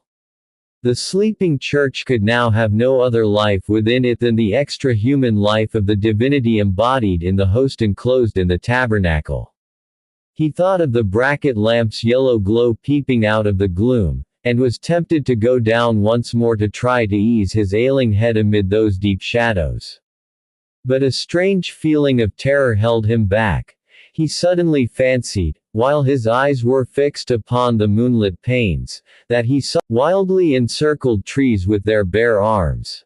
Then, as he leaned over, he saw beneath him Désirée's poultry yard, black and steaming. He could not clearly distinguish the rabbit hutches, the fowls' roosting places, or the duck's house. The place was all one big mass heaped up in stench, still exhaling in its sleep a pestiferous odor. From under the stable door came the acrid smell of the nanny goat, while the little pig, stretched upon his back, snorted near an empty porringer. And suddenly with his brazen throat Alexander, the big yellow cock, raised a crow, which awoke in the distance impassioned calls from all the cocks of the village. Then all at once Abbe Mouret remembered. The fever had struck him in Désirée's farmyard, while he was looking at the hens still warm from laying, the rabbitas plucking the down from under them. And now the feeling that someone was breathing on his neck became so distinct that he turned at last to see who was behind him. And then he recalled Albine bounding out of the peridou, and the door slamming upon the vision of an enchanted garden. He recalled the girl racing alongside the interminable wall, following the gig at a run, and throwing birch leaves to the breeze as kisses. He recalled her, again, in the twilight, laughing at the oaths of Brother Archangias, her skirts skimming over the path like a cloudlet of dust bowled along by the evening breeze. She was 16. How strange she looked, with her rather elongated face. She savored of the open air, of the grass, of Mother Earth. And so accurate was his recollection of her that he could once more see a scratch upon one of her supple wrists, a rosy scar on her white skin. Why did she laugh like that when she looked at him with her blue eyes? He was engulfed in her laugh as in a sonorous wave which resounded and pressed close to him on every side. He inhaled it, he felt it vibrate within him. Yes, all his evil came from that laugh of hers which he had quaffed. Standing in the middle of the room, with both windows open, he remained shivering, seized with a fright which made him hide his face in his hands. So this was the ending of the whole day, this evocation of a fair girl, with a somewhat long face and eyes of blue. And the whole day came in through the open windows. In the distance, twisting their arms by the roadside. Nearer. The steam of human sweat borne in upon the air from Les Artois, the musty odor of the cemetery, the fragrance of incense from the church, tainted by the scent of greasy-haired wenches. And there was also the steaming muck heap, the fumes of the poultry yard, the oppressing ferment of animal germs. And all these vapors poured in at once, in one asphyxiating gust, so offensive, so violent, as to choke him. He tried to close his senses, to subdue and annihilate them. But Albine reappeared before him like a tall flower that had sprung and grown beautiful in that soil. She was the natural blossom of that corruption, delicate in the sunshine, her white shoulders expanding in youthfulness, her whole being so fraught with the gladness of life, that she leapt from her stem and darted upon his mouth, sending him with her long ripple of laughter. A cry burst from the priest. He had felt a burning touch upon his lips. A stream as of fire coursed through his veins. And then, in search of refuge, he threw himself on his knees before the statuette of the Immaculate Conception, exclaiming, with folded hands, Holy Virgin of Virgins, 17. The Immaculate Conception, set on the walnut chest of drawers, was smiling softly, with her slender lips, marked by a dash of carmine. Her form was small and wholly white. Her long white veil, falling from head to foot, had but an imperceptible thread of gold around its edge. Her gown, draped in long straight folds over a sexless figure, was fastened around her flexible neck. Not a single lock of her chestnut hair peeped forth. Her countenance was rosy, with clear eyes upturned to heaven. Her hands were clasped, rosy, childlike hands, whose fingertips appeared beneath the folds of her veil, above the azure scarf which seemed to girdle her waist with two streaming ends of the firmament. Of all her womanly charms not one was bared, except her feet, adorable feet which trod the mystical eglantine. And from those nude feet sprang golden roses, like the natural efflorescence of her twofold purity of flesh. Virgin most faithful, pray for me, the priest despairingly pleaded. This virgin had never distressed him. She was not a mother yet. She did not offer Jesus to him. Her figure did not yet present the rounded outlines of maternity. She was not the Queen of Heaven descending, crowned with gold and clothed in gold like a princess of the earth, borne in triumph by a flight of cherubim. She had never assumed an awesome mien, had never spoken to him with the austere severity of an all-powerful mistress, the very sight of whom must bow all foreheads to the dust. He could dare to look on her and love her, without fear of being moved by the gentle wave of her chestnut hair. Her bare feet alone excited his affection, those feet of love which blossomed like a garden of chastity in too miraculous a manner for him to seek to cover them with kisses. She scented his room with lily-like fragrance. She was indeed the silver lily planted in a golden vase. She was precious, eternal, impeccable purity. Within the white veil, so closely drawn round her, there could be nothing human, only a virgin flame, burning with ever-even glow. At night when he went to bed, in the morning when he woke, he could see her there, still and ever wearing that same ecstatic smile. Mother most pure, Mother most chaste, Mother ever virgin, pray for me, he stammered in his fear, pressing close to the Virgin's feet, as if he could hear Albine's sonorous footfalls behind him. You are my refuge, the source of my joy, the seat of my wisdom, the tower of ivory in which I have shut up my purity. I place myself in your spotless hands. I beseech you to take me, to cover me with a corner of your veil, to hide me beneath your innocence, behind the hallowed rampart of your garment, so that no fleshly breath may reach me. I need you, I die without you, I shall feel forever parted from you, if you do not bear me away in your helpful arms, far hence into the glowing whiteness wherein you dwell. O Mary, conceived without sin, annihilate me in the depths of the immaculate snow that falls from your every limb. You are the miracle of eternal chastity. Your race has sprung from a very beam of grace, like some wondrous tree unsown by any germ. Your Son, Jesus, was born of the breath of God. You yourself were born without defilement of your mother's womb, and I would believe that this virginity goes back thus from age to age in endless unwittingness of flesh. Oh, to live, to grow up outside the pale of the senses. Oh, to perpetuate life solely by the contact of a celestial kiss. Single quote. This despairing appeal, this cry of purified longing, calmed the young priest's fears. The Virgin, wholly white, with eyes turned heavenward, appeared to smile more tenderly with her thin red lips. And in a softened voice he went on. I should like to be a child once more. I should like to be always a child, walking in the shadow of your gown. When I was quite little, I clasped my hands when I uttered the name of Mary. My cradle was white, my body was white, my every thought was white.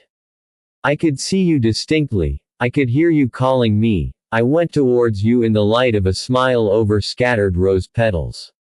And not else did I feel or think, I lived but just enough to be a flower at your feet. No one should grow up. You would have around you none but fair young heads, a crowd of children who would love you with pure hands, unsullied lips, tender limbs, stainless as if fresh from a bath of milk. To kiss a child's cheek is to kiss its soul. A child alone can say your name without befouling it. In later years our lips grow tainted and reek of our passions. Even, keeping, and lived in chastity, and yet I weep to see that I am not yet dead enough to this world to be your betrothed. O Mary, adorable Virgin, why can I not be only 5 years old? Why could I not remain the child who pressed his lips to your pictures? I would take you to my heart, I would lay you by my side, I would clasp and kiss you like a friend, like a girl of my own age. Your close-hanging garments, your childish veil, your blue scarf, all that youthfulness which makes you like an elder sister would be mine. I would not try to kiss your locks, for hair is a naked thing which should not be seen. But I would kiss your bare feet, one after the other, for nights and nights together, until my lips should have shred the petals of those golden roses, those mystical roses of our veins. Single quote. He stopped, waiting for the Virgin to look down upon him and touch his forehead with the edges of her veil. But she remained enwrapped in muslin to her neck and finger-nails and ankles, so slim, so etherealized, that she already seemed to be above earth, to be holy heaven's own. Well, then, he went on more wildly still, grant that I become a child again, O kindly Virgin. Virgin most powerful. Grant that I may be only 5 years old. Rid me of my senses, rid me of my manhood. Let a miracle sweep away all the man that has grown up within me. You reign in heaven, nothing is easier to you than to change me, to rid me of all my strength so that evermore I may be unable to raise my little finger without your leave. I wish never more to feel either nerve, or muscle, or the beating of my heart. I long to be simply a thing, a white stone at your feet, on which you will leave but a perfume, a stone that will not move from where you cast it, but will remain earless and eyeless, content to lie beneath your heel, unable to think of foulness. Oh, then what bliss for me! I shall reach without an effort and at a bound my dream of perfection. I shall at last proclaim myself your true priest. I shall become what all my studies, my prayers, my 5 years of initiation have been unable to make me. Yes, I reject life. I say that the death of mankind is better than abomination. Everything is stained. Everywhere is love tainted. Earth is steeped in impurity, whose slightest drops yield growths of shame. But that I may be perfect, O Queen of Angels, hearken to my prayer, and grant it. Make me one of those angels, body, no longer have any limbs. I will fly to you if you call me. I shall be but a mouth to sing your praises, a pair of spotless wings to cradle you in your journeys through the heavens. O death! Death! Virgin, most venerable, grant me the death of all. I will love you for the death of my body, the death of all that lives and multiplies.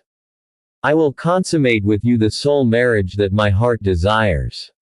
I will ascend, ever higher and higher, till I have reached the brazier in which you shine in splendor.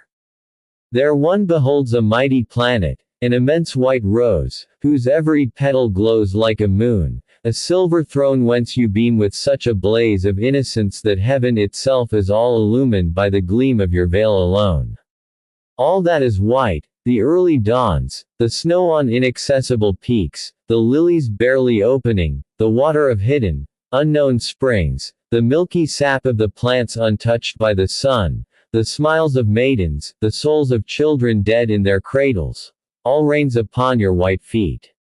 And I will rise to your mouth like a subtle flame. I will enter into you by your parted lips, and the bridal will be fulfilled, while the archangels are thrilled by our joyfulness. Oh, to be maiden, to love in maidenhood, to preserve amid the sweetest kisses one's maiden whiteness. To possess all love, stretched on the wings of swans, in a sky of purity, in the arms of a mistress of light, whose caresses are but raptures of the soul. Oh, there lies the perfection, the superhuman dream, the yearning which shatters my very bones, the joy which bears me up to heaven. O Mary, vessel of election, Rid me of all that is human in me, so that you may fearlessly surrender to me the treasure of your maidenhood." Single quote. And then Abbe Mouret, felled by fever, his teeth chattering, swooned away on the floor.